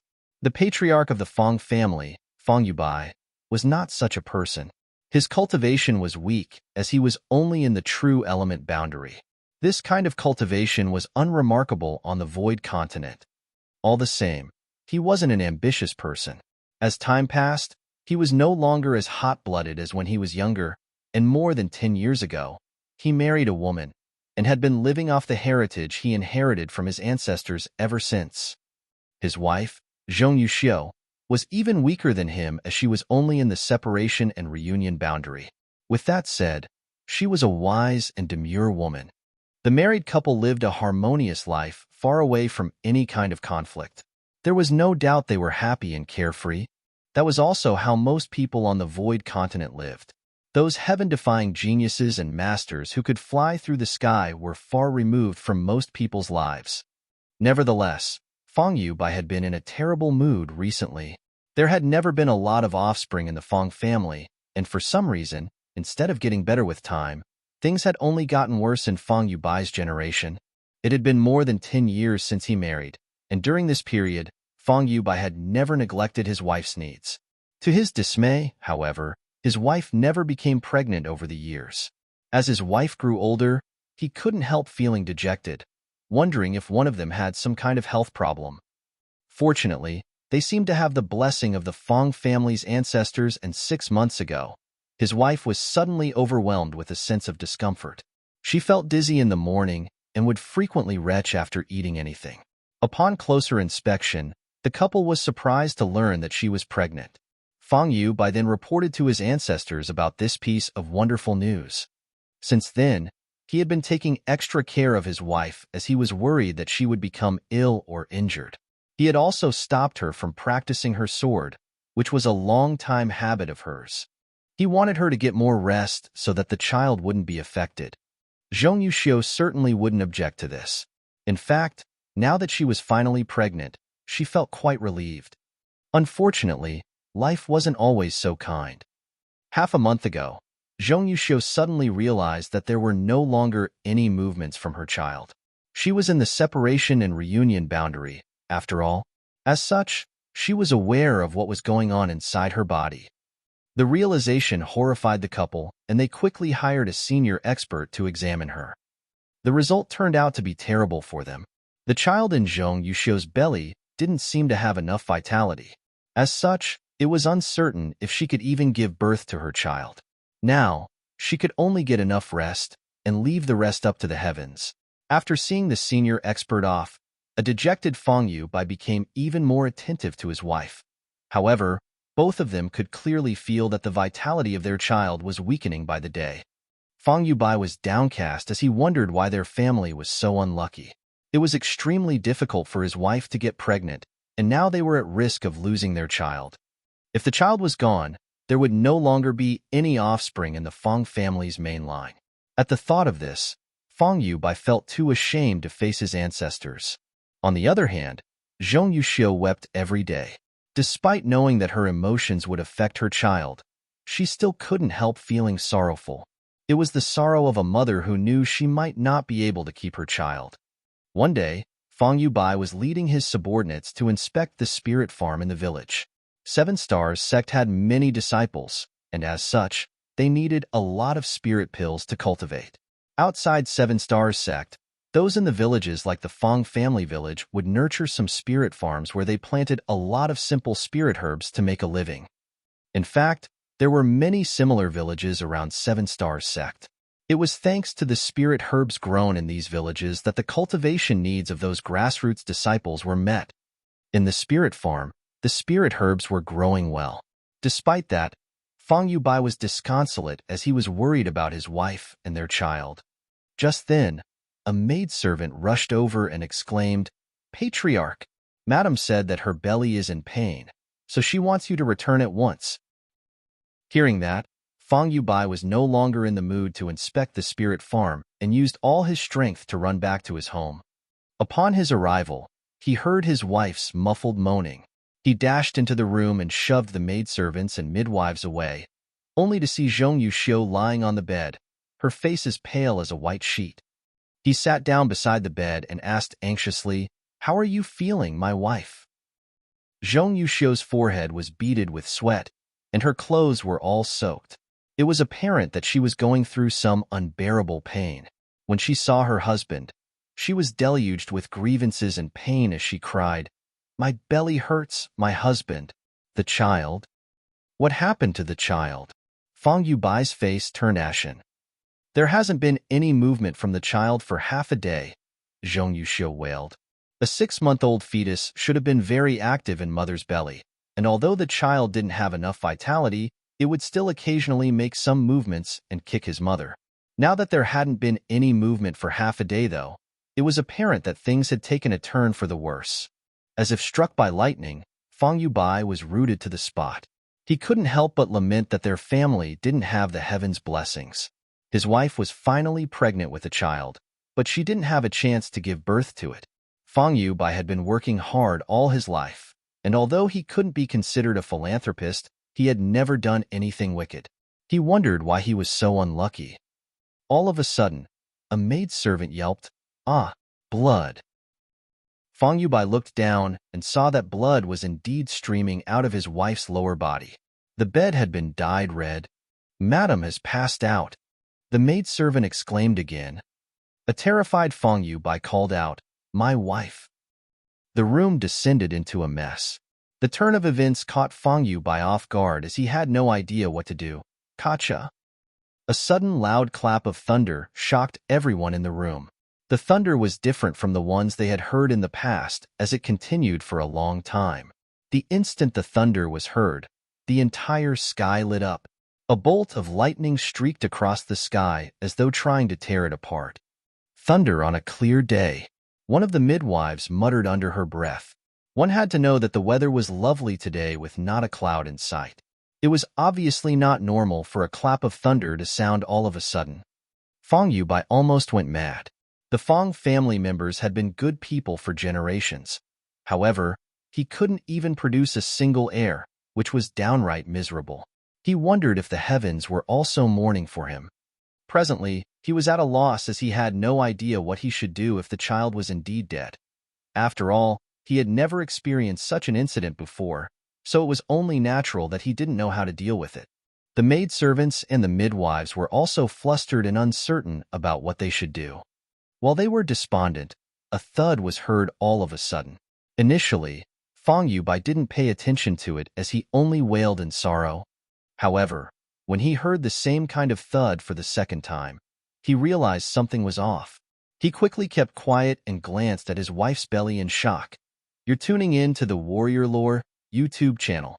Don't forget to subscribe and join us on this journey to catch the most captivating stories.